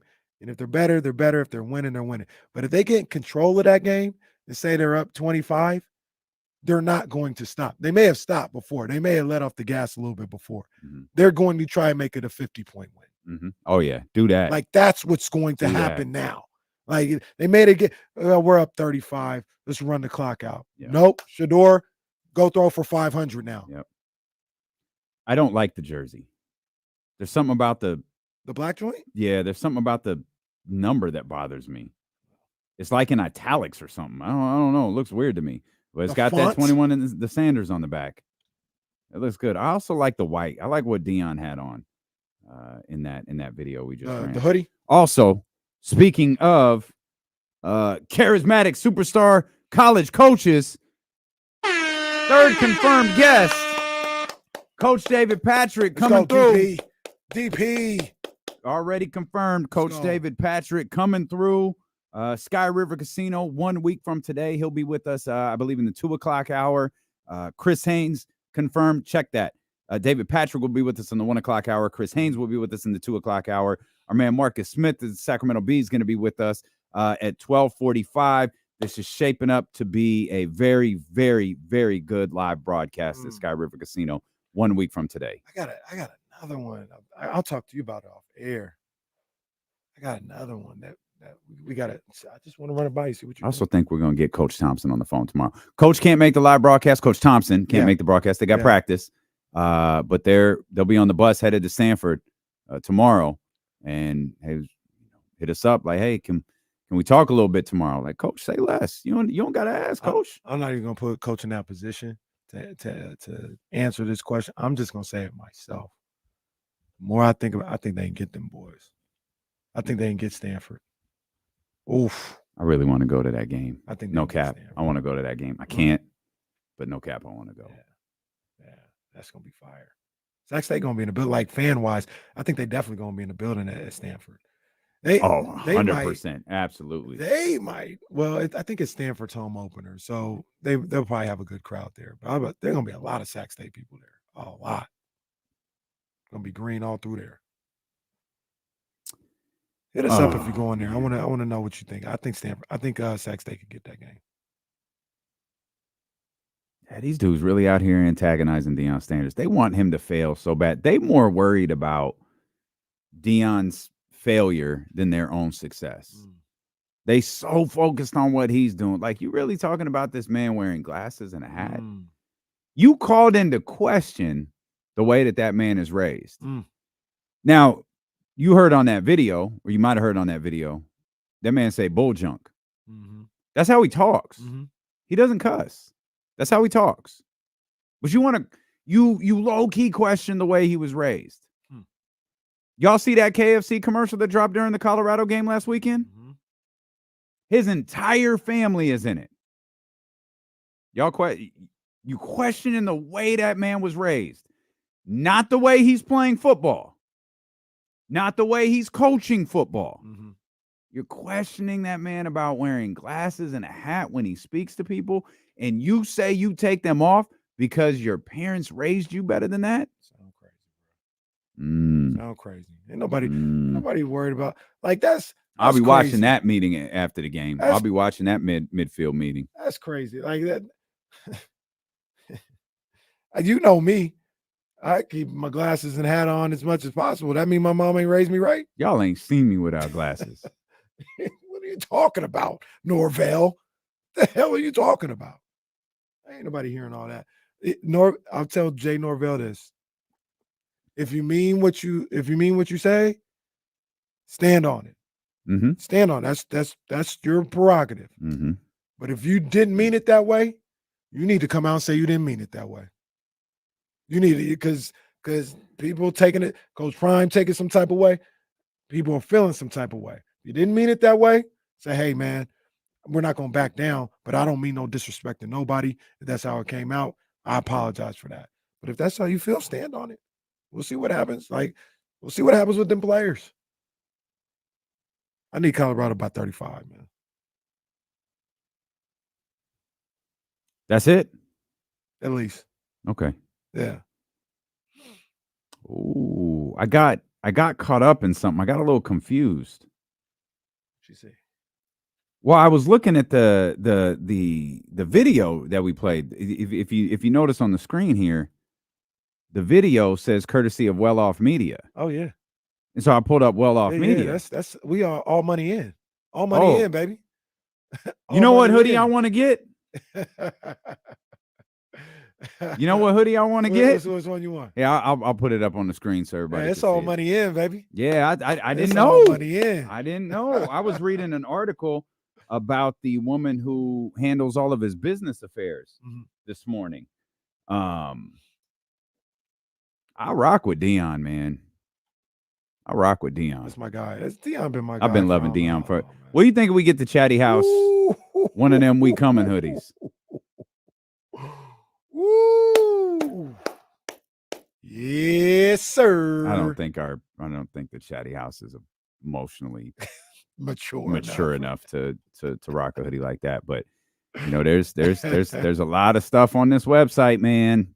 There's a lot of stuff on this website. Okay, I wasn't familiar. I'm caught up. Yeah. All money in. Shout out Deion Jr., man. I saw luxury brand and I was like, hold up, wait, whoa. Yeah, what is this? Big up Deion Jr., man. It's all money in over here, baby. What is this? #1 on the Sun Power rankings, by the way. That's funny. That was very gotta funny. Explain that. That was very funny. That was very, very funny. I think it ties to the commercial, doesn't it? I think it ties to the KFC commercial. If you watch the KFC commercial in its entirety and then read the power rankings thing, I think they tie together. Could be wrong. Could be doing a little too much interpreting there, but I think they tie together. We'll come back. Matt George is going to join us coming up. He's going to be a little bit later than normal, but he'll be here, I think, around 3:30. Oh, man. I want to talk more about Brock Purdy. Jesse brought up a great point about Brock Purdy that I think's worth bringing back. And, man, it's not surprising, but some of the stuff coming out of that Jim Trotter lawsuit was really upsetting. We'll talk about that. Stealing with KC, brought to you by Sky River Casino. We'll be there live 1 week from today here on Sacramento Sports Leader, ESPN 1320.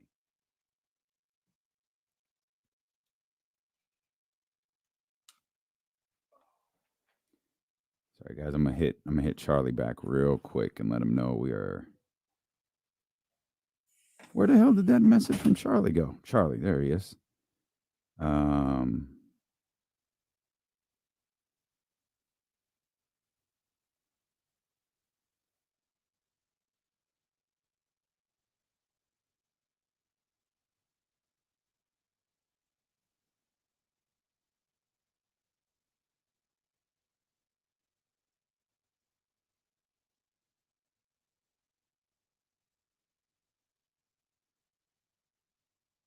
Sorry, guys. Just texting Charlie back real quick. All right. Okay.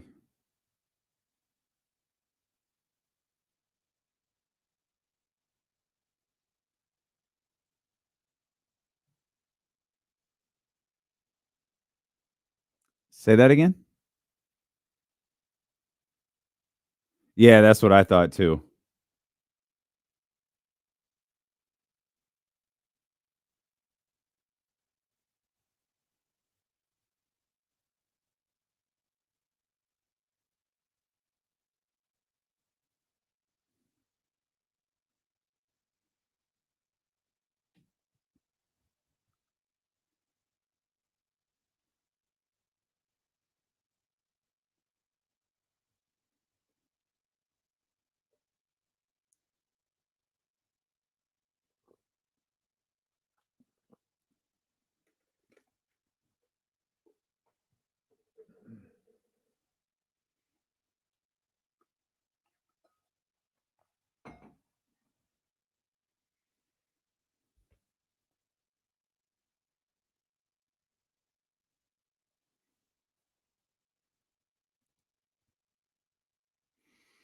Oh, what y'all got cooking?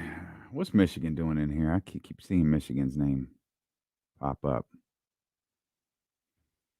Yeah, I'm talking shit, Ramsey. I'm not getting any Colorado gear. I like it though. I like it.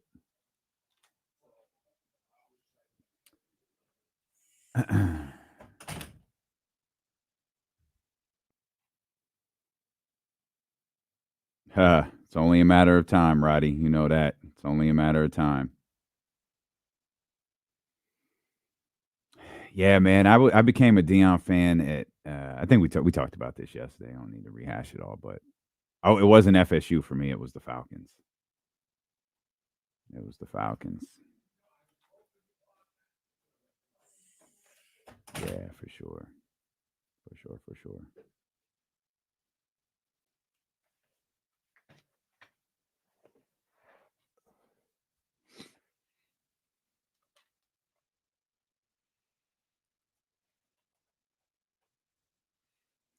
You think the Aces are going undefeated in the playoffs? Yeah, they look great. I don't think they're going to go undefeated, though. I'm going to say I'd be surprised if they went undefeated. I don't think they are, though. Hey, I know I've said y'all need to watch. Connecticut's really good. Like we've been too quick to go Liberty Aces. Like why? Like Connecticut's good. We'll see. Good. Can they win a series? Yeah, I think Casey Tucker. I think Prime is one of my favorite athletes of all time. I know that's not what you're saying. I think he's one of my favorites. It's a good question. Did anyone stop and ask you who you were? No. Everybody knows who Casey is. Come on, man. It's not why. That's not why. Oh, you work with Kenny. That's who you are, right?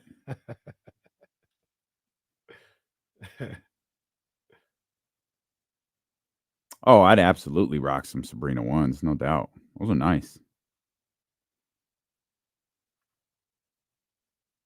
I did have to ask for some Mambas the other day, though. Ooh.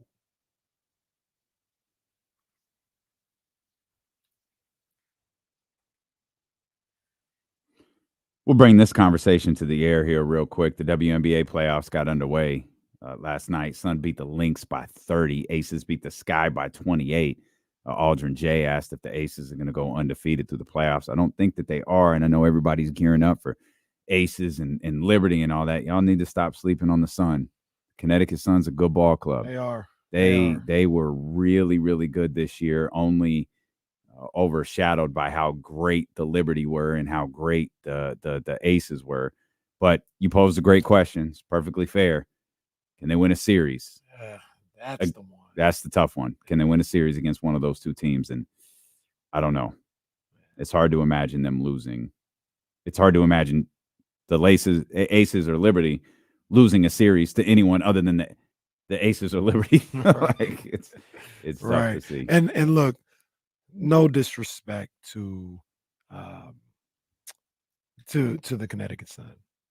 We all want to see Aces Liberty for all. I think so. Yeah, I think so too. So, they can have a good series. They could push whoever they end up playing. I guess it would have to be the Liberty, but they could push them. But don't mess up what we want to see, please. Yeah, I got you. Yeah, I got you. I want to bring one more basketball thing to your attention. Got a little bit of conversation. Kenny and I were talking about it off air yesterday during the KSFM show about Brandon Ingram. There's a bit of news from him yesterday that he's not interested in signing an extension this season. He's eligible right now. Mm-hmm. It's unless I misinterpreted this isn't like a Brandon Ingram Pelicans thing. This is a financial thing. It makes more sense for him. It makes more financial sense for him to sign one next year. Mm-hmm. And if he makes an All-Pro this year, an All-NBA, excuse me, if he makes an All-NBA this year, he can sign a major contract. So is it like kind of like how Jaylen Brown, how his situation went down? Yeah. So what it is this year's 3 for $160. Mm-hmm. If he signs it today, mm-hmm. It's an extension on the 2 years that are left. So he's not even entering, like, it's not like he's hitting the market next year. Mm-hmm. It's just he can go from a 3-year 160 extension to a 4-year, 221 extension. Unless he hits all NBA, then he's eligible for a 5-334. That's the Jaylen Brown deal. He would be eligible for that. So it's just It's crazy. Sometimes when these guys turn deals down, or sometimes when these guys say they don't want to negotiate deals, it doesn't have anything to do with the team that they're on or the situation that they're in. Of course, the USA thing is shining a little bit more light on how Brandon Ingram might feel about the New Orleans Pelicans. I read this, again, could be completely wrong. I read this completely as a financial thing. So, but it's the Pelicans. Yeah, you never know how the Pelicans Yeah, it's are the moving. Pelicans, and they're kind of the Pelicans are one of those teams where if they start 2-8, 2-2, like people, there's going to be talk. Yeah, there's going to be a lot of talk. I'll put that out there. Speaking of money, your boy. Oh, we got Ramsey. Let's get Ramsey here real quick. Jesse trying to produce the show, and I'm ignoring him. 916-909-1320. What's going on, Ramsey? Not much. Just wanted to touch on what you touched on at the top of the segment about the WNBA. I mean, last night wasn't competitive, unfortunately, and I honestly think the Las Vegas Aces are going to have the tougher path to the finals because if and when they complete the Sky Series, they're going to have to play the winner of Dallas and Washington, and that's going to be a much more. I mean, that's going to be highly competitive, just like if we get Sun and Liberty as well. And like you said, don't sleep on Connecticut because Connecticut could be the team to throw the monkey wrench in the matchup everybody wants to see. Why do you think that Aces match up with oh, I know you love Dallas. That's what it is. No, I think not just that. I think if Washington wins as well, Washington, as we know, has been coming on since everybody got healthy, and I think that's gonna be much more competitive than what people think. I'm with it. I'm not gonna go against my man Eric Tebow. Yeah, that's tough. Yeah, that's a tough matchup for I guess getting healthy at the right time, but that's a tough matchup for Coach Tebow, Coach Eric Tebow. Washington, I like Washington. That's my team too. Dallas. Sorry, not so much. I mean, they're guilty by association. But for goodness sakes. But I no disrespect to them. There's only one team that can match up with the Aces. It's the Liberty. That's it. You might be able to get a game off them or something like that. But as far as winning a series, there's only one team that matches up with the Aces. You're probably right. You're probably right. That doesn't mean the other teams aren't good. There's some good teams, but that's just how good the Aces are. I'm anxious. I'm really fascinated to see what Connecticut does next, and because the Tebows, the Mystics, they're not going to sit around and go, okay, guys, we're just going to be healthy next year. Like, he makes moves. He does not sit around. Like, that dude makes moves. I've been in the room with him when he makes moves. That could be there could be 4 teams next year. If we feel like in our heart of hearts there's 2, it could be 4 next year. And Connecticut takes that one step. They add that one player. Washington adds that one player. But Ramsey makes a good point. Like, I like the idea. I just don't in a series. I don't think so. Yeah, I don't think so. Yeah, I don't see it either. Who is the Liberty playing in the first round? I thought they were playing Washington. Could be wrong. Yeah, they are playing Washington. Atlanta's playing Dallas. I thought the Mystics were playing the Liberty. I don't know why he has Dallas playing. Maybe he said the Liberty would give Washington. Maybe he said the Mystics would give. Maybe I misheard him. Yeah, I don't know what Ramsey said. I thought Ramsey was just trying to ride for his. He loves Dallas. He's talked about Dallas all year. Because I was looking at the bracket yesterday, and I remember. I think I told you I was like Washington against the Liberty. Is that tonight? I think they play tomorrow. Washington against the Liberty. That could be interesting. I remember thinking that. And then he was talking about Washington in the second round. I was like, I don't think they played him in the second round. But yeah, Atlanta versus Dallas. Katrina, get your mans in them. Where were we going? Oh, Brock Purdy. We were talking about. Okay, now it's kind of clunky. I was trying to go from Brandon Ingram's money to Brock Purdy's money, which is non-existent. No. that man, Brock Purdy, is playing quarterback for the San Francisco 49ers for the next 2 years for free. That boy Brock needs some endorsements. Well, I know where he shouldn't go for those. I know where he ain't going to get him at. But I was reading about Brock Purdy, because I think the article actually is about Jesse's. It wasn't about Jesse's guy, Tua. It was about the next quarterback contract. And Tua's obviously in that conversation. Patrick Mahomes is in the conversation because everybody finally is willing to admit, yeah, that deal's not real. They're going to restructure this thing. And then they brought up hey, just because people are going to ask, Brock Purdy. And you could have just hit him with the Monty McNair. Yeah, no, you can't extend his contract. He's the starting quarterback for the San Francisco 49ers, who was the last pick in the draft. He makes less than $1 million. I think he makes less than $900,000. And that's not going to change this year. That isn't going to change next year. You can't renegotiate his contract till after the third season. And even at that, that's right. Even at that, I still don't know what happens next, because if you give him a contract extension, right? I don't think you're tearing up the last 2 years of his deal. So probably what you have to do is one of the Dak Prescott deals. Is he has 2 years left on his deal, but he gets a $90 million signing bonus, or he gets guaranteed money, a signing bonus, and all of this stuff that amounts to $90 million the second he signs the contract, because he's still going to make $885,000 right 2 years from now. Right. Poor Brock Purdy. Poor Brock. Literally. Got to give him that Jordan Freeport. deal. Freeport Purdy. Freeport Purdy.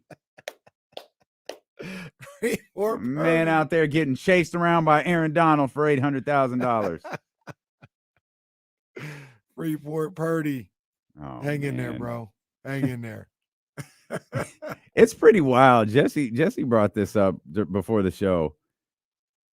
If Brock Purdy is your franchise quarterback, the story of Brock Purdy is pretty freaking wild. That's the craziest. I don't think it's crazier than Tom Brady. It is.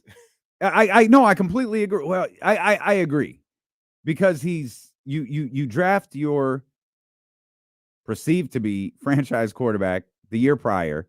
You trade a ton to move up to get him. You're just, we like this kid. Oh, let's just draft him as the last pick of the draft the following year. And how many 10 games, 10 weeks into your career, you're the starting quarterback. Or 11 weeks, whatever it was. The only thing that rivals it and probably beats it is Kurt Warner. I know that Kurt Warner was bagging groceries. What was it Martz that just really liked Kurt Warner? What brought him back again? I don't know. I mean, that one is crazy. I don't know what college Kurt Warner went to. I know Kurt Warner wasn't playing football. I don't think I'm not trying to be funny. He wasn't playing football, right? I know it's cliche or what, but no, he was working at a grocery store. Did they make a Kurt Warner movie? They did, and didn't what's his name? No, that was Sean Payton. You gonna say Kevin James played Kurt Warner? They did. But the Kurt Warner, the Kurt Warner story is crazy. That's a crazy. Not only to be back in groceries and then be on one of the iconic teams in league history, but you won a Super Bowl with that team. Yeah. That's a crazy story. That one is a little above or below, however, the Brock Purdy one. Yeah, Trent Green was the starter. Dick Vermeil brought him in. Yeah. Dick Vermeil brought Kurt in? Yeah. Yeah, he had played in NFL Europe the year prior. No, in 97, he played in NFL Europe. He was the Rams' third-string quarterback behind Tony Banks and Steve Bono. Tony Banks. Prior to the 1999 free agency period, the Rams chose Warner to be one of the team's 5 unprotected players in the expansion draft. Warner went unselected by the Cleveland Browns. It's weird to think the Cleveland Browns were an expansion team in 1999. The Rams let Bono leave in free agency, signed Trent Green to be the starter. Banks was traded to the Ravens, and Warner found himself second on the depth chart. Green tears his ACL, and then boom. That's pretty wild.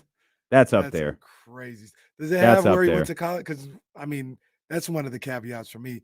We had never seen Kurt Warner before. He went to Northern Iowa. Jeez. That's even smaller than Iowa State. Iowa State's actually a big school. So, yeah. So it's fascinating. His professional career consists of the Green Bay Packers, the Iowa Barnstormers. That's the arena team, I think. NFL Europe, the Amsterdam Admirals, and then the third string quarterback for the Rams. And he's a Hall of Famer. Hall of Famer. Went to 2 Super Bowls. Won 1. I remember he actually won 2 because was it Santonio Holmes? Yes. His foot never touched it. His foot didn't touch. His foot didn't touch. That was a catch. Watch it today. His foot didn't touch. Yeah, come on. No, don't do that. Kurt Warner, 2-time Super Bowl winner. Kurt Warner, 2-time Super Bowl winner. His foot didn't touch. Santonio Holmes' foot still has not touched that end zone. Hold on, man. Hold on. We're gonna have to bring this up on the screen, man. Pull it up. Holmes is out here minding his business. Pull it up. I ain't saying nothing bad about Santonio Holmes. I ain't saying nothing bad about Santonio Holmes. His foot didn't touch the end zone. I'm gonna go back watch the tape now. Watch it right now. Man. Put it up on the screen. His foot did not touch the end zone. Man. Don't do that, man. It didn't touch. Stilo and KC on KIFM West Sacramento. Apparently, I'm the only one who can see around here. 98.5 FM KRXQ HD2 Sacramento, ESPN 1320. Always live on the free Odyssey app. Live on Twitch, YouTube, Facebook, and Twitter. Go ahead. Pull it up. I'm pulling it up right now. We're gonna get this on the screen, man. Put it up on the screen. Do whatever you want to do. Antonio Holmes, man. He didn't touch. Come on, man. But didn't touch. Hold on. Let me get here. We're getting the Chris A says he was 10 toes down. I think he might have been 8. Might have been 6. It's a good question though. Do you need 10 toes down? I don't think he got the other foot down. His other foot's in the air. Come on, man. It was one of the great catches. Oh, it was incredible. That whole game was incredible. That was the James Harrison run back too. Yeah. Well, go ahead. Say it. He got both feet down. I just looked at it right now. I don't think he did. I don't think he did. I don't think he did. We pulling it up. I don't want to get in trouble. Yeah, we're gonna get in all sorts of trouble for this. What a play. Let me see. All right, this is the replay you could tell. Okay, here it goes. He got the right foot down. What are you talking about? The right foot bounced off the ground. I don't think he did. Run it back. There's another angle. Right foot bounces off the ground. He turned the right foot on the ground. Nah. He basically squished the bug. No, he didn't, because you're watching the wrong foot. Watch the other foot. The Left back foot's foot. down. The back foot is on top of his foot. I'm talking about the right foot. The right foot is down. The back foot. His foot's not on the ground. Back foot touches. His foot is on his other foot. Boom. Right there. It's not down. Right there. It's not down. Look, they just zoomed in on it. It's on his foot. It's on the back of his foot. His foot isn't on the ground. See, Antonio Holmes never touched. This is the footage is inconclusive. The play stands. Here we go. Watch right here. Right here. Hit pause. Hey, right there. Hold on. Hold on. I'll bring it back. Right there. Oh, let me move it out the way. I can't move that sensor. But I don't know, man. I don't know. I feel like that's on the back of his foot. That angle, I'm not gonna lie. If the red line wasn't there, we need to see. Man, his foot isn't down. I'm telling you, fam. Look at his foot's not down. Look at his toe. Look at his left or his right toe. Look at the back of his foot right here. It's down. No, it's down. The right toe's down. All right, maybe it is. maybe that was one. All right, maybe it was. Ruling on the field is that's a touchdown, and Damien's a hater. I never thought Santonio Holmes' foot was down. Oh no. I love this show, man. Oh no. I'm not gonna lie. If that little red YouTube line was still there, I wouldn't have known either. Oh no. Now I will give Damian credit. I don't remember his foot being on the foot like that. That I thought it was a lot more clear than it was. I was like, oh dang, his foot was on his other foot for a quick second, but he got the other foot down. He got it down.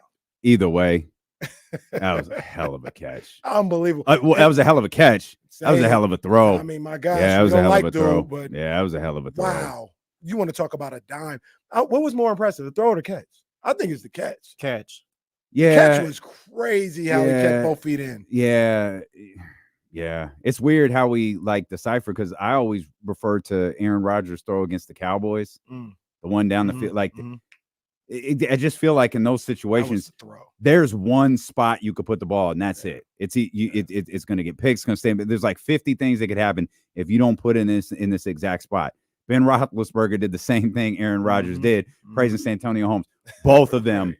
Both of them deserve praise. That was a hell of a play from both of them. Yeah, what a game. I was going for the Cardinals in that one. Craziest, quiet as kept. I don't think I was rooting for anybody. I think I was Larry Fitzgerald the one looking at the Titantron or the Titantron like it's wrestling. Was he the one looking at the big screen? Yeah. When he had like a 70-yard touchdown catch. Yeah. That was a great game. That's a kind of a forgotten great game. I feel like that James Harrison play gets more run than the Santonio Holmes catch does. I agree. That was a great play. No, it was incredible. Yeah, that was almost killed him. That man's in the end zone searching for oxygen. Yeah. Oh man. Damian almost just changed the course of history right now. I never thought his foot was down. I'm telling you. Yeah, man. They Kurt Warner though. No, it's incredible. It's incredible. 13-3, 8-3, 14-2, and then you have that 0-6 start. 0-1 the next year with St. Louis. He goes to New York, which is a weird situation all around. Crazy. 5-4 in the 9 games he started, and then just things get a little better year after year after year to the point where they go to 9-7 and 10-5 his final 2 years with the Cardinals, final 2 years in the league. Man. Again, built a Hall of Fame career. Hall of Fame career. And even with all that being said, if Brock Purdy even gets to 1 Super Bowl, that's crazy. Mr. Irrelevant. Literally Mr. Irrelevant. I mean, this never happened before, right? Like the last pick of the NFL draft is a franchise quarterback. What's the closest to? I know we talked Brady, but other than Brady, like what's the closest to that? I can't even think of some. Brady, you Trent can't Dilfer? really. Trent Dilfer was a first rounder, I think. I think he was a first rounder. Yeah, we're not putting Trent Dilfer in this. Well, he won a Super Bowl. Yeah, but don't do that. Don't do that. He was their franchise. They weren't. I feel like this number should be committed to memory. 199. That was the number Tom Brady was taking. 6 quarterbacks taken ahead of him. Is that it? 6. My God, there's 6 quarterbacks taken in the first round. Right. There were 6 quarterbacks taken in 6th round. So it's I'm sorry that we're doing this with like Brock Purdy, like we're comparing Brock to Tom, not trying to do that. But it's 199 to 262 right now. That's what it is.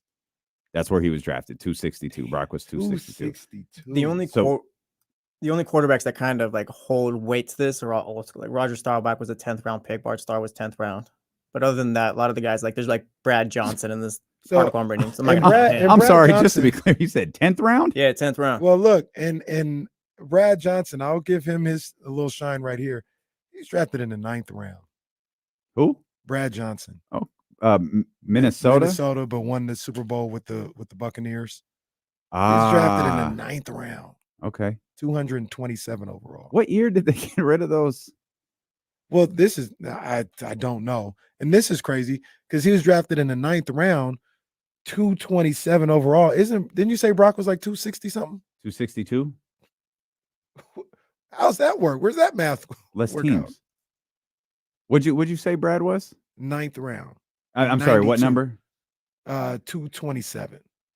9th round in 1992. So there's been 4 teams or 2 teams since 1992. The Jags and the Panthers. Tennessee. Well, they Tennessee were just Houston. moved. Yeah, they were right. Houston is new and Cleveland is new. So 4 teams since 92. Okay. I think that's right. Okay. I don't know. I'm not doing math. 7. Oh yeah, don't do this. 35 more Don't do picks or this. something Yeah, like don't that. do this. This is gonna go bad. This always goes bad. Yeah, I wonder if there's anyone between 199 and 262 that's won a Super Bowl. I have Besides no Brad. clue. Yeah, Brad's Brad. 227. Yeah, that's the one. Yeah, Brad. Jeff Hostetler, where was he drafted at? But Jeff Hostetler was never looked at as a franchise quarterback either. And then the draft, they went to 8 rounds in 93, and then they weren't feeling that, so they went to 7 in 94. 94. Okay. Jeff Hostetler was a 3rd round pick. What about Mark Rippon? Okay. Yeah. Just name a quarterback in the chat. We'll look him up. Mark Rippon was a 6th round pick, 146 overall in the 86 draft. Once again, this guy wasn't looked at as a franchise, though. He just won a Super Bowl. He's 2-time Pro Bowler. I mean, Brock Purdy right now is looked at as the franchise. Yeah, like we're looking at Brock Purdy. He might as, not be, but he's looked at as the franchise right We're now. looking at Brock Purdy as you're going to be the quarterback guy. for the next 5 to 7 years. And it's just crazy because it's like they drafted the number 3 overall pick. He was Yeah. supposed to save it. Yeah. And then Mr. Irrelevant's gonna he's gonna come in and save the day. It's funny how the quarterback story evolved because Russell Wilson beating out Mr. Flynn. Week 17, or I guess, yeah, Week 17. That was a big, that was a huge deal. Yep. But what was Russ? Third? Yeah. Then Dak sent Tony Romo to CBS. He was taken in the 4th. Yeah. That was a huge, huge thing because it was always first round picks. Now you got a guy who not only was in the 7th round, he was the last pick. And dethroned a guy who never took the throne. Drafted the year before. Never took you drafted him the year he was supposed to be the guy. Yeah. Yeah, draft him the same year. Crazy. Dak No, the Lightweight. year after, Crazy. excuse me, the year after. Dak Lightweight did Tony a favor though, because Tony got the bag from CBS. Oh, yeah. Dak, I mean, and yeah, absolutely. Need to send Sean McVay to Amazon this week. Well, do it. That should be we've said this for 3 years. If you look at life through the spectrum of professional wrestling, it's so much better. If Kyle Shanahan goes to the podium and says 8 in a row is ridiculous. When my San Francisco 49ers beat his Los Angeles Rams on Sunday, he quits and takes that job at Amazon. Oh. First off, you're welcome. You're going to get a bag out of it. Yeah. 2, everybody watching, you're welcome. Now Kirk Herbstreit can go back to college football where he belongs, and he can stop calling my Thursday night football games. But that's the stipulations. Games need to have stipulations, but besides win and loss. Which game is going to have the custody battle involved? The Dominic on a pole match? That'll probably be when Harbaugh returns to the NFL. They'll put like the kid, the grandkids, the contract at midfield or something. We'll come back. Matt George is going to be with us, assuming, of course, he hasn't been listening to the show for the last 3 hours, because then he just might cancel. We'll talk Kings. He's going to be a little bit later than normal. He'll be with us in about 15 minutes, but we'll talk Kings basketball with our man, Matt George, when D'Lo and Casey return here on Sacramento Sports Leader, ESPN 1320. Matt Flynn, honorable mention, all-time bag getter too. Man, what a bag. What a bag. Did Kevin Cobb ever get a bag? The old Eagles quarterback, I think. Because he had like one of those 7 touchdown games, I think. I think Kyle really wanted to fire this off, so he sent it to me. When he was bagging groceries, he was Clerk Warner. That's why he's here. We got him locked up, man. He's all ours. Tell me what you think. Yeah, you got to see if he's busy or not. What's the other one doing? He might be It's calling a game. Thursday, yeah. Or he might be getting on a flight. Yeah, we'll have to see how busy he is. He might be doing something. Just to double check. Mans might be doing something. Shit, he might be doing something right now.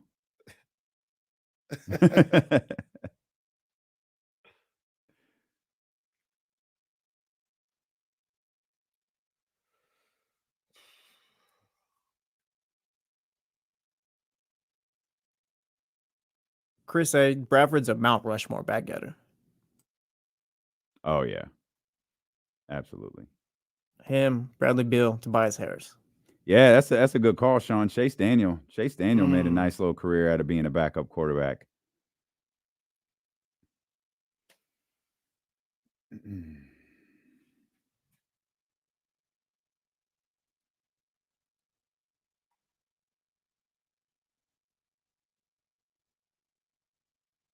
Whose world is this?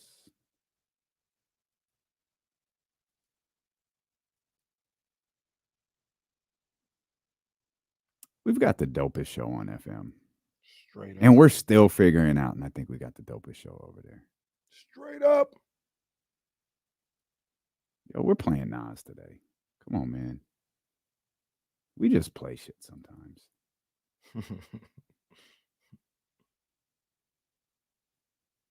In about 2.5, 3 weeks, that KSFM show is going to be just unstoppable. We've got some things that we're working on. We think it's just going to be crazy.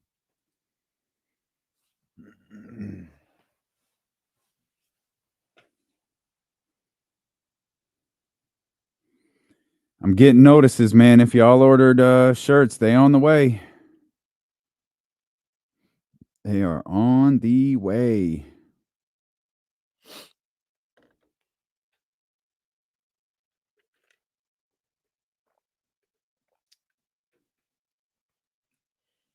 World is mine, it's mine, whose world? Sean P, what up, man? Hey, Sean P, when we coming up here in the chat like we forgot, we've been waiting on bars for 2 King seasons, bro. He gonna ignore us now. We've been waiting on bars for 2 King seasons, man. Come on, man.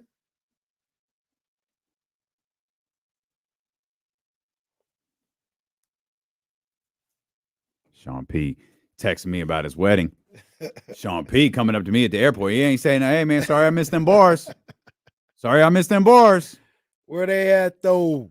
Russell, you guys doing Corners of the Culture again. We're working on that now. Keep that feed open. Subscribe, do all of that stuff because we're going to start posting a lot more stuff to that. It's not going to be the traditional Corners of the Culture that we did, but we're working on that. We're working on it in a far grander fashion than it was before.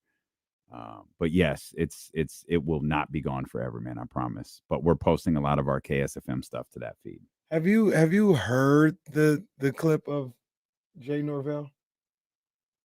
Sound like he's saying it with like a little spunk to him. It wasn't even just talking. Hold on.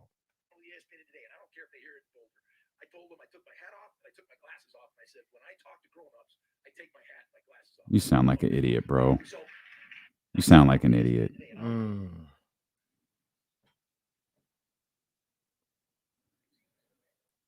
I ain't like dude's tone.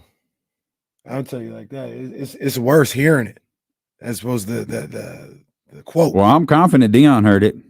Oh, we all heard it. They didn't read it to him. He heard it. Like a grown up. What you talking about, bro?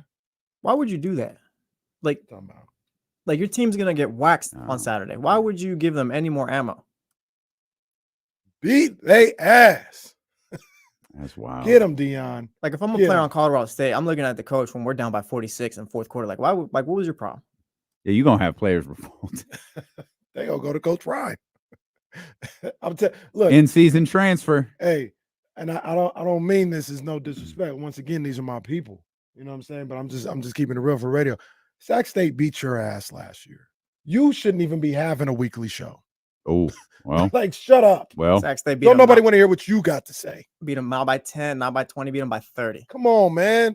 They didn't just lose the game. Sac State treated you like you was Texas A&M Corpus Christi, whoever they played the other day. Man, they ain't bother nobody. And Texas A&M Commerce didn't do anything.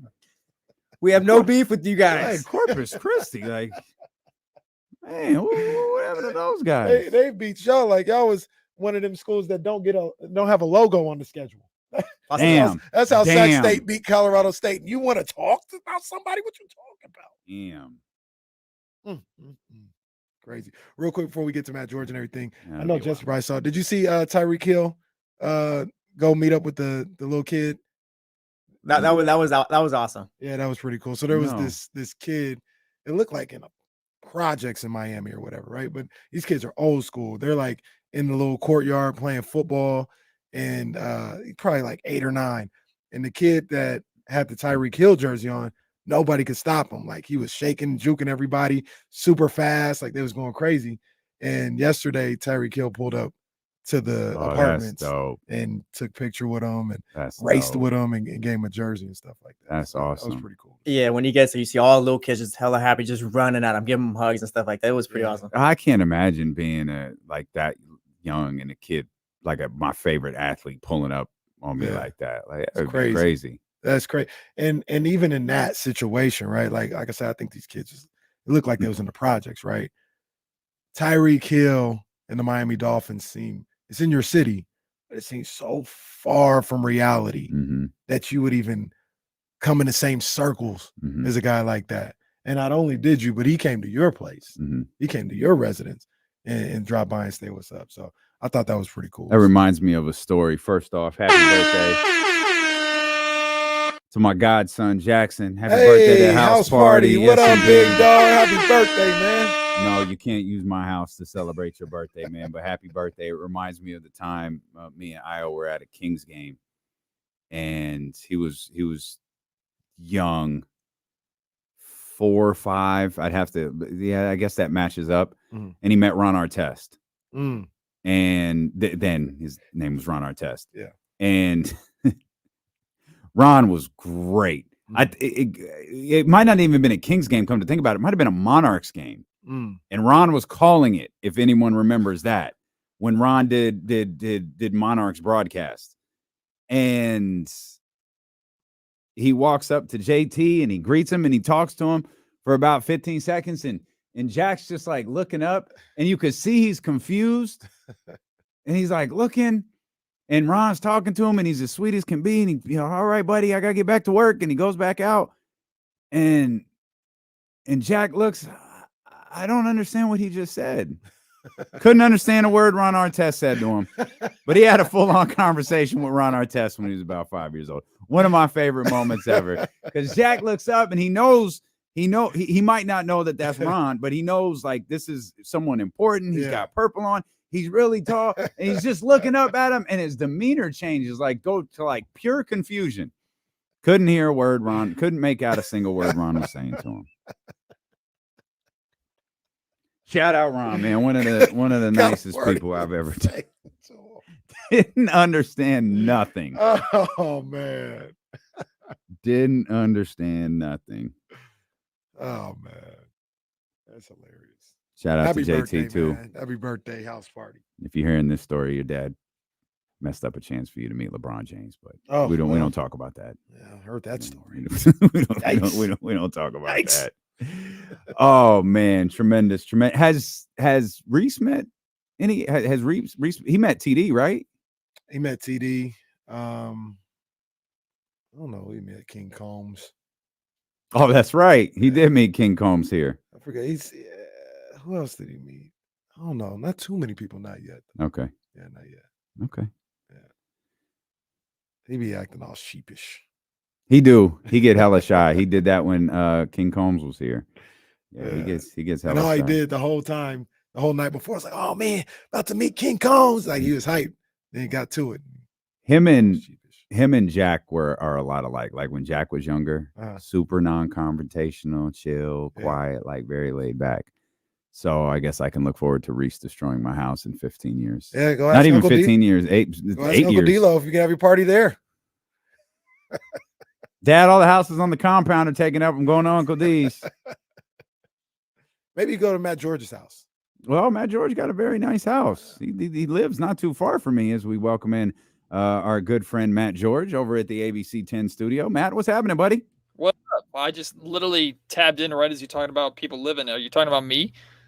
Yeah, man. Well, yeah, we're talking about it's my godson's birthday. My godson is famous on this show for destroying my house when I went to New York last year after allowing him and 100 of his closest friends to watch it and take care of Sprout while I was gone.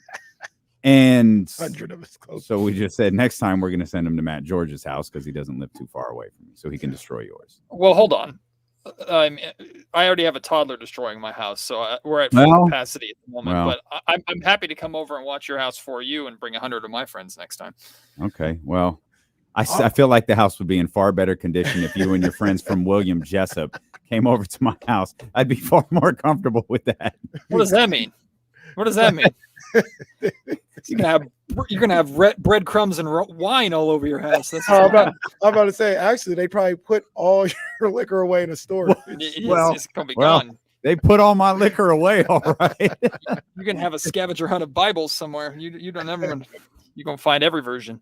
Oh, by the way, well, there was somebody else that Reese met, took a picture with Marvin Bagley. Well, nothing wrong with that. Don't do that. No, I'm just saying. There's nothing wrong. Didn't with work that. out the way we wanted it. Marvin was nice enough to take a picture. He was very with nice. Reese. I said that because it didn't work out the way we wanted it to. That's okay. So it's Reese's fault then, is what you're saying? No, that's all right. Oh well, Reese actually. Did Reese step on his foot and break his foot at one point? Or? Did he also take a picture with Buddy? No. Oh. He does have another picture. He does have another picture. He's got all sorts of pictures on the internet. I gotta scrub that one. Yeah, no, you can't erase that picture. You should. Have you seen the picture? Have you seen the big family picture, Matt? No. It's a big family picture in Los Angeles. Oh, I've seen the mural picture. No, not that one. It's a very skinny family picture. Short facial hair, Kenny Caraway, baby Reese, and there's an RV in the background, and oh yeah, it's out there on Twitter. Oh yeah. Oh, it be on people, man. Oh man. Be on people. We gotta call the Kings and be like, hey, this kid's had real bad luck with taking pictures with people. Can we De'Aaron Fox maybe? So can we say that Kenny also saved the Kings then? I think that's fair. Sure. I think that's fair. I mean, I was on the movie. Wow. What a day, Matt. This has been a day, bro. I was in the movie. This has been a day, Matt. No wonder it didn't come out. Oh, I saw it on Periscope. Oh, for God's sakes. All right. I'm just talking to Matt from now on. Matt. It ain't gonna get better. Matt. Yeah. Where was I going? I don't know. If his foot was in bounds, by the way. The bigs. The Kings made some moves this week, and just curious your thoughts on the Neemias Queta, Nerlens Noel, those guys being cut, and essentially what was probably the biggest training camp storyline is gone.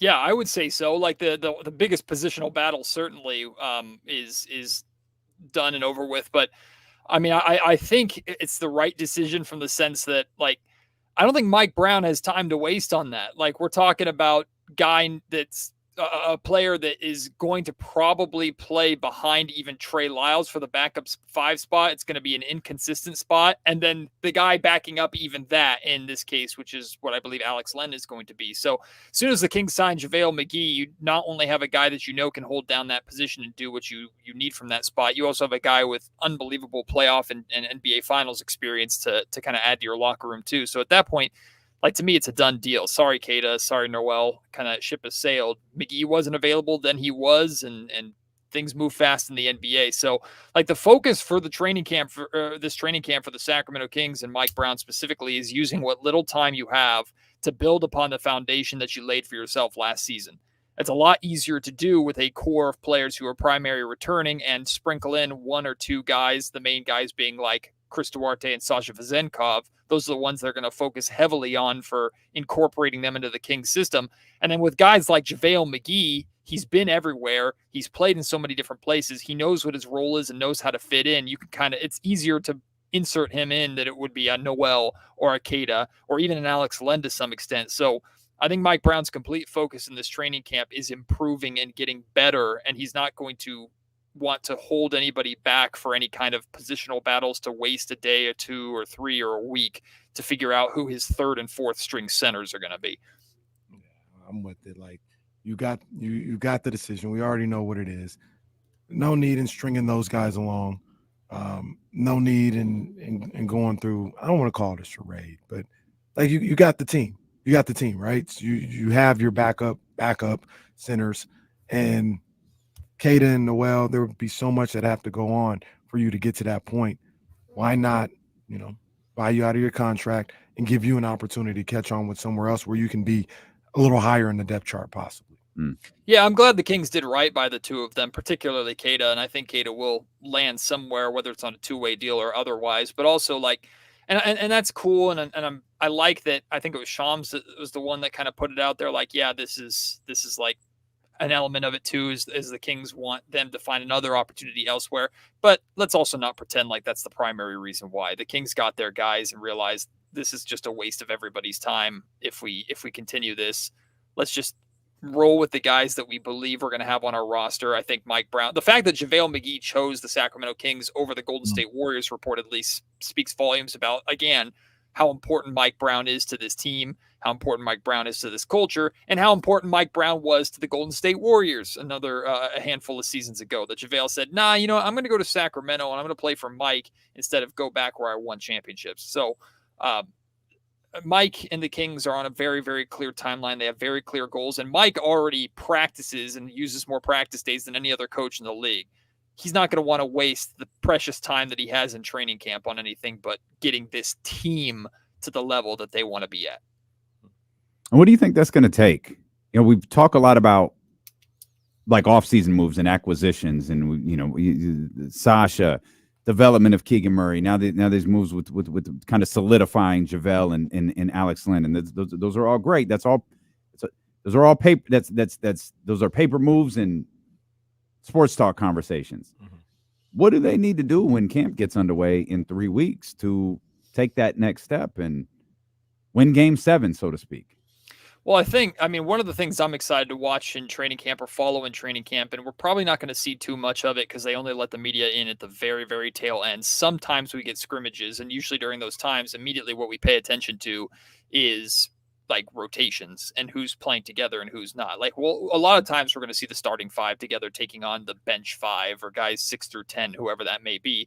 But I think we're also going to see, with how much Mike likes to stagger his lineups, we are going to see a ton of pairings of bench and starter guys over the course of this offseason, or rather training camp. So to me, like, one of the key things for Mike Brown to work out in training camp immediately is which rotations he wants to roll with and which pairings of players works best together to accomplish two goals. One, continue or build upon the historic offense that you set for yourself last season. And two, implement better team defense without sacrificing that offense. I think that's what I'm concerned about. Is I don't think Mike Brown is going to hit training camp and just go defense, because one, he doesn't want to overwhelm these guys, and two, he doesn't want to take the Kings away from what they do best. Now, Sacramento is capable of outscoring anybody, but I think we know that the Kings don't want to bank on the offense being so good that they're a championship team with the 25th ranked defense or whatever it was last season again. So I think it's going to be, again, still focusing on what the Kings do well, which is offensively building upon what they did last year. I think we're going to see a lot of them working on how the Warriors try to take away the dribble handoff and making sure other teams can't do that to them all season long. And then adding different elements of defense on top of that, to where I don't expect the defense to look great or look fixed game 1, 2, or 3, or even game 20. I think over the course of the season, we're going to hopefully see the team defense get better and better. But the offense from day one, you want to be the exact same. Yeah, I agree. I agree with you 100%. I expect that offense to be cooking from the start, because that's just what they do. Like, they generate open shots. They generate open threes. They get up and down the court in the open court with a fast break. I expect that to be ready to go. I actually think the defense is going to click a little sooner maybe than you think, Matt. They had a whole season to kind of understand what it was that Coach Mike Brown wanted to do and how he wanted to play defense. And at times they were able to execute it. Other times they weren't. I think there's going to be really no learning a new defense this training camp. It's going to be about perfecting what you've already been working on for the past year, which allows me to think they may be able to come out the gates as a better defensive team already, because now it's fine-tuning and reps for the defense that you already know about. See, I think if you could guarantee the offense was the same way, I'd feel the exact. I'd feel good about what you were saying, Kenny. My only concern Hey, is. can I interrupt you for a second? I'm Yes. sorry. That glass. Yeah, because Chris Haynes just tweeted something. I mean, it is of consequence. Is actually going to lead into the next thing I asked you. And again, Matt, I'm sorry to interrupt you, but Chris Haynes just tweeted Sacramento is converting Jordan Ford to a two-way contract. The Sacramento Kings are converting Jordan Ford to a two-way contract. I was going to ask you what you thought your future, or what Jordan Ford's future was with Sacramento. Because not to cut you off, because previously he had a training camp. He had a training camp contract, right? Well, that X's out my next question. So, Matt, if you'd like to finish your thought without a stupid radio show host interrupting you, please, and we can get to this Jordan Ford thing if you'd like. Well, let's tie. Yeah, I'll tie both in together. Actually, I'll just wrap up my thought that I was saying with Kenny really quickly. I'll just interrupt you some more. That's okay. Idiot. My only concern that I have is that they focus so hard on the defense right out of the gate and trying to address the defense that their offense takes a step back. Now, I give the Golden State Warriors a lot of credit for how they guarded the Sacramento Kings in the playoffs, and I do think more of the focus in training camp should be on addressing how the Warriors and how teams are now going to want to try to take the DHOs away and take the King kind of out of their comfort zone a little bit. The Warriors were the first ones to able to do that successfully, consistently. So I think the Kings need to address that first before they really dive heavily into the defense. But as good as the Kings were defensively in the playoffs, we know how they dropped off offensively too. Could be for fatigue reasons, could be what the Golden State Warriors did, could be a combination of all of the above. But ultimately, I would like to see the Kings firmly reestablish what last year's offense was with the new faces, and then we'll see the defensive improvement added on top of that, because this team doesn't need to make a drastic defensive jump in order to be as good as they want to be, in my opinion.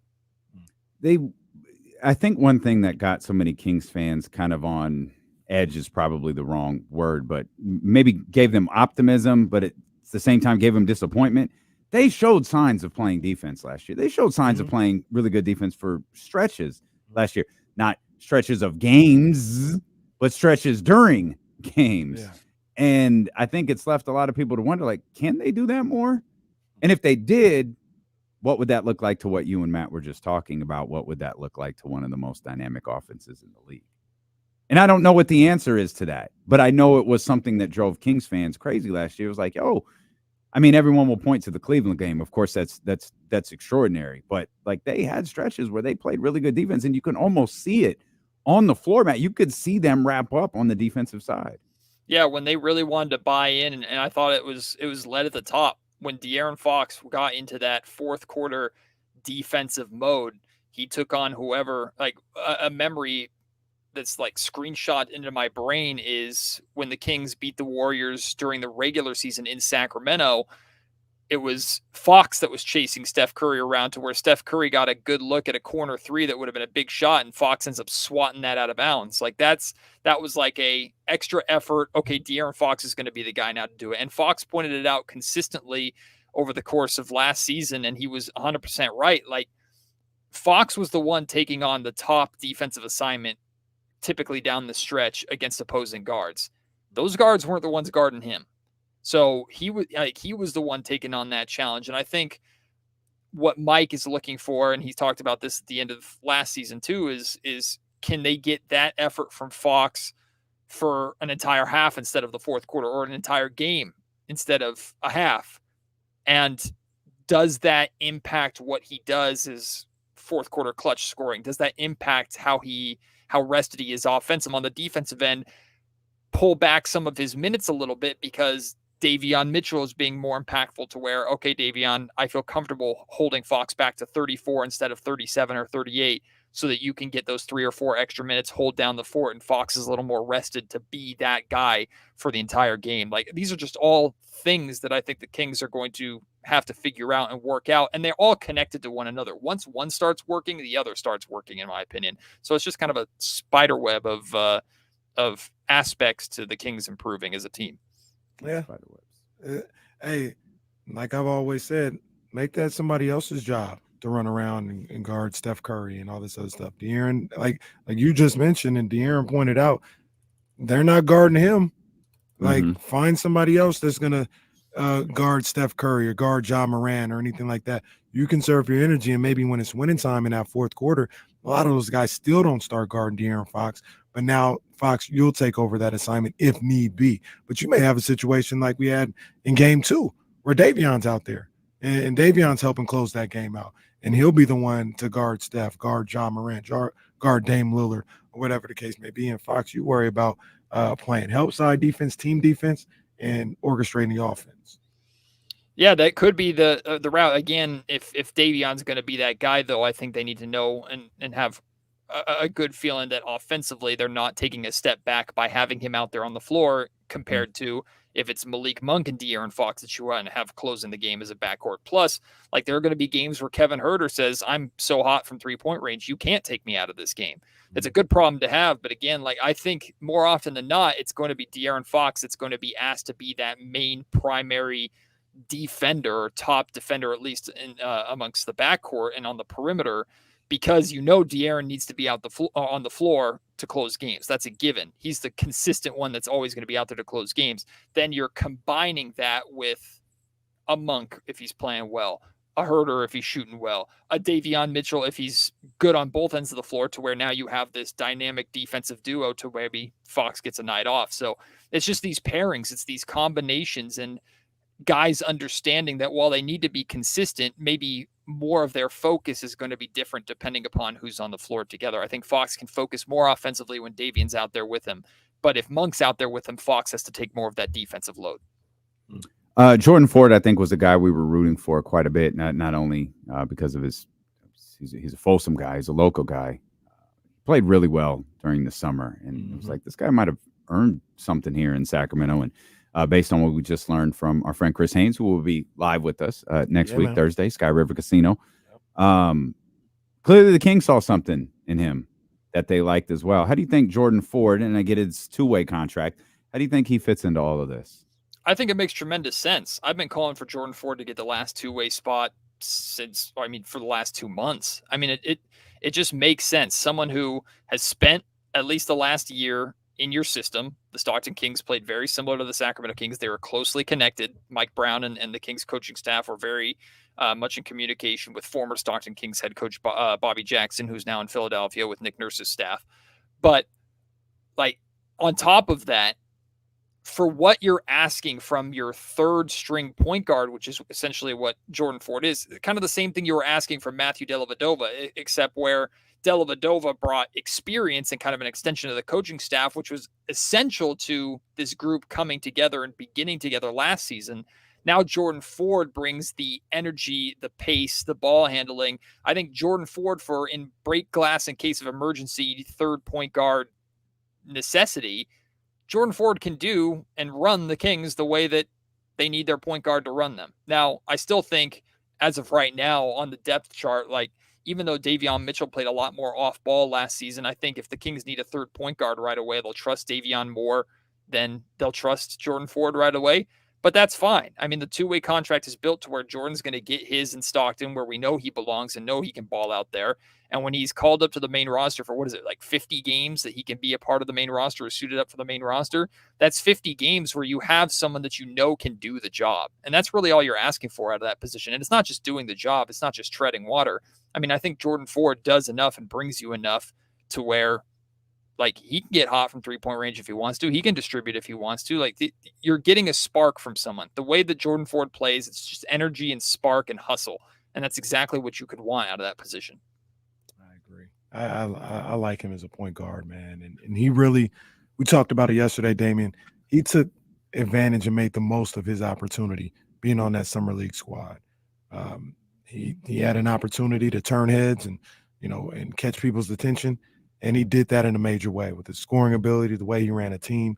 He did not miss on that opportunity. And look where it's got him. It's got him on the big club, got him in a two-way deal.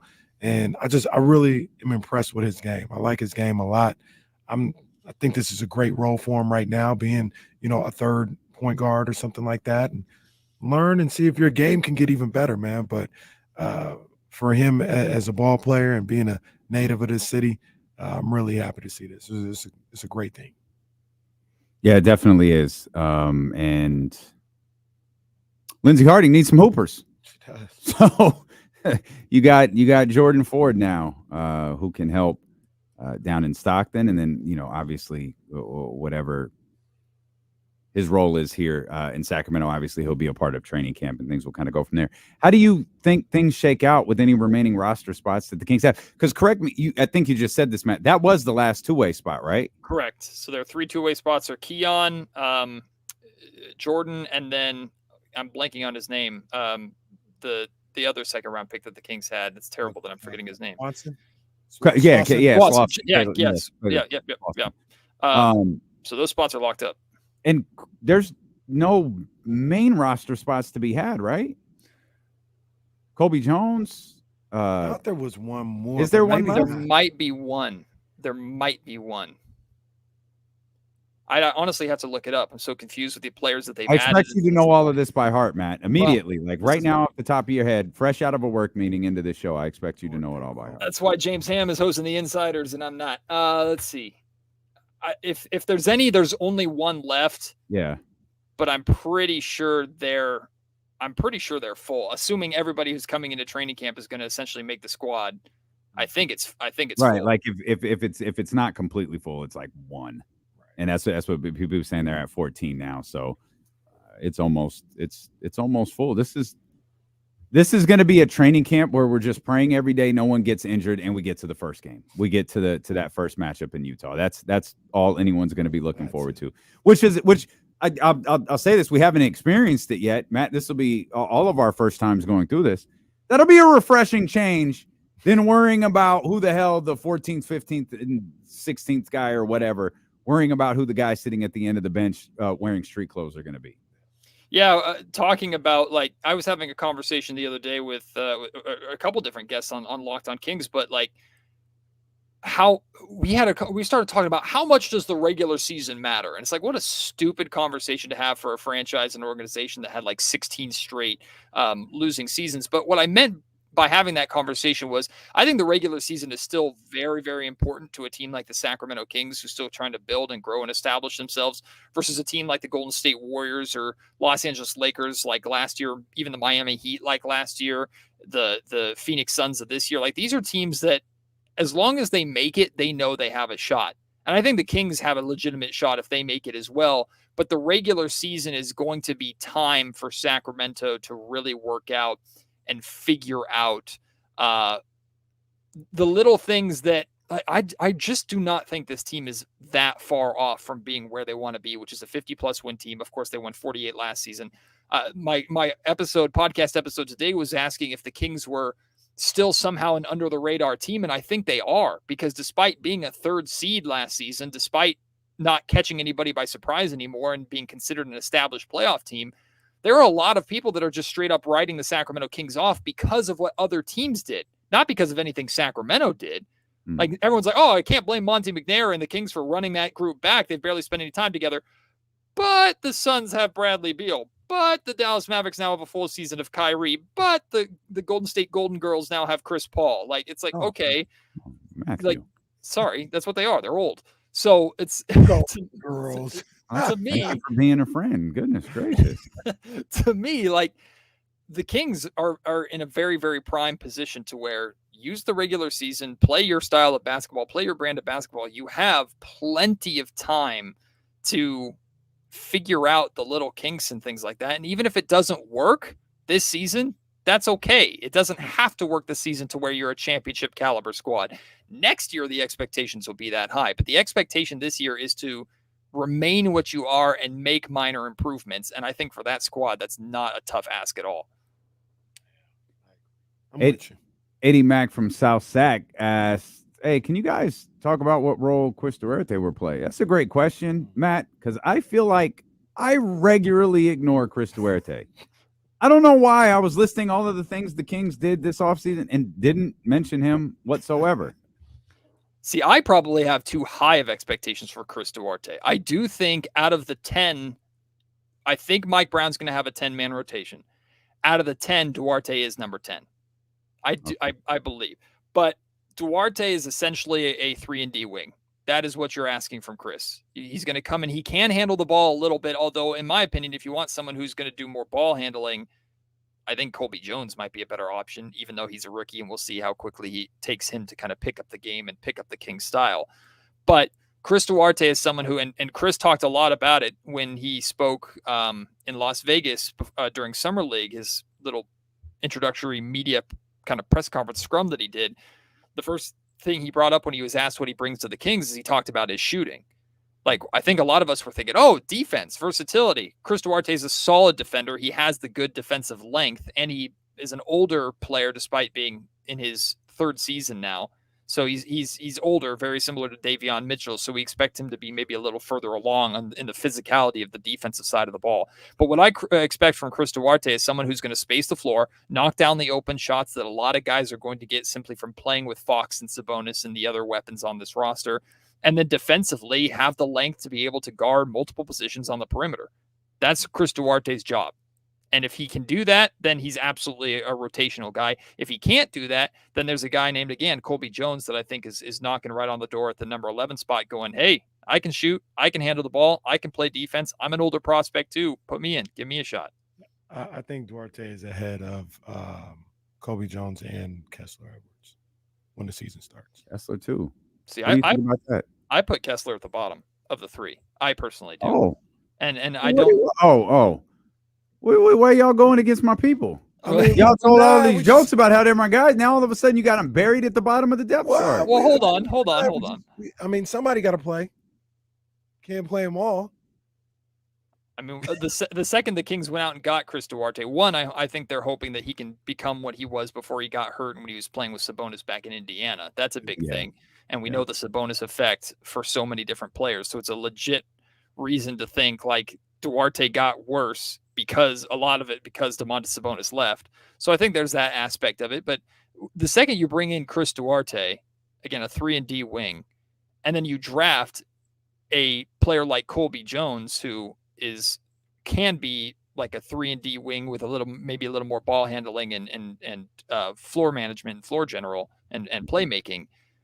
I think you look at what you have in Kessler Edwards and go, you better start hitting shots, or like there's other guys now that can replace you. Like last season, it was Kessler Edwards didn't have a lot of competition in Sacramento because the Kings didn't have a lot of what he provides. Now they have arguably 3 guys that can do that same job. And I think Kessler, his 3-point shooting is going to be what gets him that spot or what loses him that spot. Regardless, we're talking, and we'll say Chris Duarte, since you both have him at the top of that kind of group right there. We're probably even in the best scenario. Are we looking at kind of like what happened with Terrence Davis, where you're in, you're out, you might not play for 3 or 4 games, you might play a lot this one.